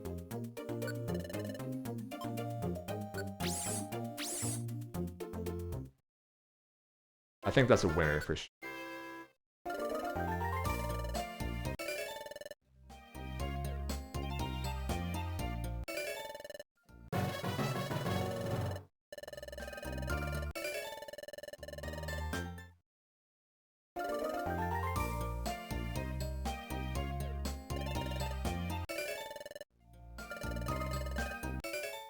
Fiber seed.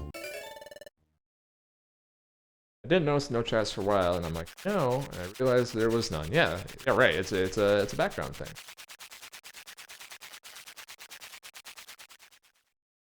Profile scene here.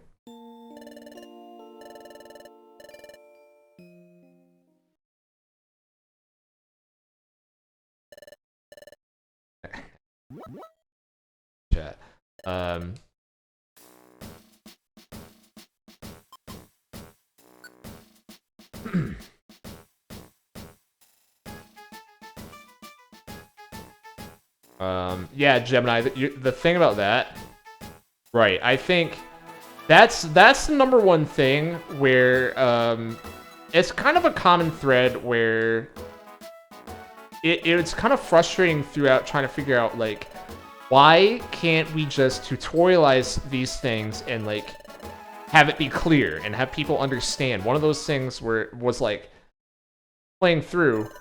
To us, it was very obvious that like, you know, you see a Glaceon, it's like, oh, they have Snow Cloak as their ability. I see, so that's why I'm missing. But I think very few people realize that. And then once the you know the verdict came in on that dungeon, it was like, well, shit, no wonder they all hate it because they're missing key information. But how do we communicate that to them in a way that's not ham-fisted and stupid? That's $1 million question, right? I don't know what this is. Hard scales.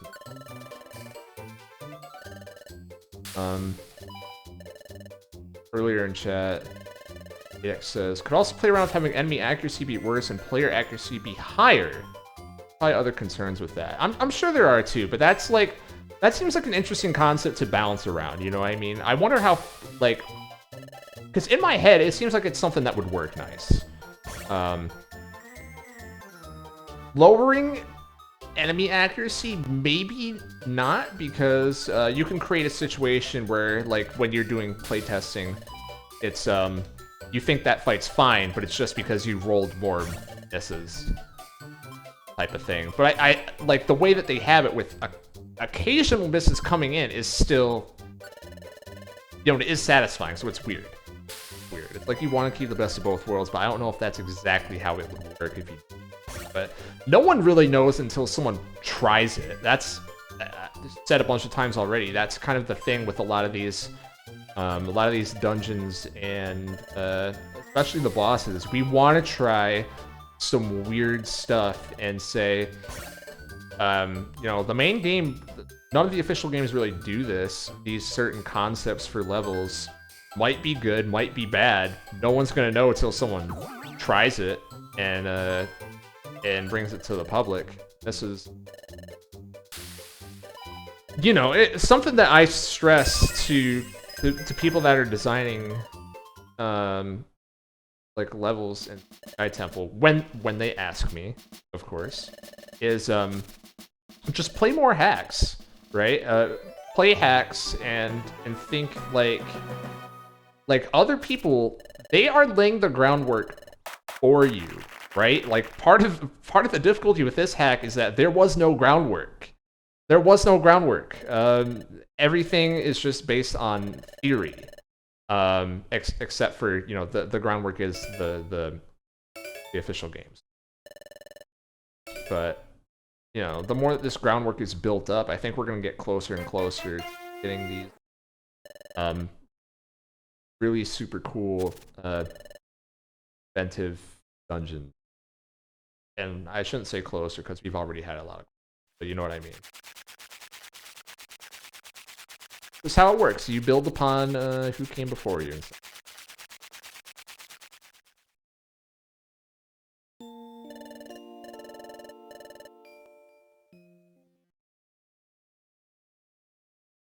And you don't have to do that, but again, it's very advantageous to do so.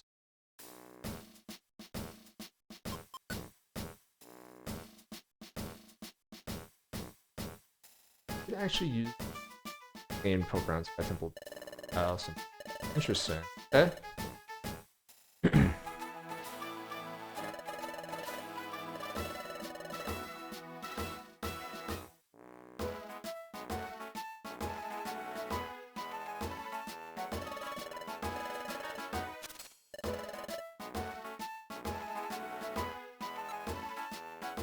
Yeah, Gemini.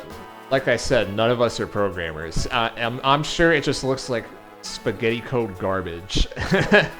But we don't care. Like, You know, it's weird because there's a lot of people in like Sky Temple people that are like programmers, like literally programmers as a career, or computer science students, or whatever.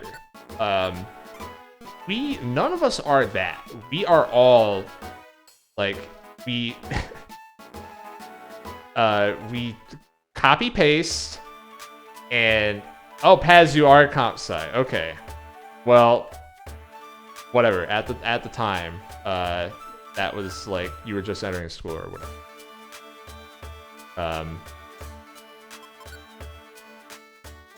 My code's a mess, but it works at least. Exactly. That's how we thought. Because, like, we don't care about...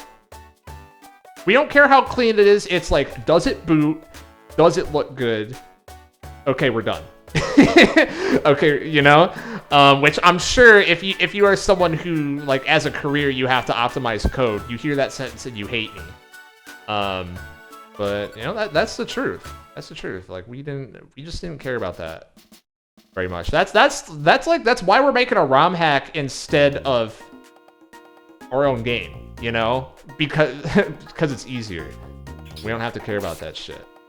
But whatever.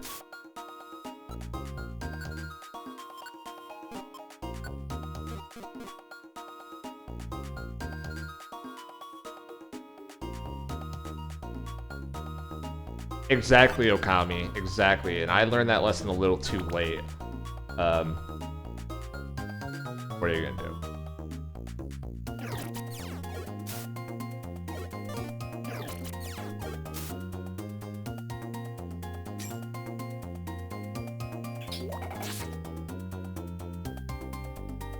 Yeah, I should stress, by the way, like, everything I was saying about we just made a bunch of spaghetti code. I don't advise that. It makes things much harder, you know?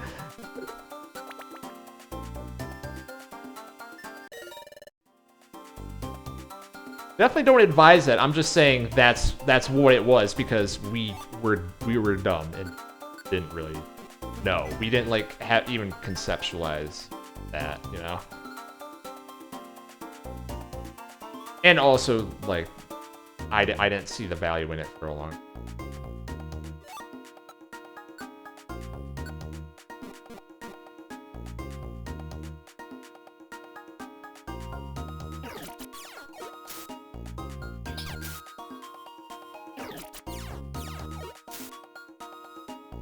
It annoys me in no end that comments are swiped away on X Delta patch. Yeah, that is very annoying. I agree. If not for that, it would be much easier to do collaborative stuff. But what are you gonna do, right? Do the .exps, yeah. Are you?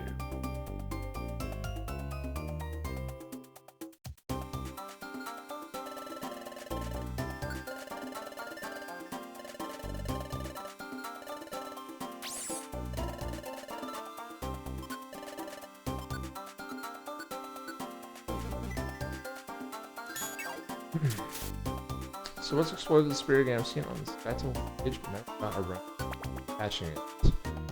I guess just either watch the stream or just check out the trailer. Check out the trailer. Check out the synopsis on the Project Pokemon page. Hard to describe in, you know, less than 10 minutes. Some hack with not enough Starly. Did Starly show up in here? Was Starly at Mount Bristle?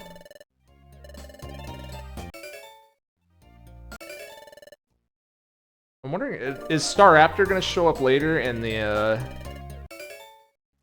flying dungeon? I don't even remember.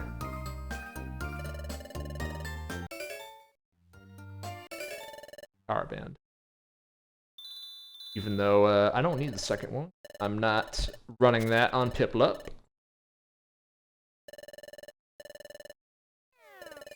Star Legion Sentry, dude.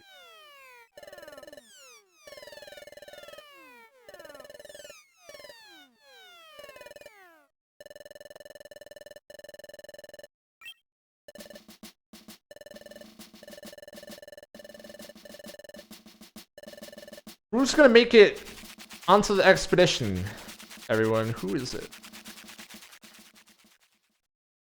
This Grovile scene? I know it's coming at some point. Man, I forgot how long we go in between Grovile segments. My god. It actually is. Man. We really pepper him in, huh? That was something that was on purpose of like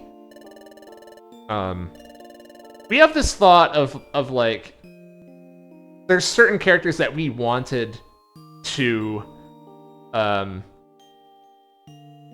show up a lot less than others just for the mystery aspect of it and keep that intrigue up.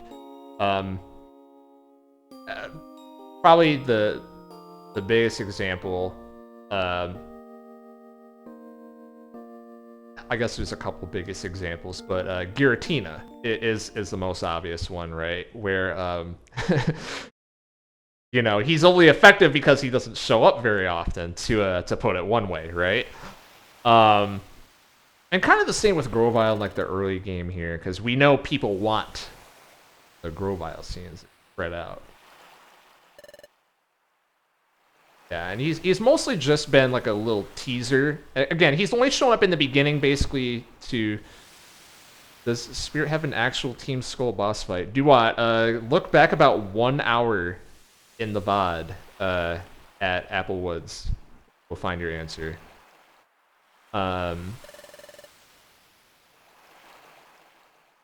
So, Grovile goes to Sharpedo Bluff. This is actually the start of Grovile's story, effectively. Or him being like a major player in the story.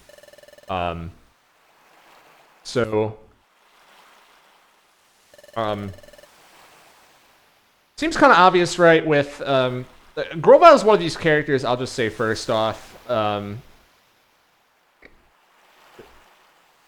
with that ending in mind, a lot of this stuff is going to become a lot of things I'm going to say might sound kind of obvious. But, you know, gonna get more into, like, the weird order that his arc is presented and stuff later. But, you know, we wanted to create this connection between, Grovile and, the past, or nostalgia. Wherever one shows, the other follows, for the most part. And again, he's diametrically opposed to Breloom, as mentioned earlier. Grovile is he's not Breloom, whose everything is new about him. He's weird. He's the weird like plug into the story in the presentation. That's kind of like sold off as being natural there. Grovile is the familiar. He's the comfortable, and he is the tether to the previous game, or at least he attempts to be. You know, and the thing is, a main thought that I had here is that PMD fans, we had this talk about like, fucking Gemini asked earlier, how do people figure out this shit? PMD fans are nothing if not nostalgic. They are nothing if not nostalgic, right? So I thought it would be very important to have this kind of tether to Explorers of Sky if you're making a sequel, because you know that's what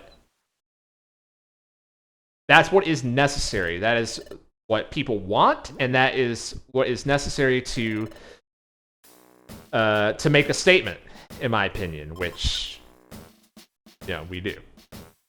Or, you know, we attempt to do with Grovile in particular.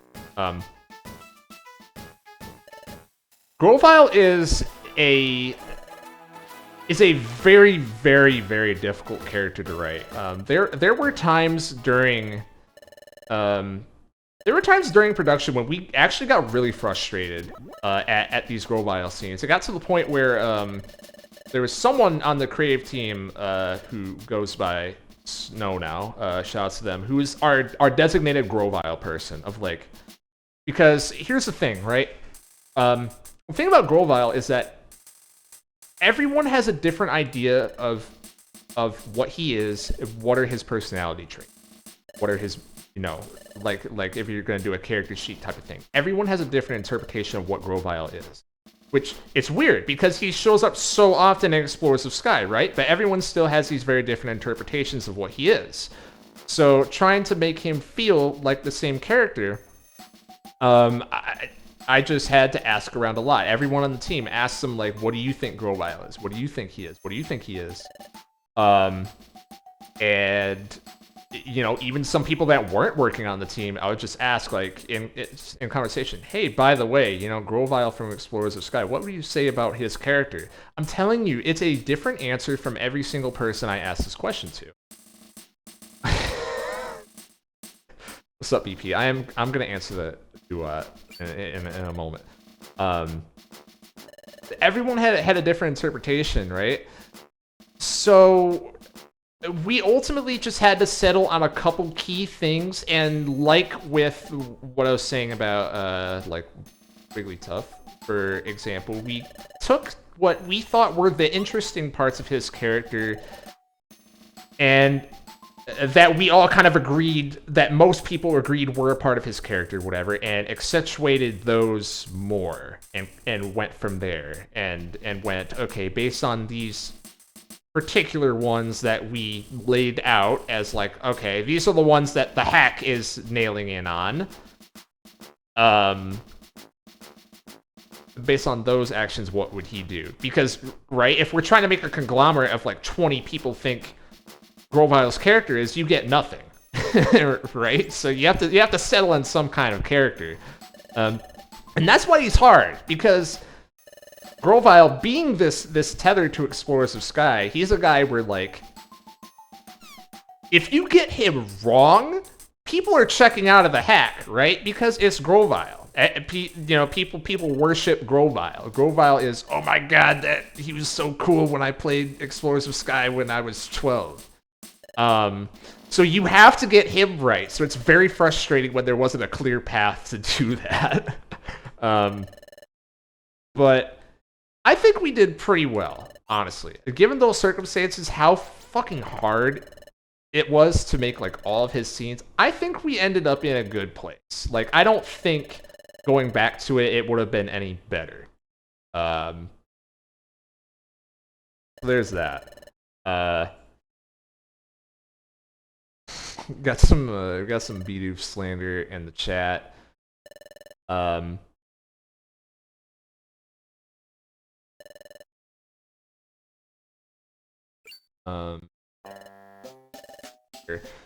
Duat asks, are Dustnor and Grovile still gay in Explorers of the Spirit?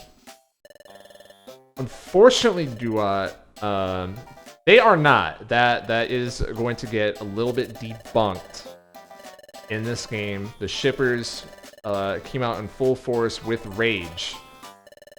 Once Stellaby showed up in Chapter 19. That is the only reason I added that. Yaku says, Grovile's a very inconsistent character. Straight up wants to kill anyone who gets in his path. His personality does a complete 180, and it's ignored for the rest of the game. Paz says, I think Mawile and Super Mystery Dungeon is Grovile, but more fleshed out. A lot of people compare the two, but Mawile has more character motivation. Grovile doesn't. Still, I'm not gonna say like Grovile is good or bad. There's obviously a reason why so many people have clung onto Grovile, and he's a character that so many people have gotten attached to. Do I personally feel that way? Not really. You know, like I've said, I don't think he's. I think he's probably not a top like 5 interesting character in this game. Well, is that true? I think it is. I could probably think of 5 that I think are more interesting than him, but still, right? He represents Sky and the nostalgic connection, so he needed to be in this game. And we had to work around it.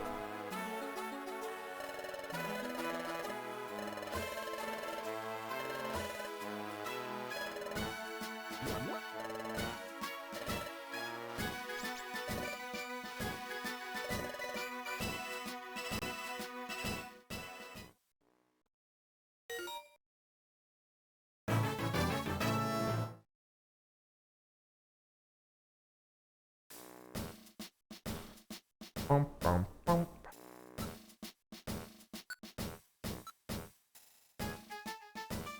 So,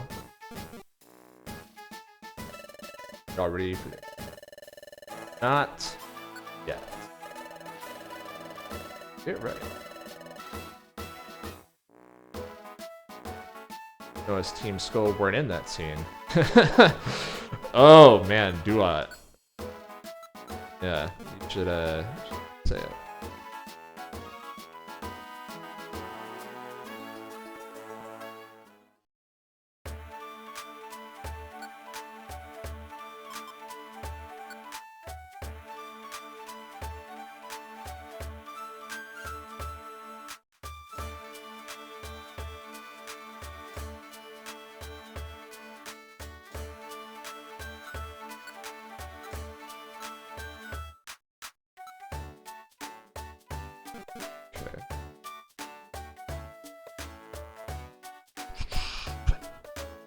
Gemini says, I'll be frank and say, if Spirit was my only exposure to Grovile, and it only sorta was, you're gonna need to explain that one.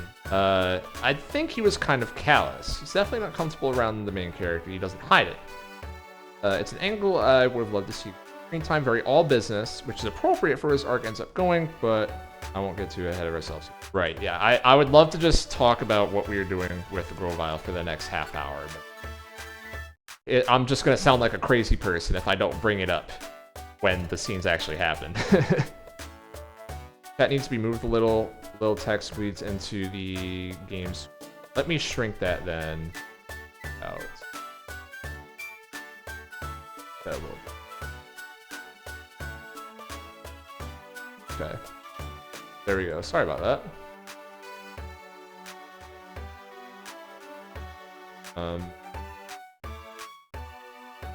I guess.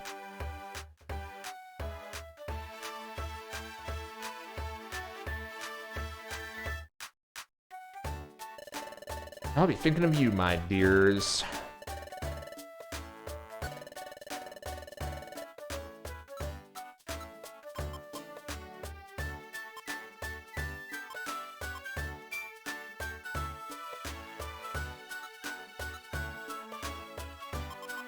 Throw that away. Joy ribbon. Fuck that.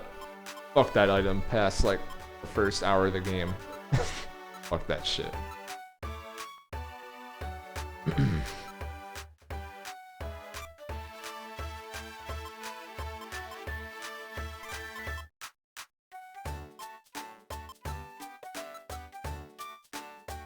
The Big Apple, New York, babe. Yeah, I'm doing it again. I only have one joke.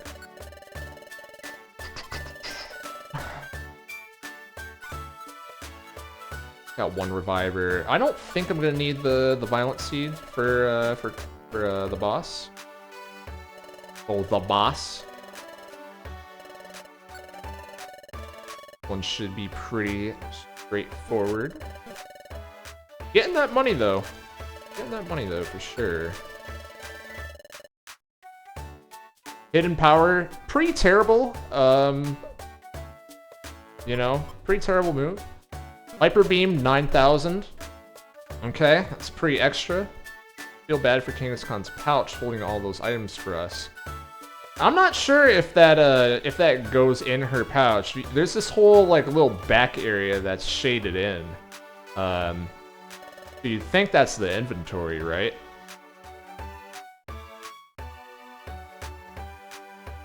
Maybe there's a basement?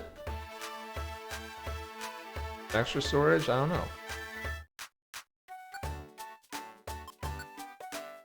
How does hidden power even work in the Mystery Dungeon games?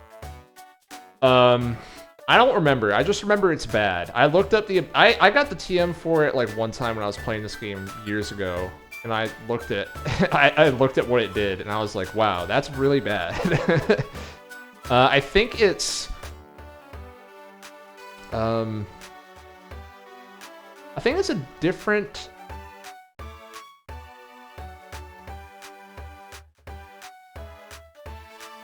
I'm trying to remember. I might be getting it confused with a different move. I think hidden power is bad. Ditto is worse. Oh, what about Ditto? Maybe the baby has a pouch. The baby does have a pouch, but he's also a baby. That's not going to fit a lot. You know what? Let me look it up. We're not spreading misinformation on the stream. Hidden power. Mystery Dungeon. We're going to trust the best PMD source of information, which is, of course, Bulbapedia. Fuck, man.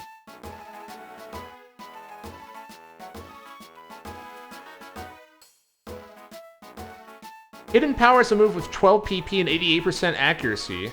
Type and base power is randomly calculated whenever a Pokemon enters a dungeon and does not change between floors. The type is selected among each of the 17 types with roughly equal probability, including typeless. The base power of the move is chosen among the following types with equal probability: 2, 4, 6, 7, 8, 9, 10, 13, 15, 17. And most importantly, it doesn't tell you this when you enter the dungeon. So you don't know until you use the move if it's good or if it's shit for that dungeon. So, I don't know, man. Are you gonna use that, or are you gonna use, like, fucking agility and shit like that, you know?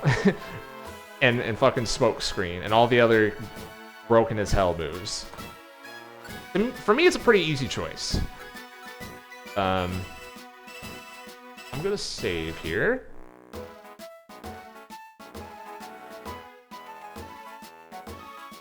Yeah, better hidden power tells you what it does, right?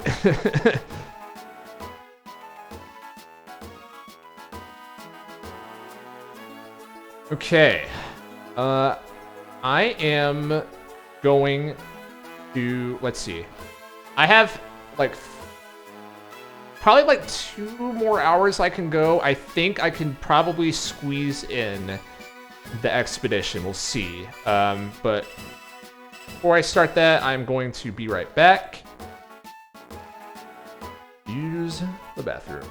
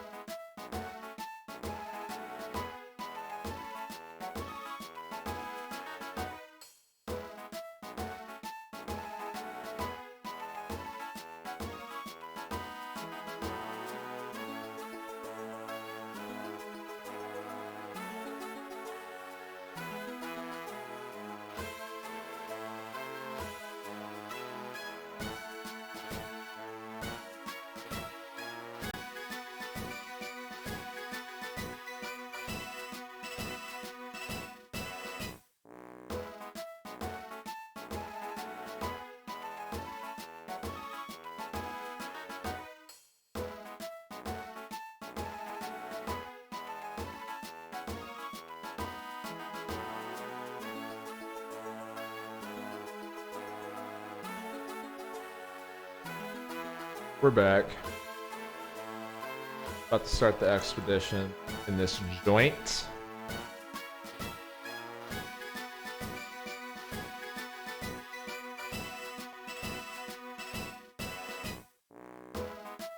Tommy says, I was about to say that, 8x. Oh my god. About to say that.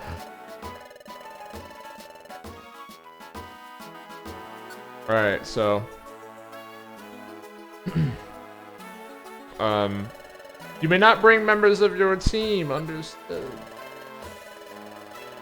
Which one? It's not on the listing anymore. It got banned. However, there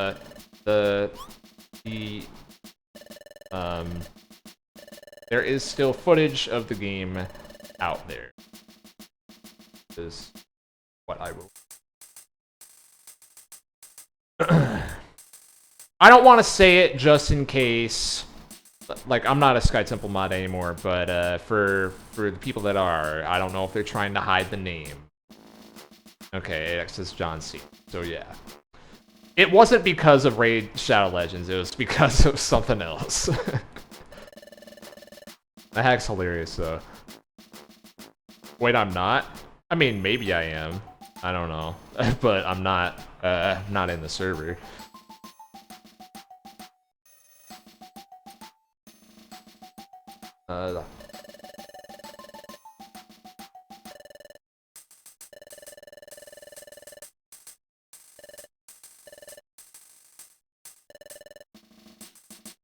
It was, yeah, so it's, I've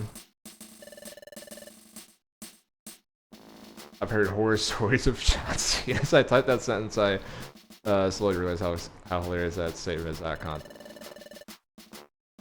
I think that hack's funny. I don't know. To me. I think it's funny.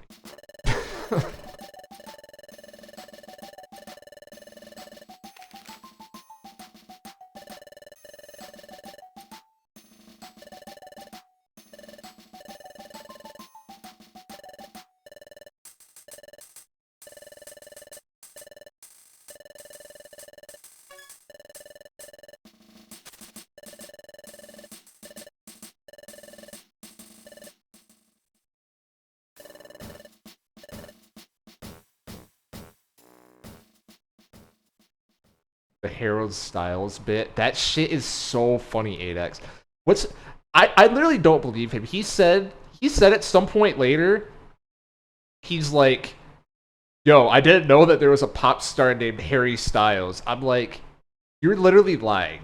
There's no way you made that scene without knowing who that is. There is no way. Oh my god, that shit's so funny. I forgot. So we got a Spinda Cafe scene. This is the first one that we add into the hack. All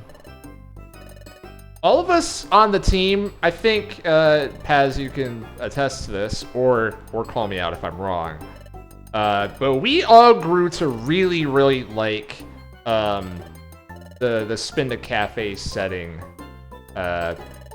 Over the course of this hack, you know, it originally wasn't supposed to have like a huge role in the story of the game, besides just like Breloom's ties to it, right?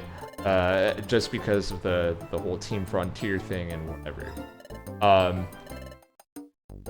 But you know, this scene, and then with a couple ones after this, we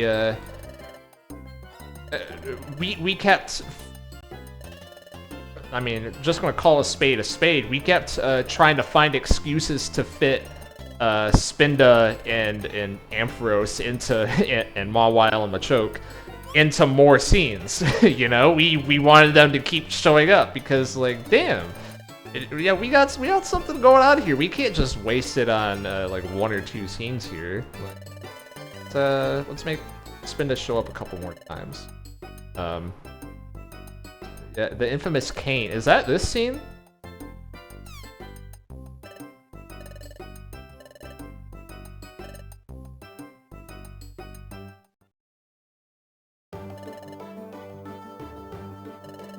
it's one of them. I think Kaint only shows up once.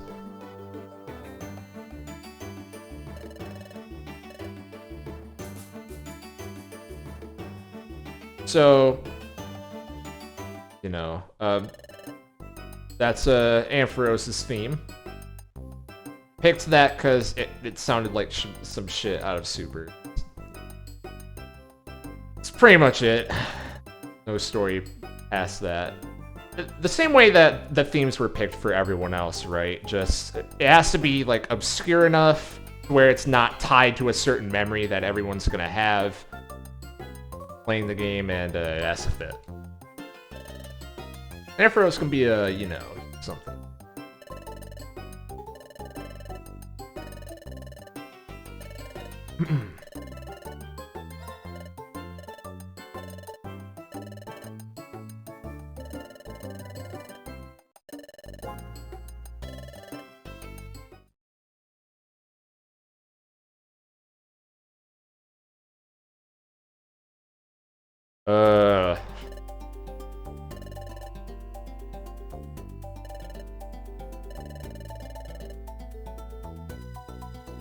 That him turning thing, there's probably like 10 different iterations of that. I wanted to have him do it just enough times where like it starts becoming funny and then it ends. Is the goal, which, I mean, I forgot how many times it happened and I ended up laughing and then it ended. So, I don't know. I guess that means it worked.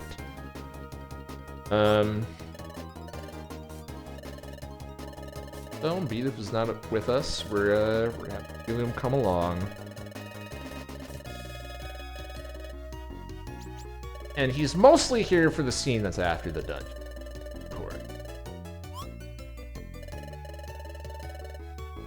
Craggy Coast, song group. Playing this is so good.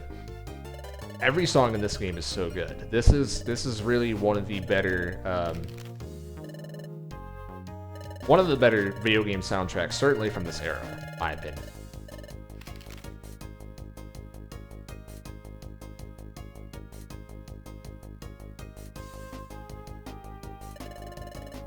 Burrito hates the soundtrack? That's crazy. That is crazy.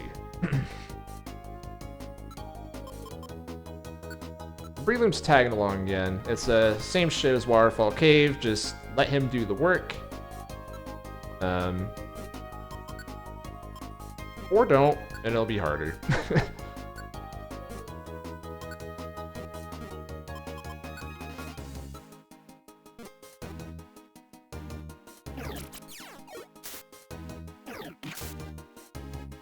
Mock punch to the face. Another thing about Breloom that I didn't really talk about earlier is coming up with his moveset, right? It was it's one of these just little things that's too much fun for no reason. You know, with the type of character, we had the character first for Breloom, and it's like, all right, what kind of moves is he gonna use? Stuff that fits with the role that we want him to play in the dungeons, as well as just the type of character he is, or whatever. So, like I said before, he has Absorb so that he can heal himself. You don't have to worry about it. He has Mock Punch to hit from the back. He also has Mock Punch because, to me, he just he seems like the kind of guy that would just punch someone. You know what I mean? He's same thing with him having Headbutt there. He seems like he's not gonna mess around. He's just gonna hit him. And you know, that's the vibe, I guess. You know, there's a lot of different physical attacking moves you could have gone with, but he's just trying to punch people.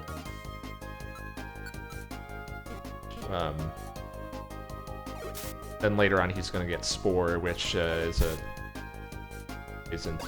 hot, of course. So it looks like I'm locked into the links that I have currently. Growl, Pound, Leer, Scratch. After. That was great. He's dancing. It is pretty good. Good.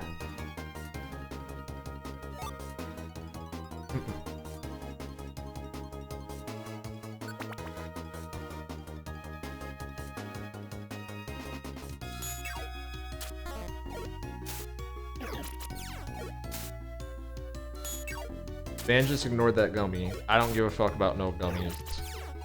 Fuck that. I don't need no gummies.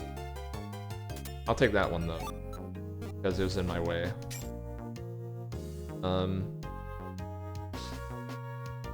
Hopefully he doesn't... I thought I was gonna get him to not come after me. Low IQ playthrough. Low IQ. Fuck me.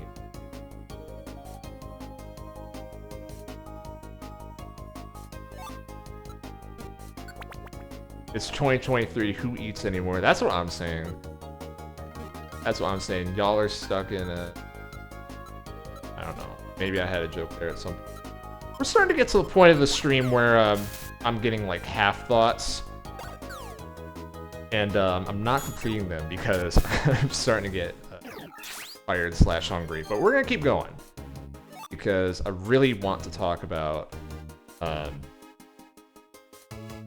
next couple scenes. Process.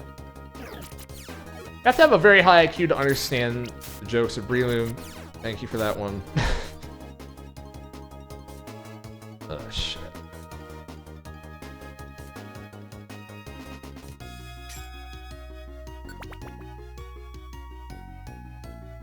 So, Kami, when's the Lonely Road stream? I'm wondering that too. I'm wondering that too, to be honest. Oh, I didn't take the power band out of the storage. Shit, I'm gonna have to do that.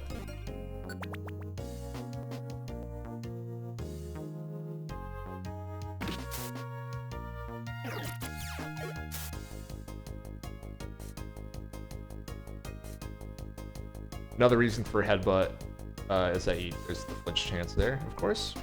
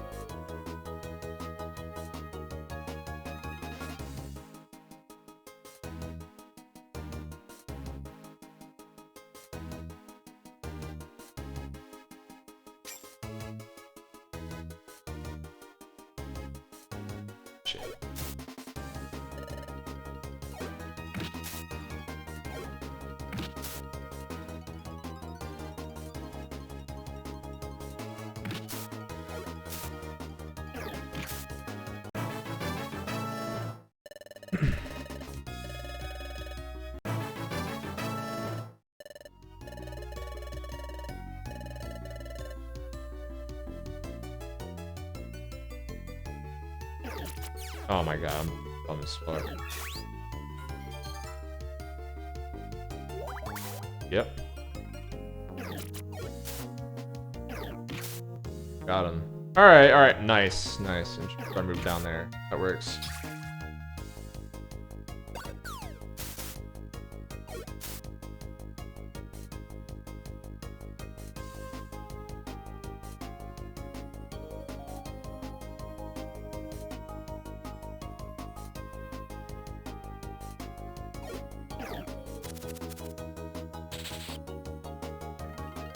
Bubble hit around corners? Yeah, it does.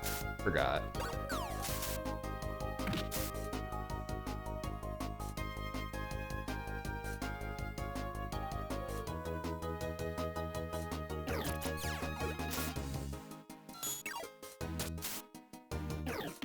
Rock punch. That's it. Apple beam.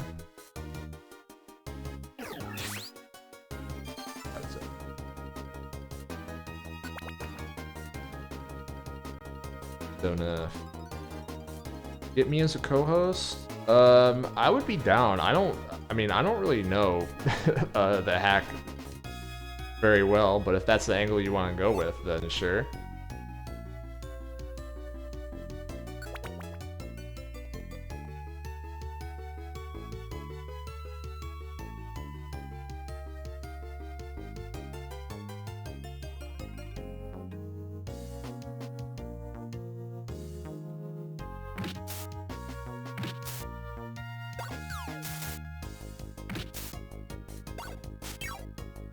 Oh god, one sand attack, so he's not gonna hit anything the rest of the floor.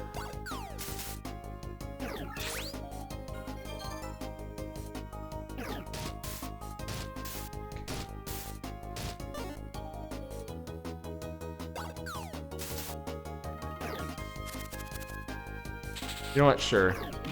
I'm fine with that. Let me move in. Oh my. What are we doing here?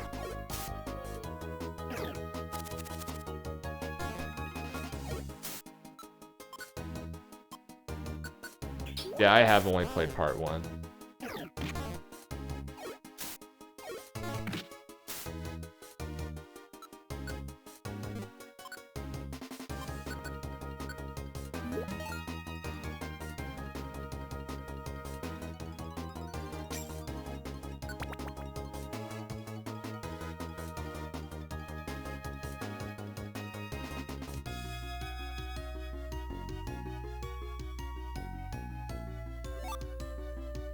Yeah, Apple.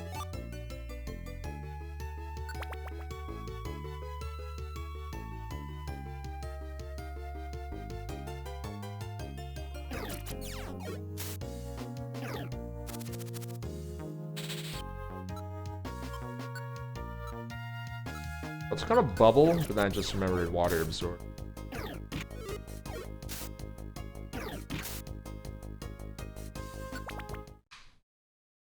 All right.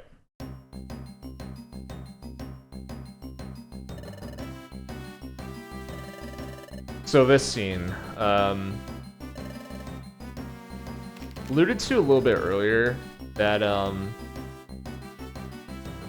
this is one where it's really tricky.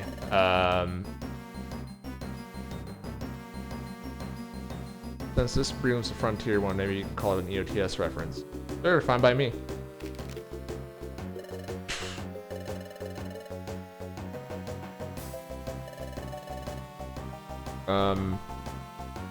Yeah. This scene was real tricky to manage the presentation. Again, like having the conversation with the player, right? We didn't want to... Let me start with this. In this hack, something that one of these techniques that we spam over and over and over and over is having dishonest narrators, right? Where, you know, maybe they're not being intentionally dishonest, but because of the way that they experience something and their perspective, they you know, they just interpret a situation differently, and therefore they narrate the situation differently in order to what it fits inside their head, right? We do this, I mean, constantly throughout the entire game, over and over and over and over and over. And ideally, this is something that gets the player to just actively think about what the character is saying and kind of like try and get across that what the character is saying is not necessarily what the writer is saying all the time. And that's because, like, the way I see it, it's not up to me or, you know, anyone else who worked on this game to tell you as a player who's right and who's wrong. It's more importantly to tell you what this character thinks in this situation, right? Like, that is more what is more relevant for the themes of the game that we were going for, if that makes sense. And this was just tricky because this was early in the game, and this is one of the first, like, big obvious moments that establishes this pattern. It has been happening before. But, you know, this is one of the big, if you're just not actively paying attention to this stuff, this is probably the first time you'll notice this kind of thing. Of maybe you disagree with the narrator, right? we want to be very careful because everything I said before about Breloom, we don't want to hone in on him trying to be this like 100% perfect, totally likable figure or whatever, because it's very possible, very reasonable for a player to disagree based on the information presented. So, but we want to have our cake and eat it too. We want to also keep up everything that I said earlier about like Breloom's on the cover of the game and stuff like that, right next to Darkrai, and stuff like the last scene, how it ends with a lot of mystery. Or by the last scene, I mean Waterfall Cave, the last time you see Breloom before this, etc., etc. These things are all kind of intertwined, and it's trying to get a balance. Like, we want to allow people to experience these feelings of whatever, of distrust.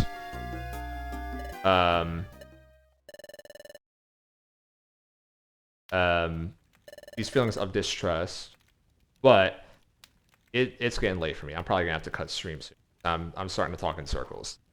I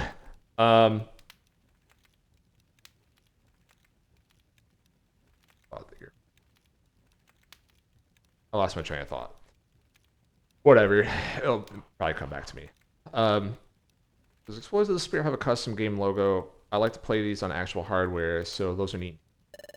We do not have a custom logo because none of us are art people. But we have a different logo. It is, I think it's a, we pulled like the debug, the rescue team logo on hardware or something like that. It's like a guild badge thing. So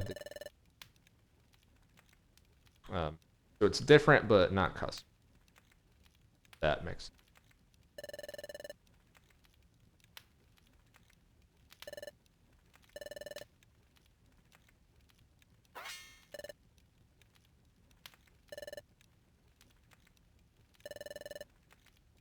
What's up, Decimir?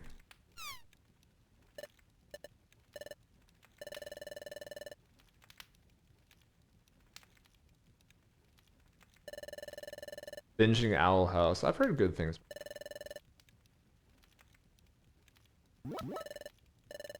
EP saying, oh, this scene, I feel like when you look at the whole story on this, it's particularly a little off. I guess for me, it was lacking on this story. He tells changes. What do you mean by that?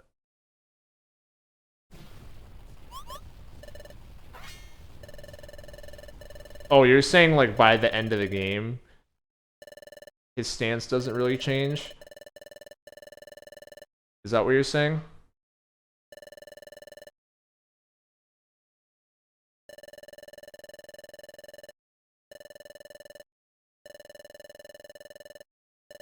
Yeah, gonna, funny you bring that up. If you,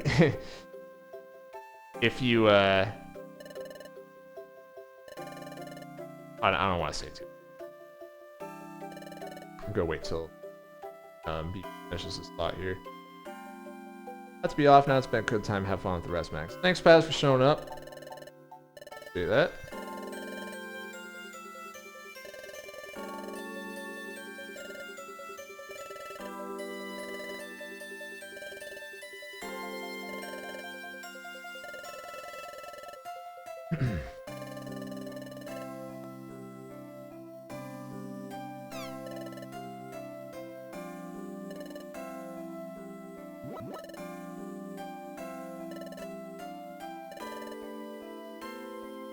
Okay, BP. So I mean, that's all correct. You're saying that you just felt like you were missing a moment when that transition happens on screen. You're saying, is that's what you would have liked to see? Am I understanding you correct?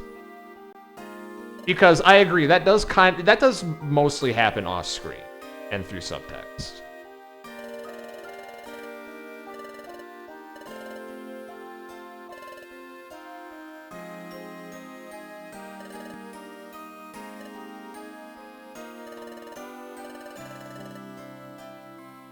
This line right here, don't be like me and get too much on everyone's bad side. This is one of those like cop-outs when around here, like I was saying, I was kind of scared making this scene because everything I was just saying, the angle of like if you are very unsympathetic to Breloom, it's easy to roll your eyes at this scene, right? So this was kind of something to get thrown in as just like writer directly speaks to the audience and says, I swear they're not gonna be edgy the entire time. I swear it's gonna change at some point. It's like, you know, it's in character for Breloom to say this, but I kind of look back on it and think like, man, did I really need to do that? It kind of reeks of desperation a little bit. Like, please play my game. I swear this twist is gonna be so good. I don't know. I kind of don't like that part of this hack. Playing through it again. I mean, I didn't like it like even like 6 months after these games were made, honestly. But at that point, there were already people that were invested in the game, and would they have been invested if that wasn't written in? I don't know. Hard to say.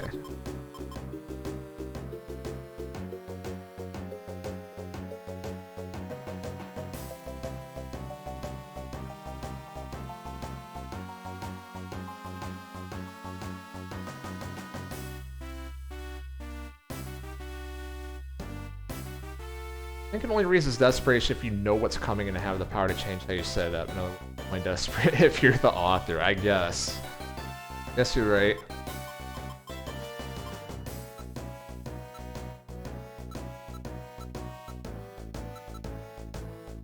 Suppose that makes sense.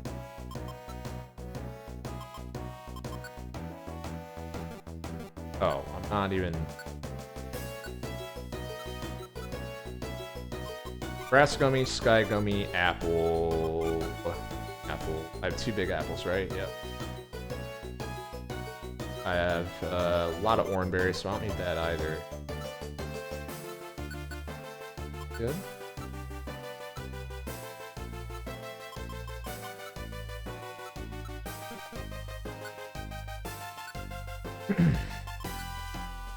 Alright.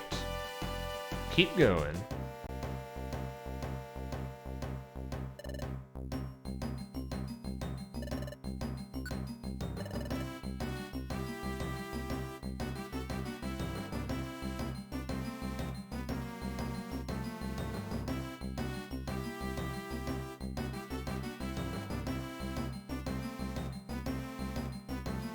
The design for this one is... These are probably my personal favorite type of dungeons, where I just call these like hit hard dungeons, where you know the enemies hit hard and you hit hard, right? And they just don't have a lot of defense. You just hit hard, and that's kind of an extension of really how the whole philosophy of the game, right? Like Nosepass did fucking 24 damage. Why in his right mind is he doing that much damage, right? But also, he just explodes right there. So, these type of dungeons are fun for me to play. I don't know how fun it is for other people to play, but try to fit a couple of these in here. I say Treasure Town Ruins is another one of those. There's a lot of enemies that have very little defense, but obviously they blow you up if they happen to hit you. So, I think there's more than just those. A little defense, my ass. EP, I wonder at this point people who played the game were more sympathetic towards Breloom, MC, or the guild. I was wondering that too the entire time, like back to that point. I know, I keep saying the same shit and beating a dead horse. But like, man, I wonder if... You know, people are... I just assume that the average person will take the more cynical approach and, like, play the game assuming that it's bad before they start, right? That, which You know, looking back on it, honestly, I don't think that's really happened very often. It's happened sometimes, where people just assume it's going to be bad and start playing the game looking for a reason to make fun of it. But I don't think that's happened very often. It has happened a fair amount of times. I'm going to talk about that later in the game. And how that I think that ties into chapter 16, and that's all I'm gonna say, as I get a stupid grin on my face that I can't get rid of.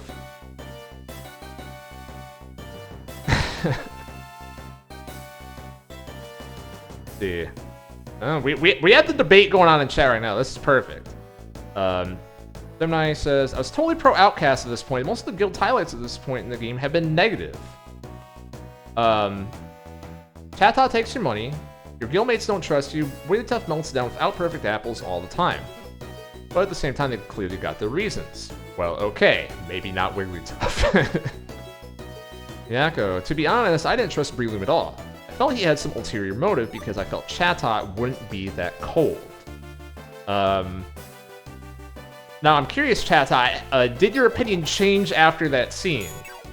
Did you think the Chatot was justified or not? Because again, there's no right answer. It's starting to get dark in here. Is my lighting off? Okay, not yet. Yako, like I was thinking, Breloom did something worse, surely. 8X, I played the game fully trusting Breloom. BP, I felt both the main character and Breloom were out of line. Jaguar, I was more sympathetic towards the guild person. I felt like Breloom knew he screwed up and owned up to it for the most part. So everyone has a different opinion.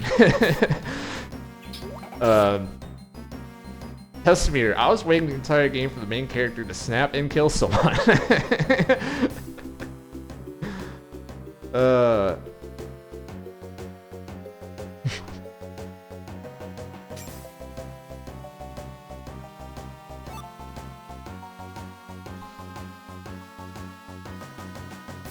I love it. That's you know, these scenes are not written with one interpretation in mind. Do you know what I mean? Like, these types of conversations are ideally what people have around the game, right? There's a lot of a couple key scenes, especially in the middle of the game, that, you know, are intended to kind of be conversation starters like this, of who is in the right at this situation later on, you know, who's justified and whatever. Do I want to use an elixir?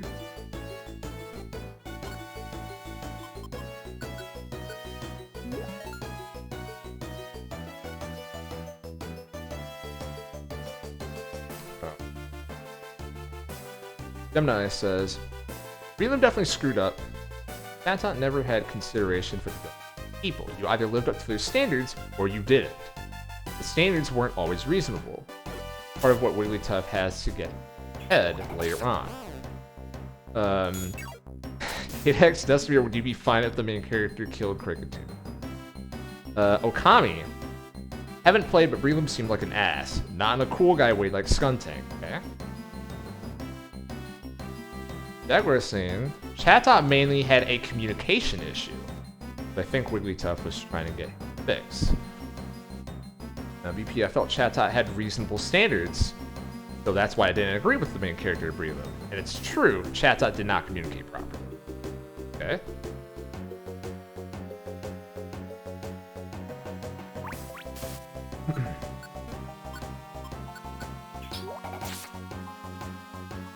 Ah, shit. Oh, God. Yep. Fuck! Stupid flail at low health. That was bullshit right there. Same shit. That's why we got the revivers. That's why we're keeping that stash. I'm going to back up. I don't even think you have a rock move. I don't care. And... do I want to taunt? Damage for this guy. Are you relying on revivers in your own ROM hack? Of course I am, Decimeter. I'm relying on the revivers that I received from missions.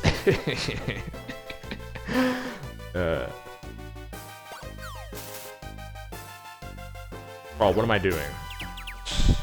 Shit. It ain't looking good. Ain't looking good here, folks. If I use an orb, that will not hit him.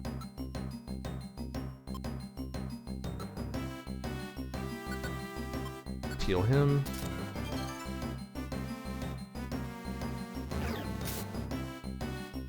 Look, I'll say it. Sykes was a better middle manager in 358 over 2 days. Man, that's a crazy statement. That's a crazy statement right there.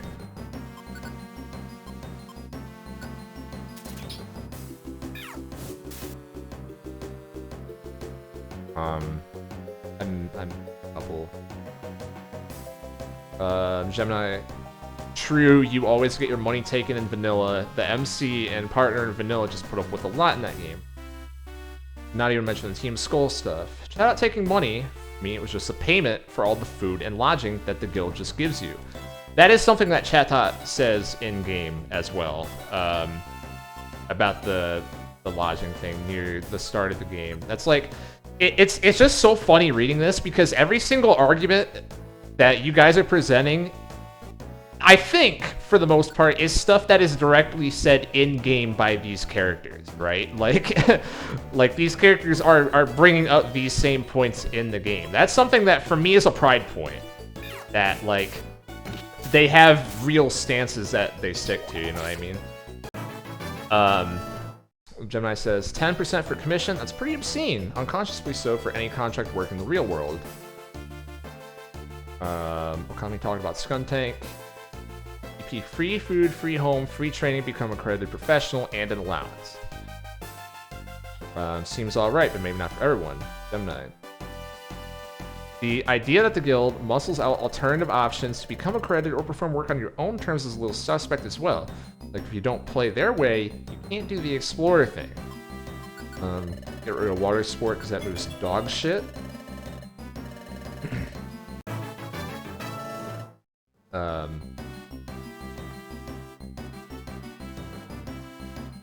Alright, we have some talks about Chimchar and Staraptor. Okay, Fury Swipes. I'm going to not learn that move, folks. I know that's heresy. That's heresy to not use multi-hit moves in PMD, but that shit has 0% accuracy. You're not gonna catch my ass relying on 0% accurate moves. Ever. Ever. I'm gonna eat this. Give me some belly. Hated that. Okay. I need to start being a little more careful, get Brelam into more of these fights, because I kind of really should not have lost that Reviver. Had no reason to. Warm up.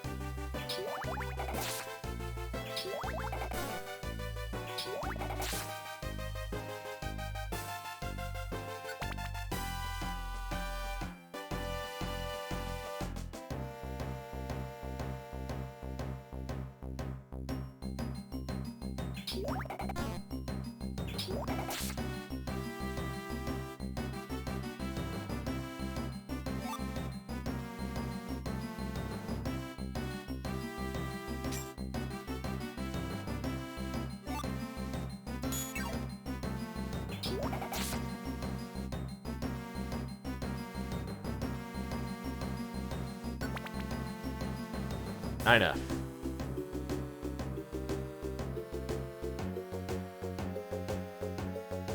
We'll let Bream just smoke this kid.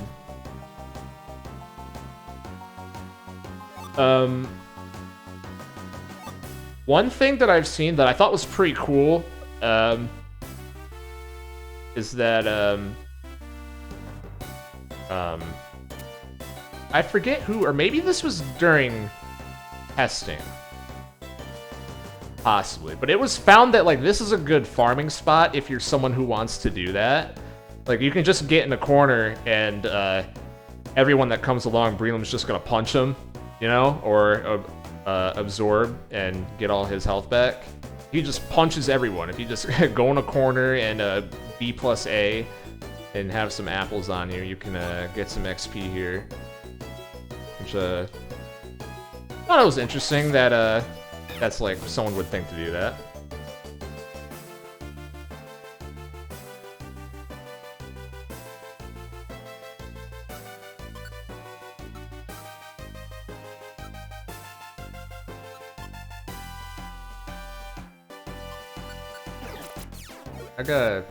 I don't want to use 2 elixirs, so that.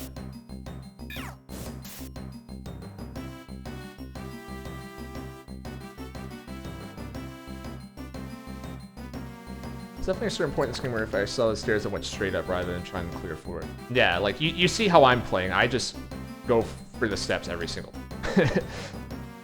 You know, in a perfect world, you just find enough items on the way where you don't really feel the need to stick around too. But I guess for that person that was doing the grinding, there you go. That option is there.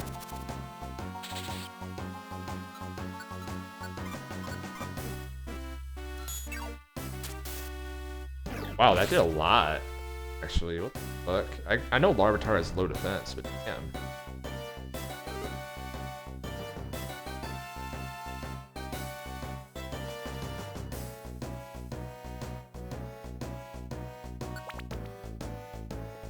Just gaslight yourself into thinking that. It's tough. Tough.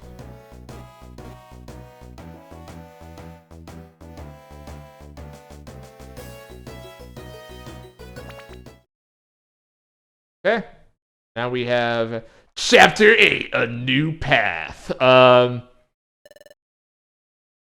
was supposed to be a pop-off moment. I don't know if it actually was. But, you know, seeing a new title card, that was supposed to be a very, like, oh shit moment, you know, because this game, to go back to the pro wrestling shit from way earlier, this is a slow burn beginning. There's no question about that. There's a slow burn. Things happen, but it's not really progressing too much. It's build, and there's these things that you know are going to happen at some point. One of them being, okay, when's the story going to change? And this is supposed to be like, you know, super on the nose, like this is the part where it starts changing. Just like, you know, look into the camera and say that to the player.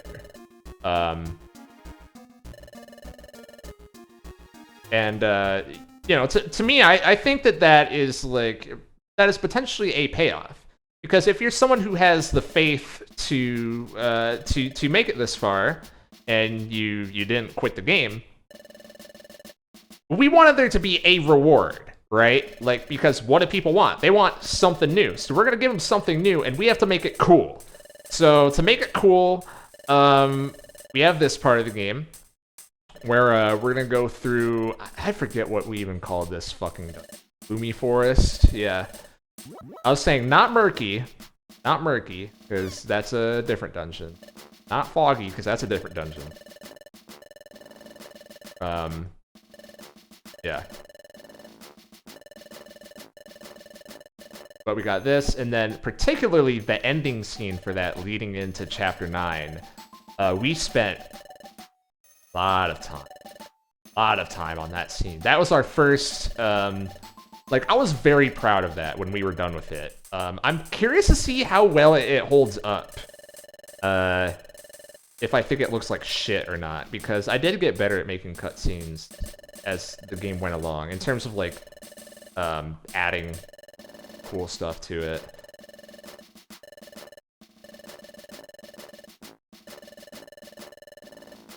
So yeah. Running out of adjectives for the forest, yep. This place looks like the base camp from Cryptic Conundrum. Yes, they are... Well, I haven't played Cryptic Conundrum, but this background is taken from... What is it?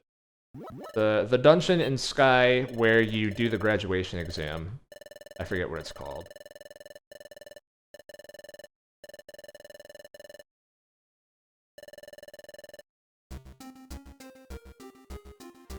No, not Tree Shroud. Mystifying Forest, yes.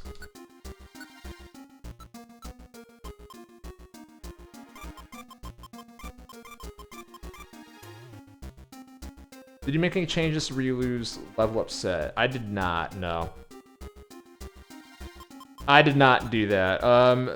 For the most, I try to keep a lot of the mons pretty similar to how they are in the base game. There's a list of changes to the starters on the Project Pokemon page and in the, I think, in the download as well. Actually, I don't think so. But on the Project Pokemon page, it says all the changes to starters. I want to keep it fairly close just so that information carries over and all. I don't need Spurn Orbs. I don't need one Spurn Orb. Actually, yeah, if he's not there, then no change.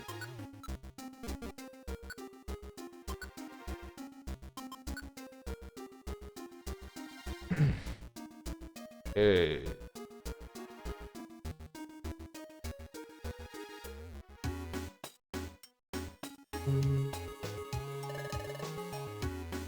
So, something I this is just a little dumb thing. I guess I'll go ahead and do it. You want to go to a Foggy Forest? Isn't that the wrong way? All right, let's roll out. So, had a little fun with this one. Foggy Forest. It uses the Foggy Forest tile set, the Foggy Forest music, and it has Foggy Forest mons in here as well. Not only is it Foggy Forest mons, they are unedited from Explorers of Sky. So it's an interesting little juxtaposition here where, you know, I'm not even sure if this is something that the average player picks up on while they're playing. But these enemies are all significantly easier, and they kind of don't do anything, and they kind of just stand there because, first of all, the enemies in Spirit are tougher, yes, but also the level curve is higher in Spirit as well because the number go up, right? Like same idea with the like you hit harder, they hit harder. Type of thing. So normally you're not going to be level 15 when you get to here when you're playing through Sky normally. You're going to be a little lower than this. So there's that aspect of it. If you're stronger, also the enemies are weaker. And so by effect, this is the real dungeon from Explorers has been turned into the grind path in the ROM hack. Just one of those things that when I put it like that in my head, I think, oh my god, that's so clever. Then it goes in the game.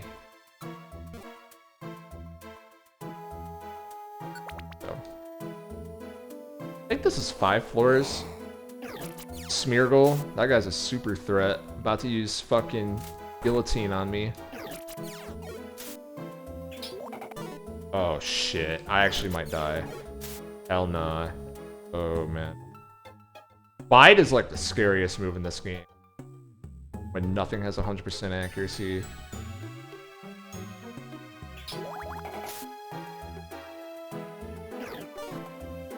Yeah, nice try. Oh shit. Oh shit.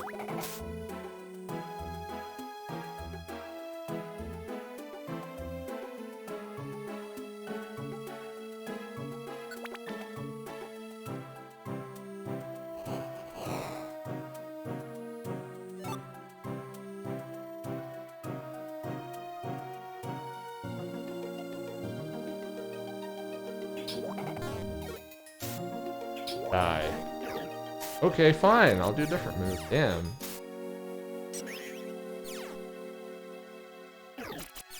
I'm still gonna kill you, I don't care. 13 people won't say like that.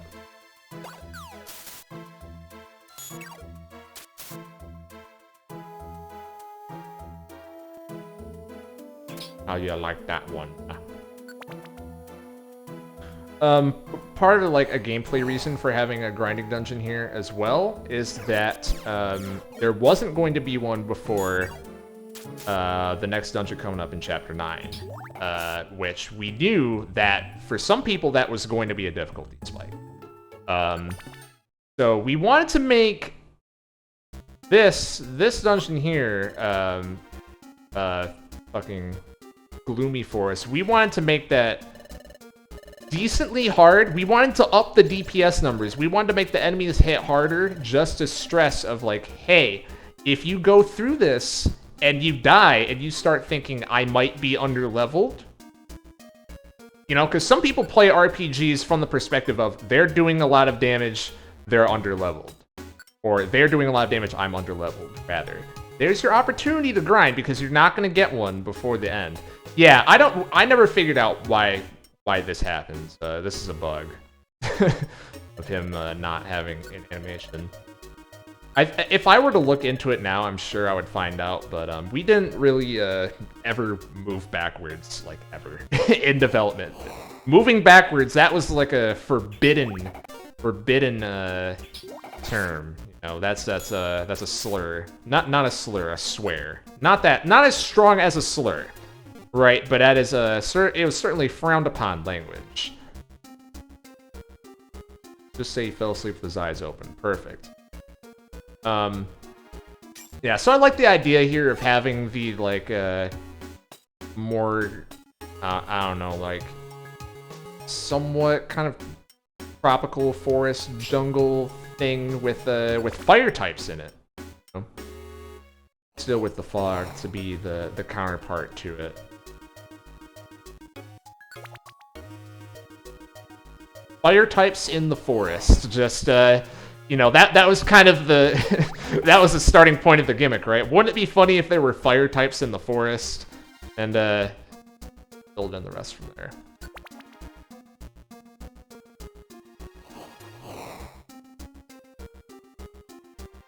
I'm getting some good stair luck, I can't even lie. Damn.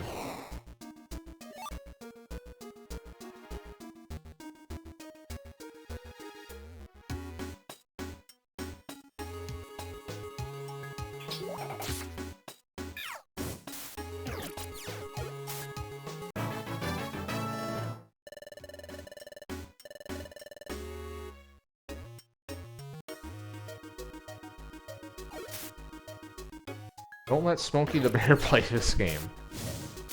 There has not been a wildfire yet. Not yet. The plants have simply adapted to the warm conditions. They are heat resistant.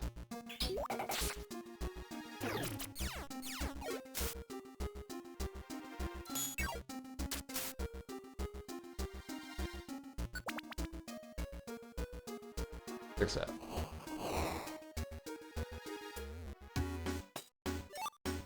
Special band. About fucking time, man. Come on now. Hell yeah. Now we're cooking with gas. I don't even want that. Get that shit on my 7th floor. How much is this gonna do? Okay, it does miss. It does 93. Nice. Love to see that. Oh, man. That's that type of right there. I actually, I would like to find... I know there's a couple dungeons, this is one of them, where held items drop. I usually prefer to run the defensive band and special defense band. They give them different names, I forget what they are. But I like those better than the attacking ones. Or in this hack while I was like playtesting originally. Just because I think it's nice to guarantee that a crit's not going to kill you at a certain range and stuff like that, you know? I usually ended up feeling more worried about that compared to how much damage I was doing, because, I mean, with Lynx, you're doing so much fucking damage with your Link moves. That it functionally doesn't make that much of a difference. It does sometimes, for sure. Yeah. Bent Scarf and Zinc Band.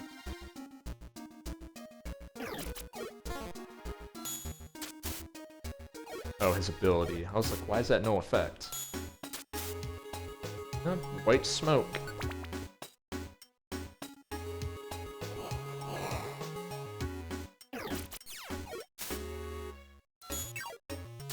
Why is this forest so gloomy? Just smile. 5-head. I think Socrates asked that question.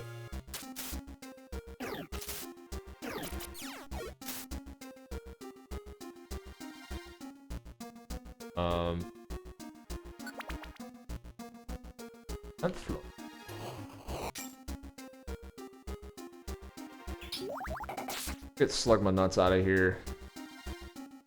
Remember how long this is. We don't go very high above 10th floor until, I mean, at least after chapter 9, so.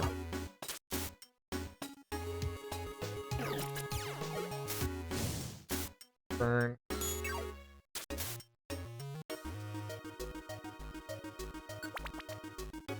Lemon.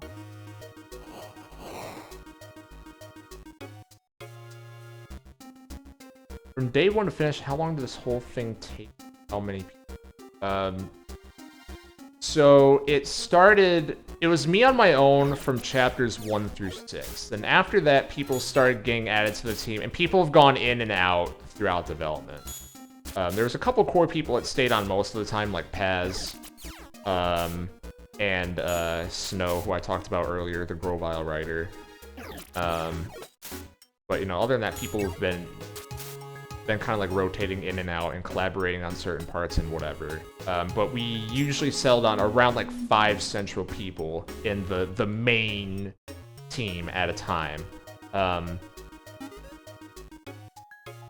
From day 1 to finish, day 1 I'm defining as the first time I did any kind of pre-production anything, which was like writing out story outlines for me.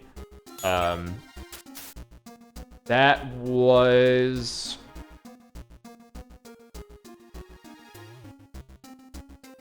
20 months. 20 months. Started June 2020, ended March 2020. Yeah. Or no, that's 22 months. No, it's not. Oh my god. Why can I not do math? Fuck. 24 minus 3. 21. What's up, Ninrod? There it is, Zinc Band. I'm dropping the cute box, because fuck that shit. I don't do that. We don't do that in these parts. I'm wondering what Chimchar's stats are compared to mine. Because I know Piplup's a defensive guy. Chimchar is... got higher SPDEF right now. Or does he? 34-30 defense SPDEF. 30-33 defense SPDEF. Okay, so... yeah, based on what I just said, let me... Or should I put that on me? I'll give him the Zinc Band.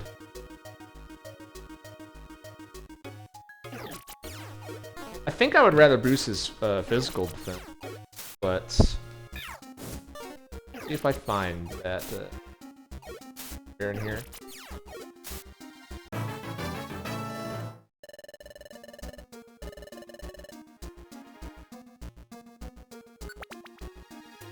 All that.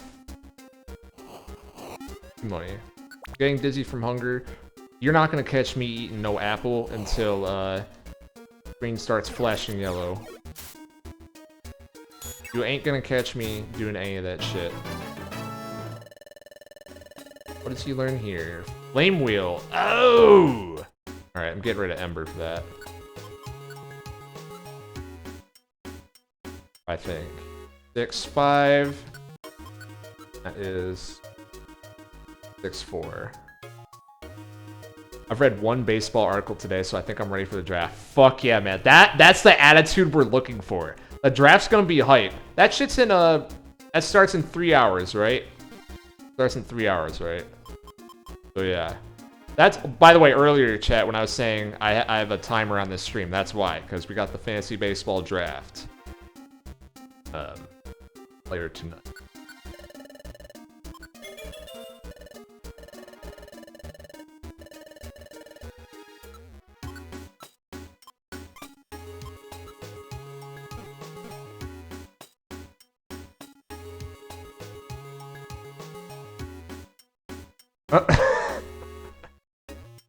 Parker. Yep. Pods fan. Pods fan. I'm converted though. I still got the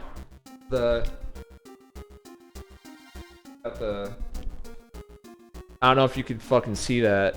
But still got the Detroit hat from the old allegiance, you know.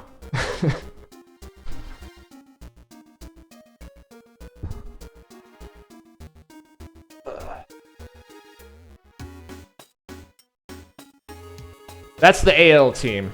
AL team.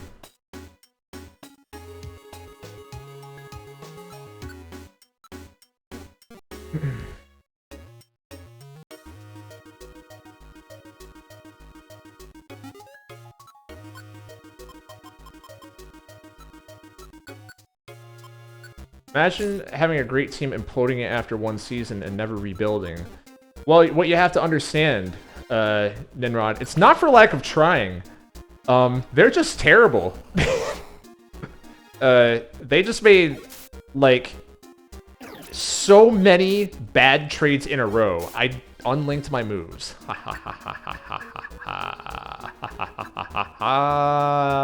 Fuck. Okay. Should have been paying attention to that one. I will suffer the consequences in the following dungeon.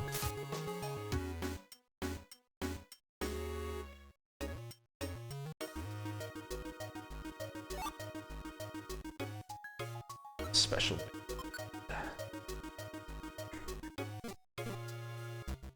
This is why I prefer individual sports. Less tribalism. See, that's where you're wrong. The tribalism is the fun part. The fun part. Now this scene. Let me read chat before, because I'm going to talk about this for a little bit. Feel bad for Cabrera for putting up with that team for so long. I mean, hey, he hasn't been good in like 5 years, and they knew that when they gave him that contract. They I mean, they tried while he was there, you know. They tried. Like, as soon as Cabrera started declining is basically when they fire sale, just got rid of everyone. But yeah, hopefully he balls out in his last year. Is there a patch that removes delinking? It's so stupid. That would be cool. I remember I accidentally unlinked my moves during the future arc, and I think I found a link box, proceeded to link the wrong moves together on accident. That sucks. Link boxes have a chance of showing up this early in the game. Yes, that was added in 1.01. I remember that. I remember adding that in because we found there was a lot of people who weren't linking moves, and then complaining about they're not doing enough DPS, that type of thing. So we wanted to try and hammer it home, you should be linking. If you want to, because again, 8x and Paz earlier were saying I never used link moves the whole time, and I thought the game was fine. So, but wanted to leave the option open. It's designed around it. The less tribalism thing, Yakko, that is the fun part. That is the fun part of sports. It is a socially acceptable way to just get the tribalism out. and you know, get the demons out of your system. It's real fun. Good time. More socially acceptable way than war and killing and all that good stuff, right? Minus 3 hours till the demons come to play. What's up, Seth? So anyways, Grovile's here. This level is this cutscene is I talked about it a little earlier.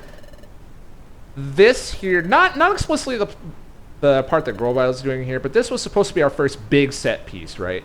Because Chapter 8, a new whatever, I don't even remember what it's called, a new something, new background. Games, you know, looking into the camera saying, "This is the payoff. New things are going to start happening. And it's going to be exciting." We have to put up or shut up, and this is definitely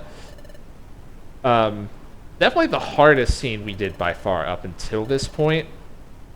And we're gonna start with a kind of, it's like everything is starting to convene at this point as well. Finally, Grovile is getting like kind of close to where we are. Like, oh, is he gonna show up soon? And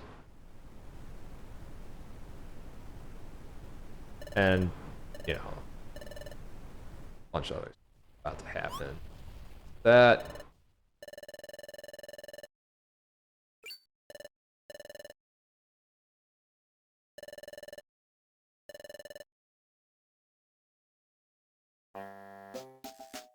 I'm gonna get this here. I don't know how much longer you're gonna go, but I'm gonna head off. Thanks for showing up. You're gonna do this again, right? Yeah, probably sometime during the week, you know? Just if you follow on Twitch and have notifications, or if you're in the Explorers of the Spirit Discord, I'm probably gonna post in advance, like a couple hours in advance, make a Discord event like I did for this one, when there's gonna be a next stream.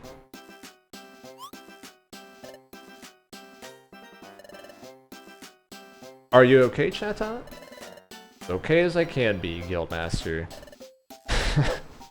I love that line. I love that line. I don't care. As okay as I can be. AX will post about it again, the server. So that's where you all came from. Okay, understandable.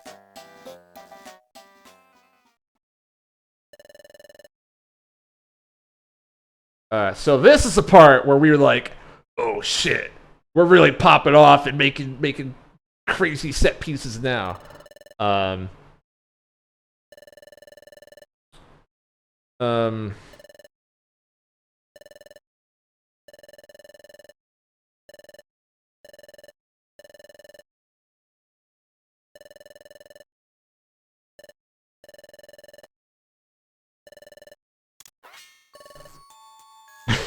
Immediately.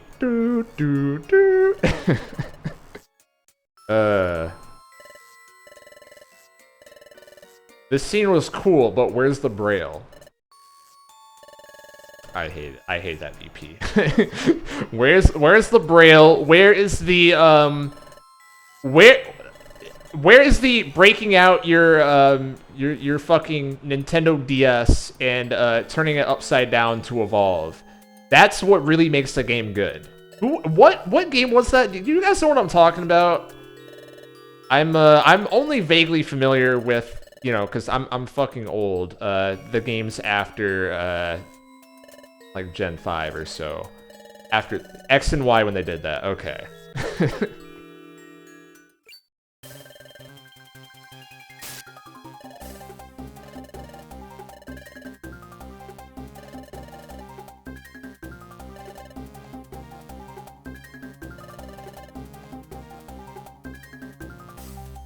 That moment of truth. Do I trust the guild, or do I trust the influence of the main character? Let's go! Dun dun dun! Camera pan out, fade out. Bam! Yeah, I was damn proud of that one when that came out. Yeah, that was cool. I don't really know if it's that cool, but whatever. And then we had to keep up the momentum.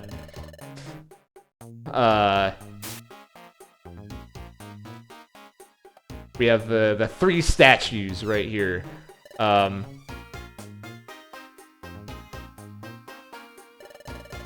Yeah, that fucking Phantom Hourglass thing.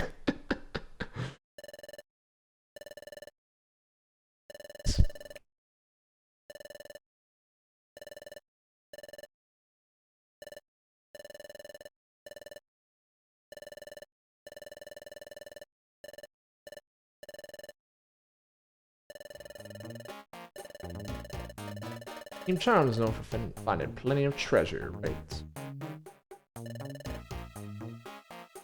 These statues are the key. Time to see what all the Team Chart hype is all about. I always like to think of good, like, little zingers before you regain player control, you know? And that was, ending on that line, that was like, yeah, this is gonna be cool.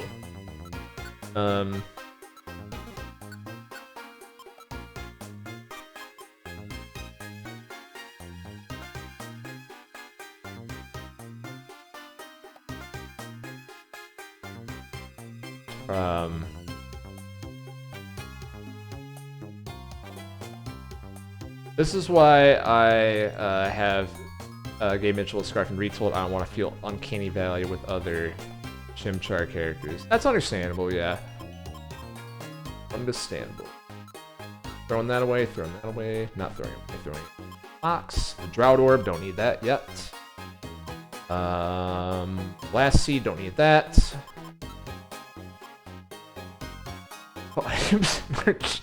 In her chest or something.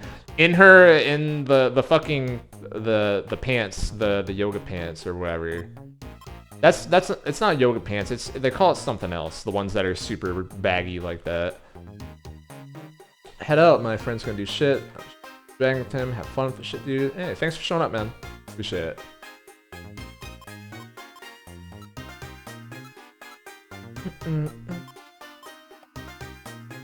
Probably the Luminous Orb as well. I don't need that quite. I will take out a Reviver because I am a cheater. I'm going to take out 2 Reviver.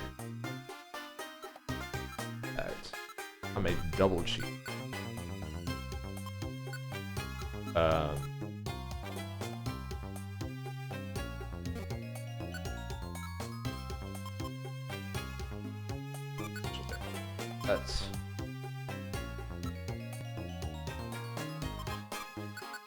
That shit's a pass. We're looking good. Oh man. Okay, one last dungeon for the stream. I see that people are heading out anyways, and this next one is gonna be a good ending point because this was the end of the second demo. The second demo. So again, end of the next version, right? We need a real good cutscene to end it on.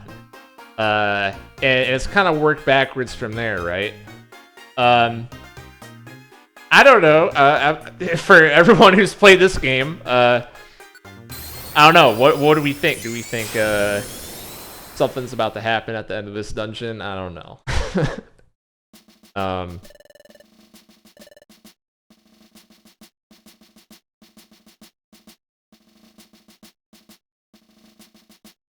There's a lot of cutscene after this boss too. Is what kind of surprises me when I like have watched other people play this game. It's like, man, there's like 20 minutes of talking after that fight. There's sometimes where we go maybe a little overboard. This is actually a real story. This is a real story.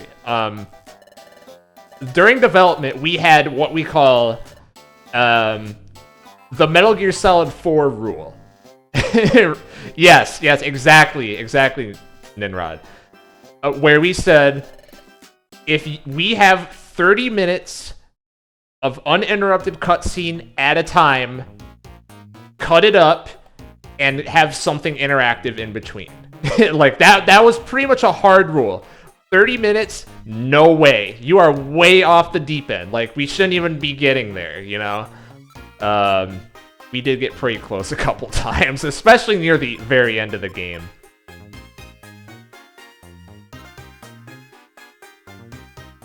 But I don't think we quite crossed over into that territory. I got hiccups during one set of cutscenes. It's not okay. That sounds like it sucks. Oh, shit.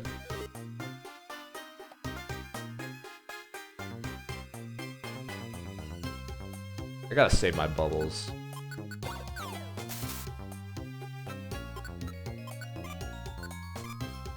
Oh, you only have 11 flame wheels. Well, whatever. That should kill. Oh, never mind, he missed. 36 on a crit, though. What's the source for the music? This is Aegis Cave. Aegis Cave. Oh, yeah, that's another thing. We picked Aegis Cave because it was like, oh, Team Charm. You know, let's... Team Charm, there's actually... Team Charm's theme is the obvious angle to go with, and we wait until the actual boss fight before we use it. But, you know, what are some other things that are associated with Team Charm? We have something else from Special Episode 4 as their kind of like their main theme in terms of they show up and they start talking. This plays in the background. This one, it's Aegis Cave because, well, of course, everyone knows one of the best levels in the history of games. Aegis Cave, everyone loved that part of hanging out with good old Team Charm in that level. So... I forgot my stuff is not linked, and I flinched, didn't I? I did flinch. And that does a lot of damage. Okay.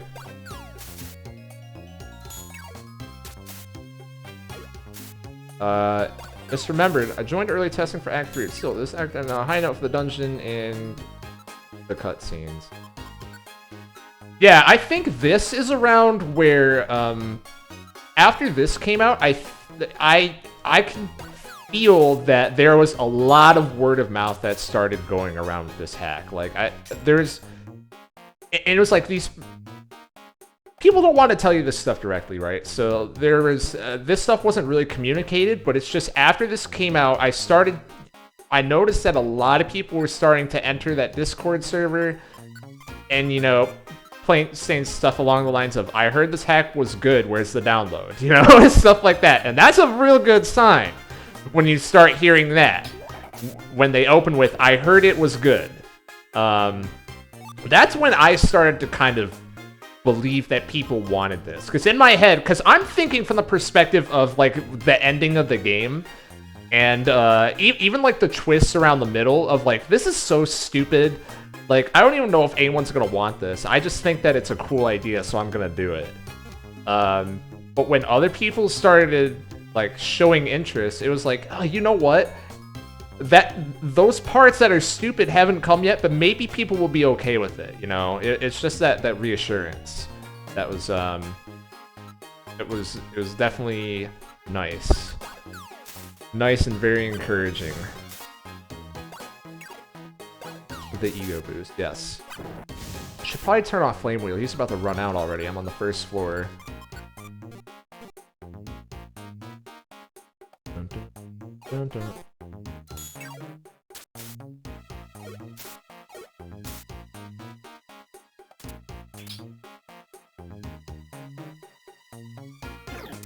Oh god. Whew! I'm out. I'm out. Actually, you know what? Yeah, I'm out. You motherfucker, you crit again? Come on now. Alright, it's not looking good for our heroes here. It's not looking good for our hero. I'm gonna Orin up. I don't want to start stalling because I'm already at 80 belly. I only brought 2 apples with me. Skill issue.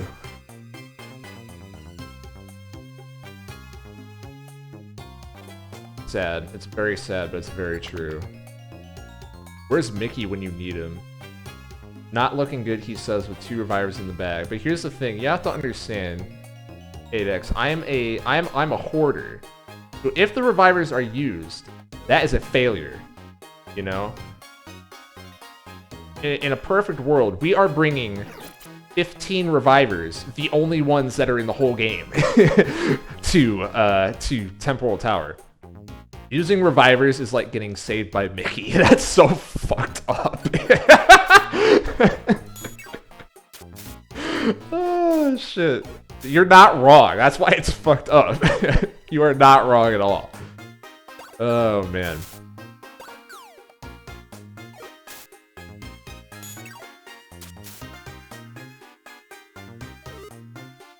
You're the type of guy who waits after the final boss with 50 million items. Yes, I am. I am guilty. Bronzor. This guy's a #1 op for sure. My take is that if it's in the game, then it's fair game. Oh, absolutely. I just want... There is a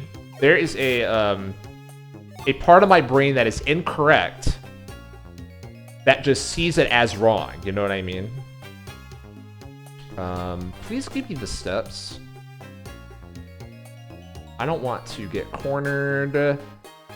Stop chasing me, Bronzor, asshole.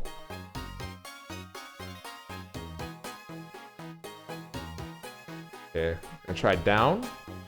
Yeah. Yeah, imagine actually fighting these guys. Come on now. Come on now, couldn't be me.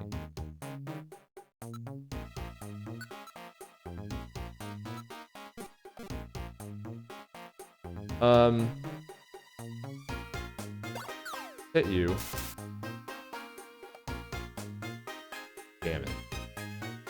I can't guarantee that he's gonna be targeted, but I don't die from full to a crit, so I think I'm fine. So he's gone. What's he gonna do?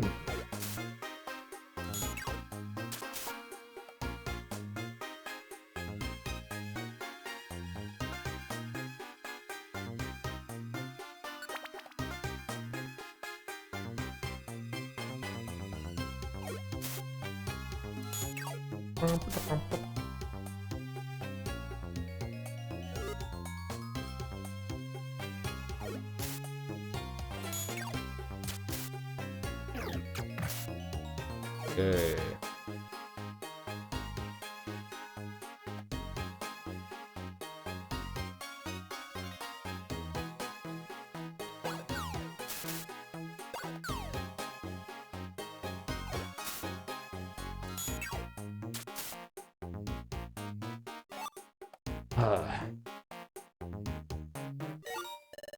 Cherry berry. Yeah, around here it's like, something that I think is cool about PMD, and I'm always saying this because I noticed I was starting to get there for a second, is like,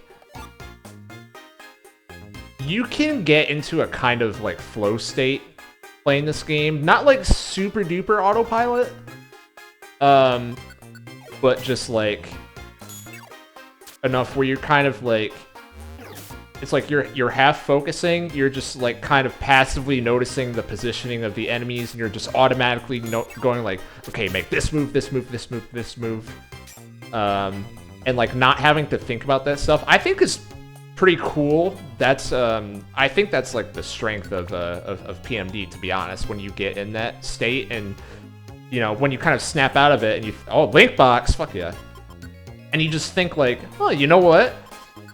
I have kind of this complex game plan going on that I've just been, like, natural, and it's in my brain. I'm learning how to play the video game. There's that.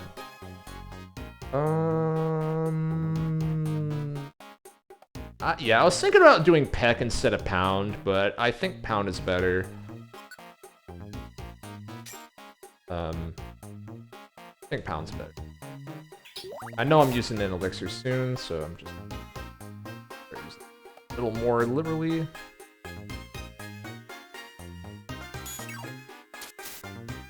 And this is where the resource management aspect of the game starts to show itself a little bit.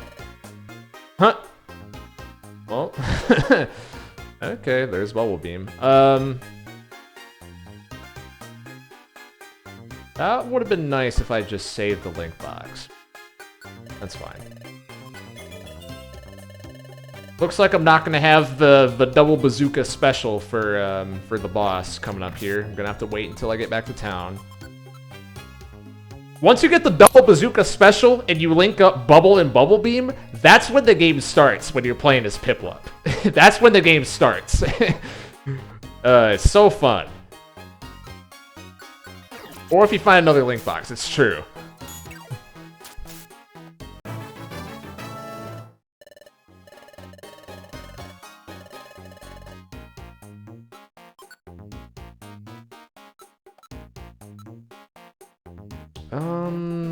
What's everyone's belly at? Yeah, pretty low. Okay. Double Bubble Trouble. Ooh, I like it.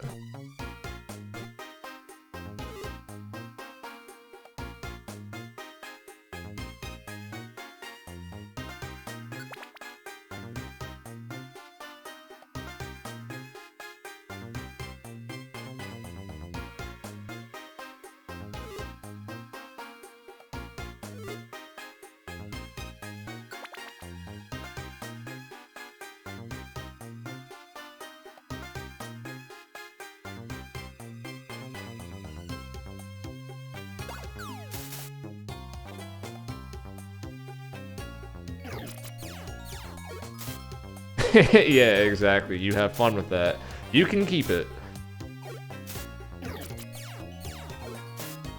Growl's a pretty great move, folks. This a little tip out there for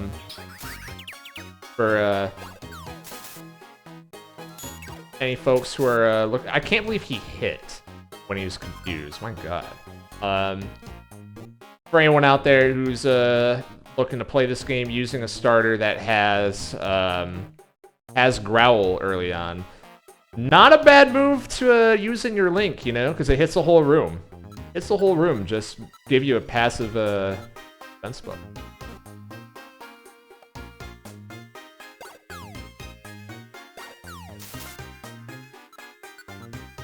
I'm not wasting my time with this guy. He's a super duper threat. Get out of here. Fuck out of here. Oh my God, yeah, so he's way more defense-minded than... Check his PC. Yeah, I'm gonna get back banned.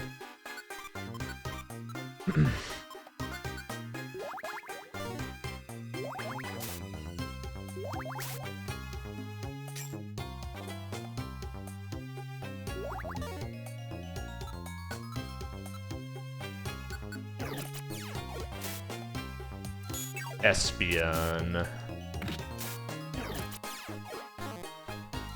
Heat proof and levitate at the same time as cheat. Oh, heat proof. That's why Flame Wheel did nothing. Yeah. I forgot he even had heat proof because no one uses that.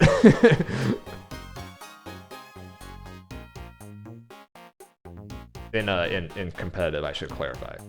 No one uses it.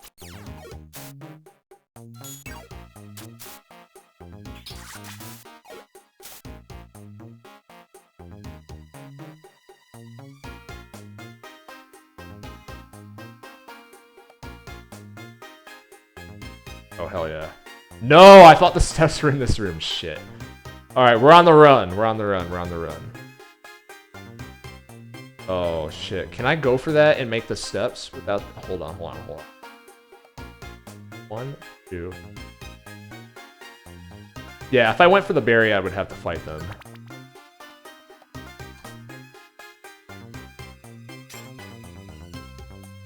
Hello. Do you hit around corners? I'm not messing around with no Espion. Get out of here.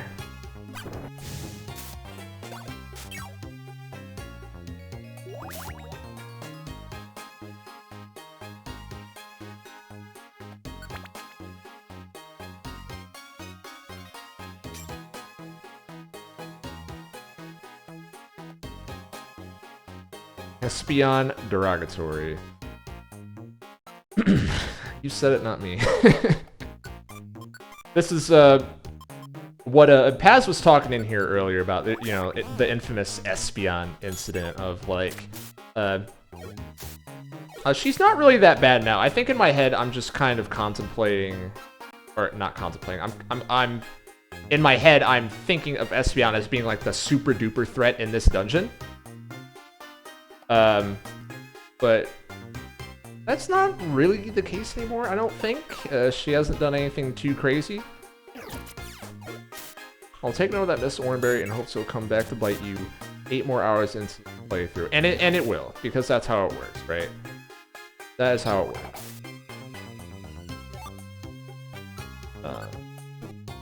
If I elixir up here, I think I will. I will. Do you need him? You do. Okay, might as well do it now. I think I got a couple more floors, and these layouts are pretty sprawling, so not a good chance I'm gonna just spawn right on the steps or something.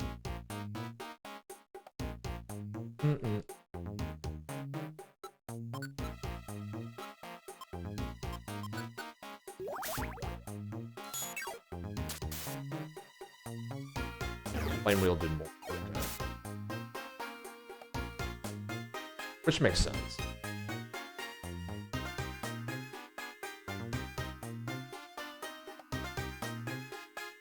Oh shit, I woke up. I'm dumb!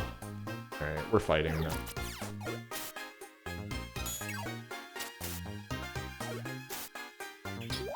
Hello? Beam? Scratch.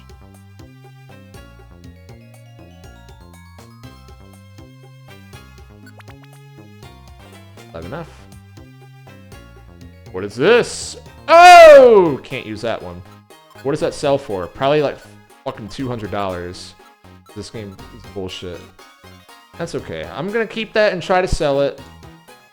Or try to keep it so that I can sell it, rather.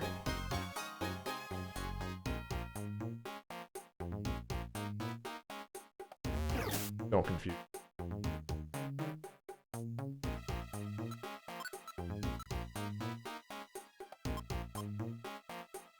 That's good. Try to check the price like it was. Yep. Yep, correct. You fucker. Gotta heal myself. Every time, uses confusion, bro. I'm getting worried. How many heal seeds do I have? Enough? 2.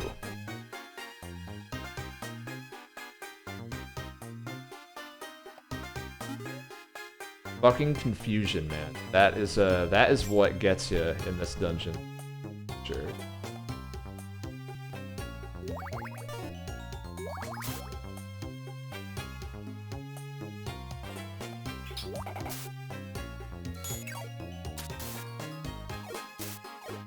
Get out of here. What I'm talking about. Wow, this is a really bad situation I'm in.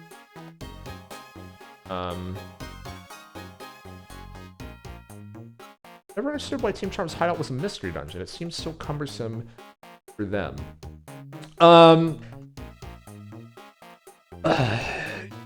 You know what? I don't know. I don't know. There are like again, I don't want to just spell out every little detail because internally we do have like an established internal like this is the lore behind it, but don't want to explain it away. But yes, it is rather silly. It is rather silly.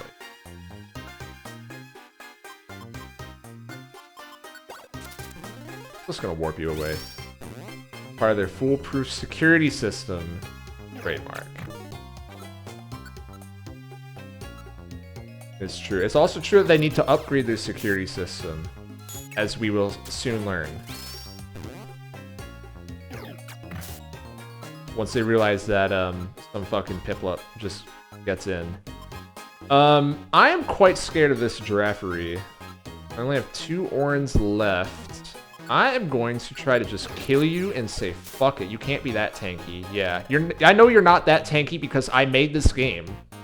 And I would not make that enemy that tanky if they know agility. Okay, Executor picked up a berry.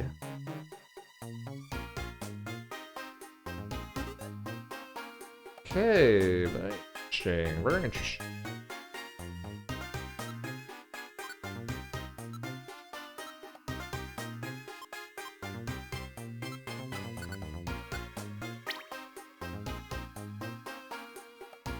They come home from Aegis Cave, upset they couldn't get the treasure, click the statue, then they all groan in sync and they remember they have to go through another dungeon.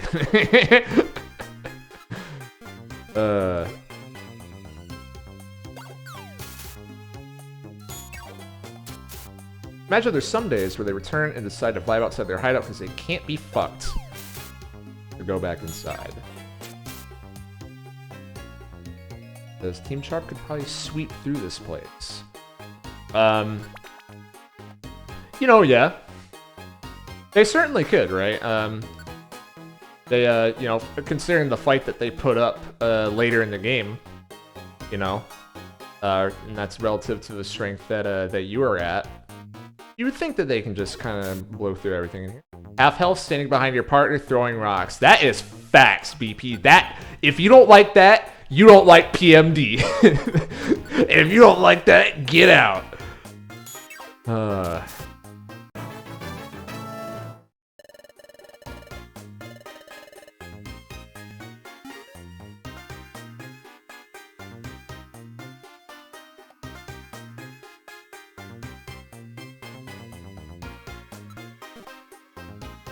Part of the experience, baby.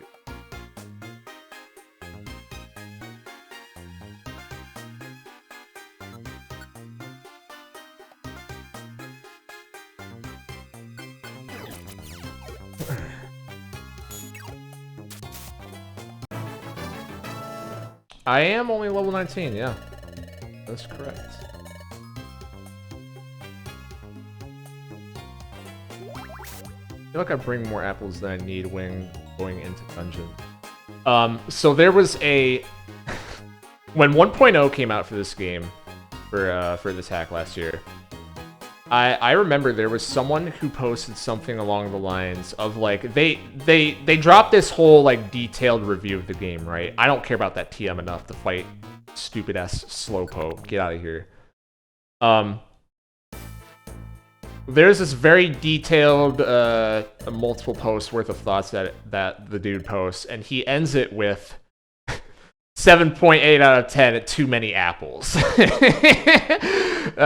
Because yeah, we dropped so many apples because if it were an option, I would have just gotten rid of hunger in this game. I think it's a stupid mechanic. Doesn't really serve any meaningful purpose, I don't think. Like, you already don't want to fight enemies in this hack because the enemies hit hard. You know what I mean? Like, that's your reason to not fight enemies, because they're scary. So, I don't know.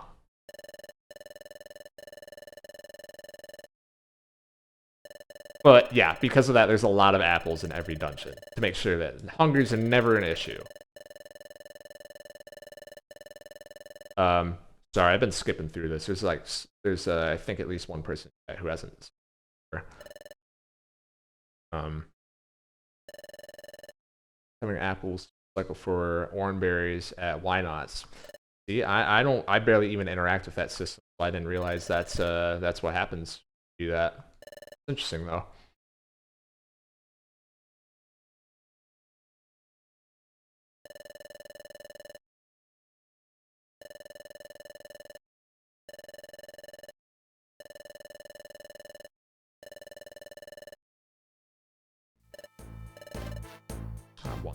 Answers 2.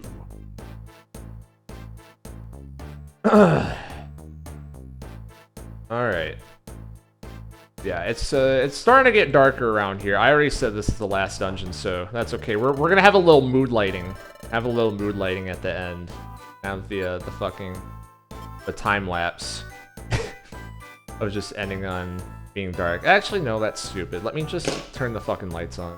Hold on. I'll be like 2 minutes. Be right back.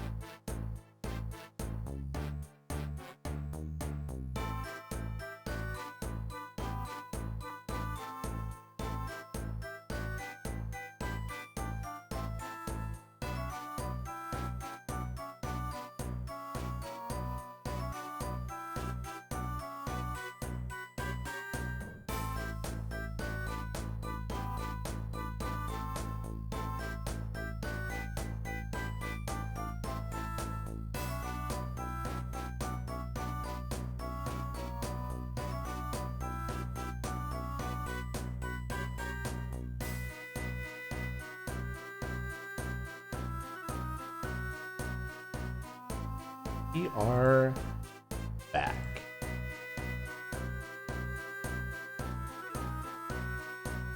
I have no mouth and I must eat apples. Alright. We are getting to near the end of the dungeon. We're about to have a stupid fucking cutscene right here. Where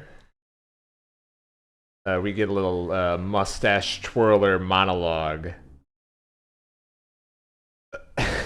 Extremely loud. Incorrect buzzer. How far was the light switch? Well, it wasn't only the lights. I also got water. I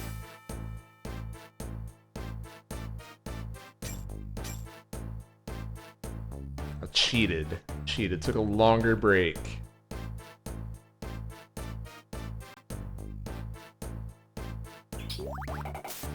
Something, I don't know if I said this before, but there's a lot more, like, midpoint dungeons in this hack, right? And because we're changing around the music a lot of the times, it was a priority to make sure that both the tracks that were used ended up, sounding similar enough to where it's not jarring. Like, it could actually be reasonably its own dungeon, like it's presented as, that's divided into 2. This one's easy enough because Aegis Cave already has its own second half, right? So that was easy. Some of them it's a little more interesting. Like the last one that happened was Apple Woods, and it's like, well, fuck. Like, what other song in the game sounds similar to Apple Woods for the second half? We ended up settling on Mystifying Forest for that, but you know, some of these I think work better than others. It was a fun little, I don't know, within the limitations, trying to pick through all the music. It's something that I was consistently, pretty, what am I trying to say? It's something I was consistently pretty, surprised by just how big the soundtrack is and how much depth there is in, like, different types of mood pieces you can throw in, whatever. Because I feel like we use the entire soundtrack pretty well in this hack, to be honest. Like, we use every single track. Is it possible to manually add... You can't manually add anything to the dungeon generation, unfortunately. You can change the rate at which they spawn. But that's it. This is not good. I don't like the situation very much. Do I have a roll call? I do not. Is there a Wonder Tile spawn rate? Yes.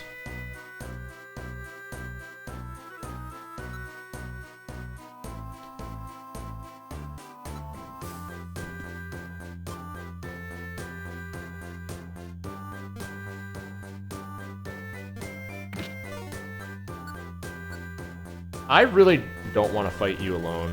I don't want to fight Bronzor in a hallway for any reason. I'm pretty much scared shitless of... I wonder what Skytable can't do at this point, because people have done such crazy stuff already. Let me tell you what it can't do. It can't change the damage formula. It can't do custom music on its own. It can if you add a bunch of extra like plugins and shit and blah blah blah, and it's kind of a work in process.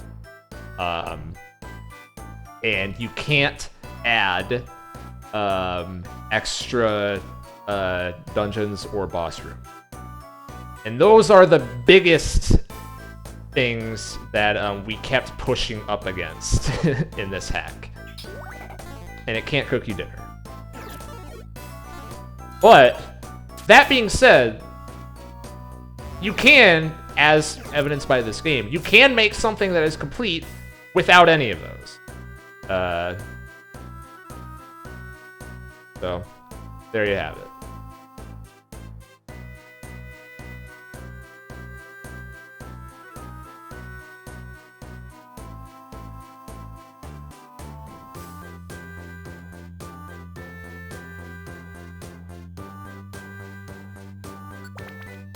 How will I live without my Wonderland? Yeah.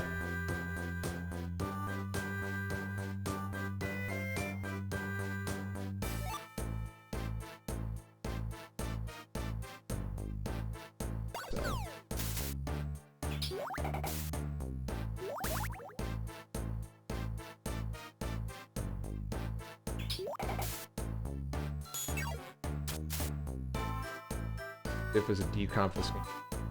Feel fun. Yeah, I don't know. I mean, that's... Like I said, that's totally out of my wheelhouse. You're not going to catch me doing that. But it would be cool.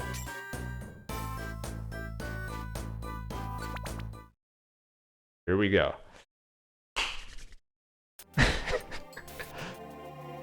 Ready for another stupid cutscene? Oh, man.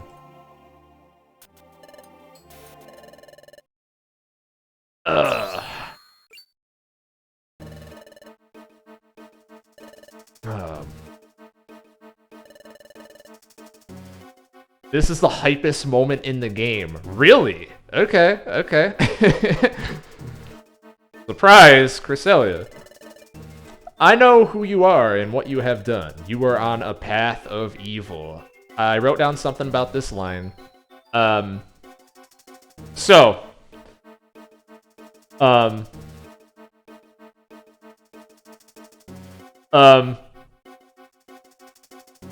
me start by saying this.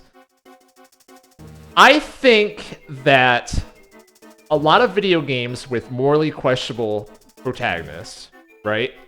This is certainly not the first game to do this, or even close to it.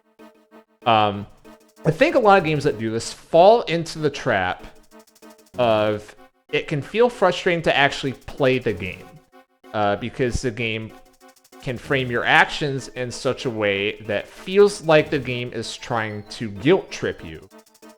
Even though at the end of the day, the player's just being railroaded through a developer intended route, and there's kind of not really any way to deviate from the path. I could name multiple games that fall under this category, but I am not here to shit on other games.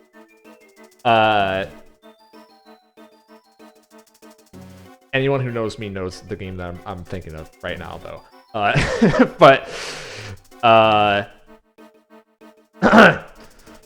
The Last of Us 2.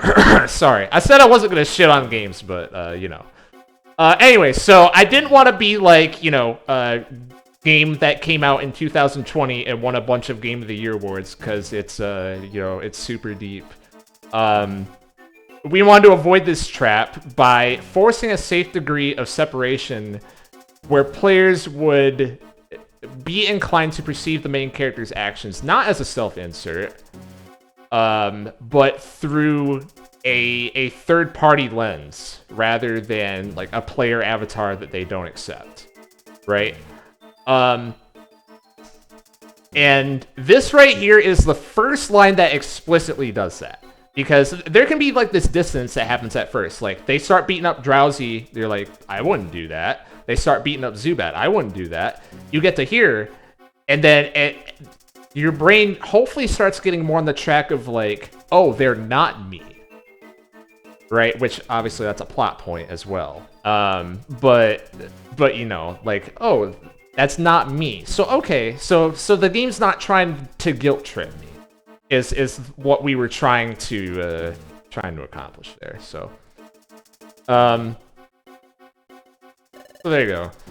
That's the Cresselia kind of depersonalization, because she, of course, Cresselia, of course, does not see you. She sees Darkrai because it's Cresselia. I think this didn't stop once the MC really asserted their will by saying out the chat. That's interesting. That's interesting that you say that. I imagine for different people that happens at different points.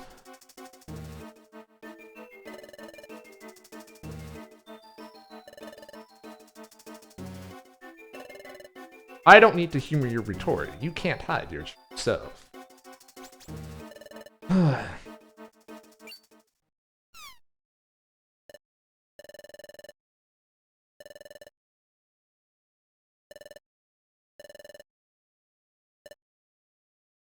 Then you get the partner stands up for themselves about like 10 hours earlier than they do in Explorers of Sky, maybe because of that guy to his right. Then the slow pan down to Grovyle. And what's he gonna do? He's gonna chill the back because he doesn't quite understand what's going on.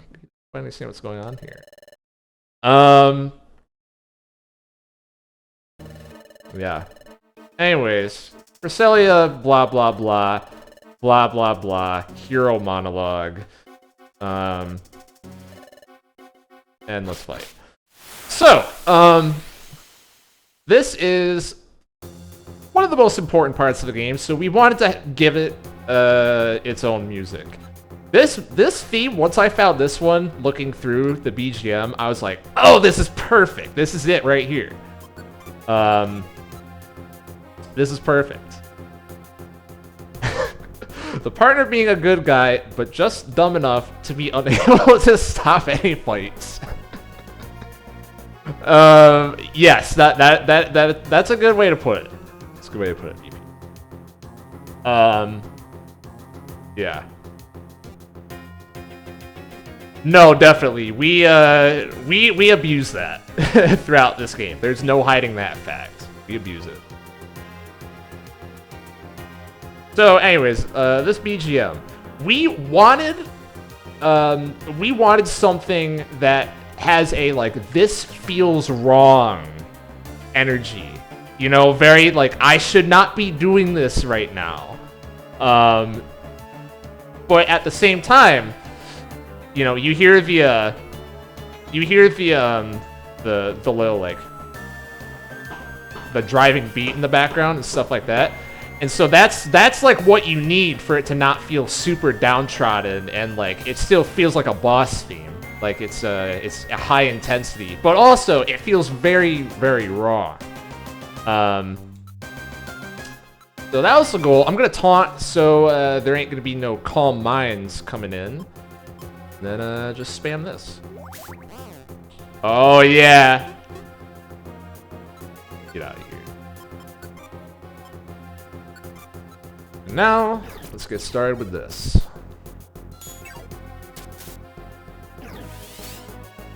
Psycho Cut. It did a lot. just needs audio spam from Cresselia. Yeah. If you're talking about the Kingdom Hearts thing, yeah. It needs more audio spam for sure. That did less than half, but that's a high crit rate move, so I kind of want to heal. I don't want to heal here. I can play it safe. I have 2 Orans, no reason not to. It's a heroic sounding boss theme at times. It feels like it fits Cresselia a bit too. Yeah, that's also another part of it that's pretty cool. But a lot of these things, it feels like we just lucked into. It's like, oh yeah, there happens to be a song or a character or whatever that's perfect for that.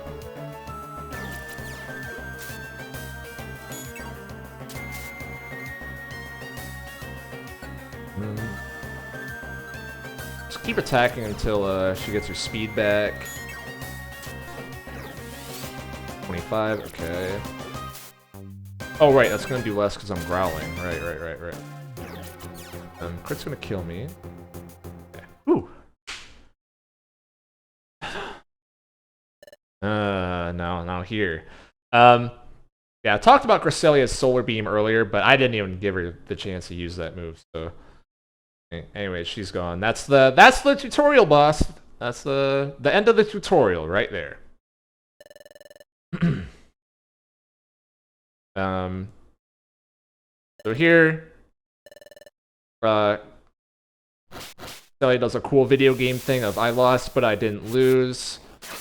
And then here's this cool guy. Giratina's so funny, dude. Oh man. Would you like to save your game? If Silly wasn't stopped here, she would have definitely bodied the main party, right? That is the implication. Cut to credits.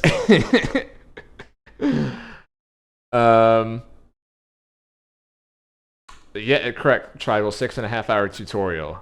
What can I say? It's a slow burn. Slow burn.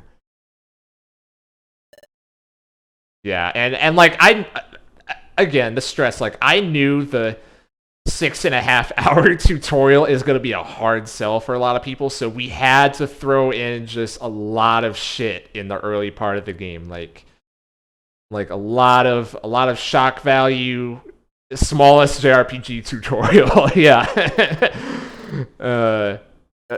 A lot to keep people invested. It's like, okay, I swear there's a reason why it's this long. I swear it's leading to something, please. But now, everything after this, it's gonna get real dense, real crazy. Anyways, there's a guild that you were trying to run away from. Kino incoming. Alright, we're gonna see Team Charm.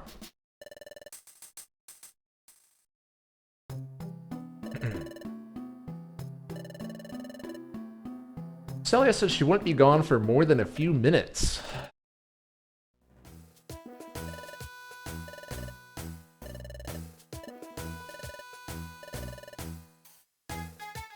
The heart emoji. The heart emoji. That was a big favorite as well. There's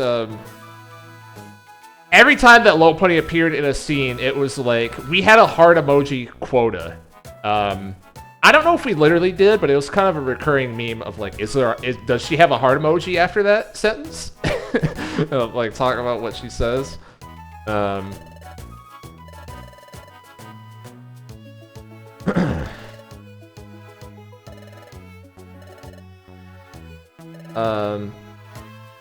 So Team Charm, we wanted to talk about this a little bit earlier when Okami was here, but we really wanted to dig more into their established moral ambiguity that they have in Explorers of Sky. And what goes on in Sky is that they have this kind of talk so much about like difference between like presentation versus perception from the player and whatever. I think that Team Charm is a big part of that. There's a lot of people, if you just read stuff on the internet, read reactions, or people who played Special Episode 4 and said, I kind of don't like Team Charm, you know? They just kind of, you know, they let that Graveler die. They're kind of douchebags or whatever. Some people think that, some people don't. But considering that there's like established moral ambiguity already there that we can play around with, and considering the themes of this hack and where the hack is going to be going for the rest of its runtime, Team Charm is just an obvious pick to integrate into the story, because we don't have to make stretches to kind of fit that in. And also there's a Kecleon there. Protecting the merchandise. You know, Team Charm kind of gets their little introduction here in the aura inspection bit here.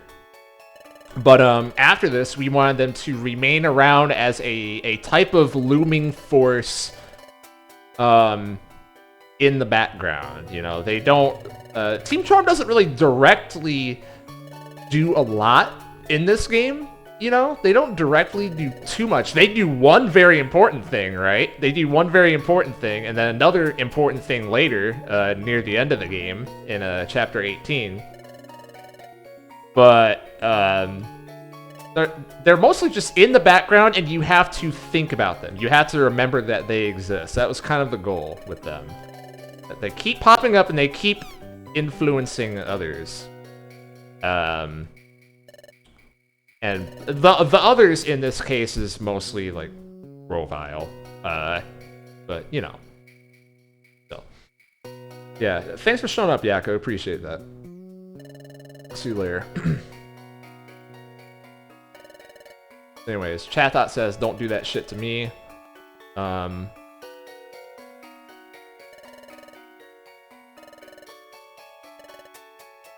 We have Sunflora. Sunflora gets her horoscope here.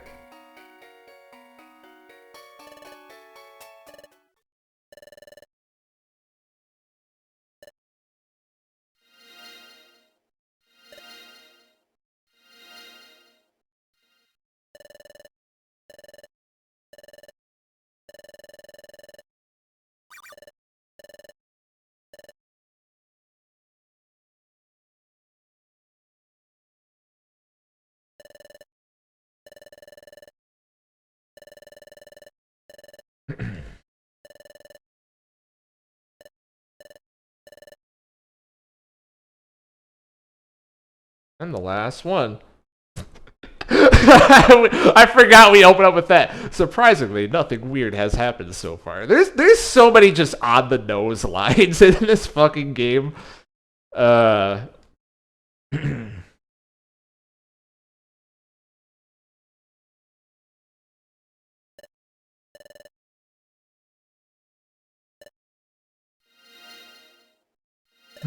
gee.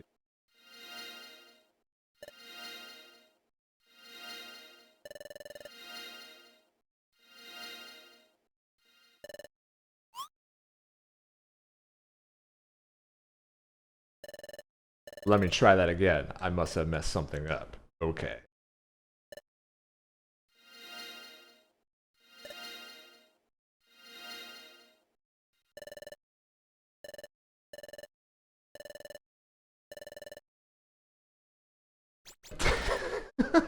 Jaguar.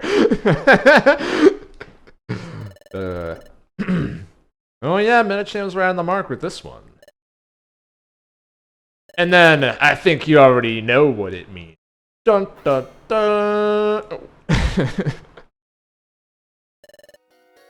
Oh man. I still like that one. I think on a first playthrough, there's a lot of different ways you can think about that. I love the Chatot turning that. Yes, yes. I wasn't even looking at Chatot there, so I didn't notice it. Exactly what I said earlier. Like, you look at who's talking, so you don't look at the others. But yes, Chatot with the little turn. That's a funny detail.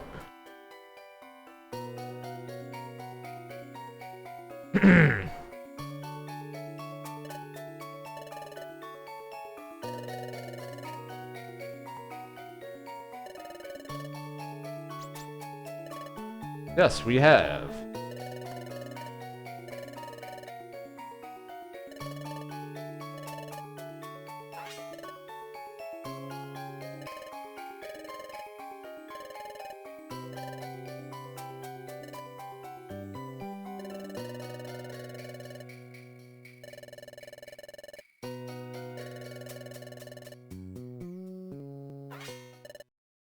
What?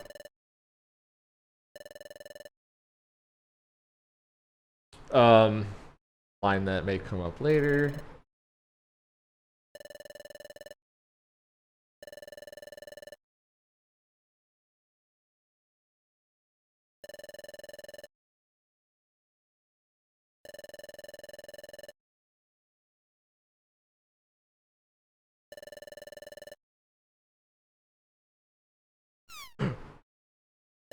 The little sweat drop. Slight turn to the right. Chimchar, comma.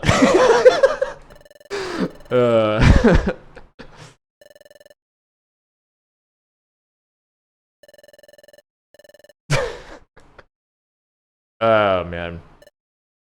I remember for that moment, I specifically looked up, I'm like, this is around the time where I started actually trying to expand beyond what happens in the game mostly. Where I was like, I need to figure out how to have text just scroll and go away without any input. Because that main character's response had to be instant.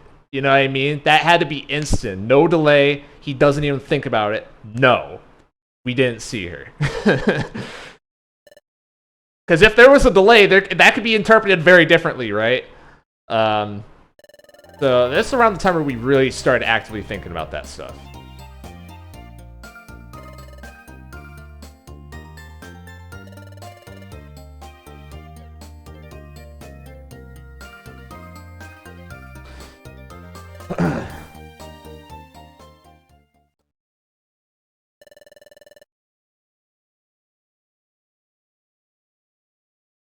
Now, 8X, that's not just some kids. That is some kid and Darkrai. Therefore, we must defeat them.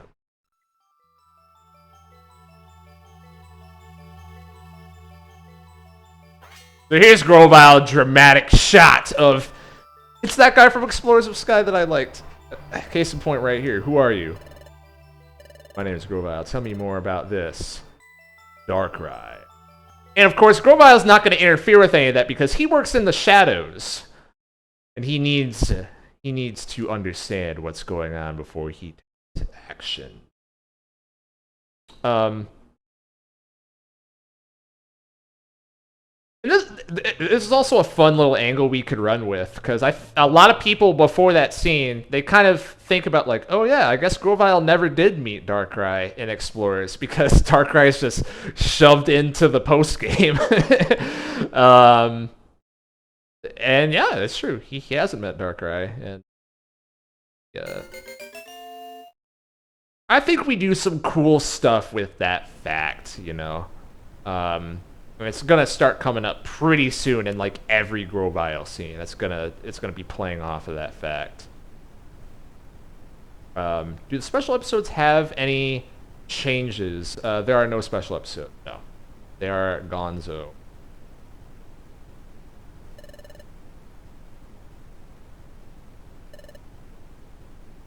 We messed up. Really messed up. Ah, this scene. Yeah, I have something written for this scene as well.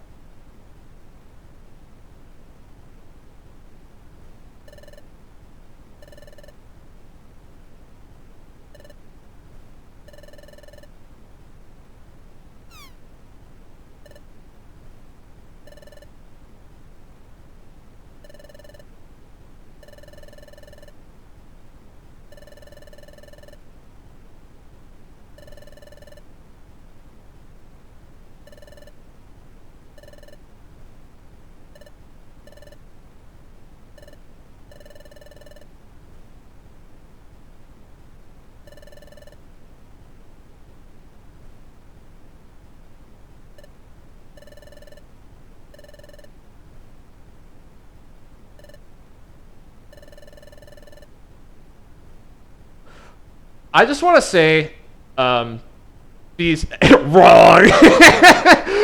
I just want to say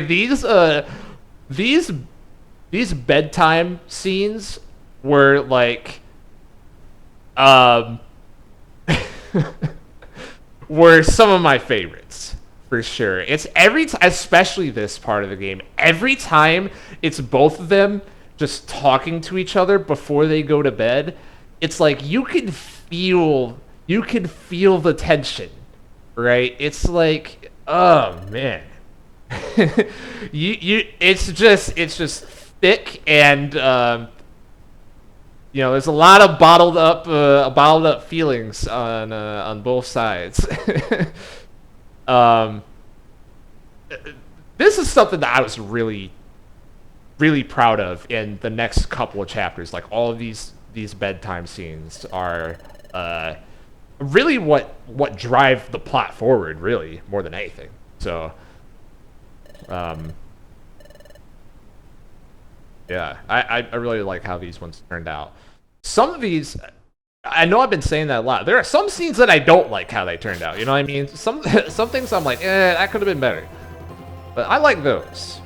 We'll see if I still do when you get to that part. But anyways, we're ending on Darkrai again, just like what the first release of the game did. Giratina talks in all caps. Now, I believe we had a deal.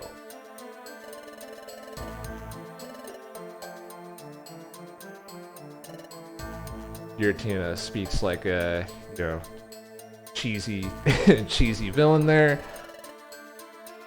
And so does Darkrai, to be fair. But he's a different brand of cheesy villain, because he's about to do this. And then cut the music. I don't intend to pay you anything. Dun dun dun. And then it says, "Thank you for playing this version of Explorers of the Spirit." So yeah, that was the zinger that it was left on, and then everyone's. That's when momentum for this hack really started picking up. People were, like I was saying, going into that Discord server, being like, "All right, someone recommended this hack for me. Let me play it."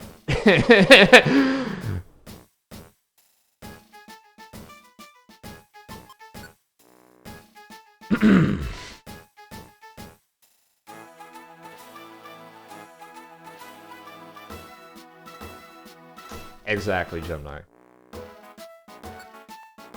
Okay, so with that, you can now play as Luigi. Very long stream. I'm gonna keep this going. This was fun though, man. I started off thinking like, I don't know how many people are gonna be in chat. I don't know if I'm even gonna talk about the game much, but man, I ended up talking about the game quite a bit. So I'm gonna keep going. Chapter 10 is where we're gonna start. And this is where it gets real juicy. Like I said, the tutorial just ended. The tutorial just ended, and the game is about to begin.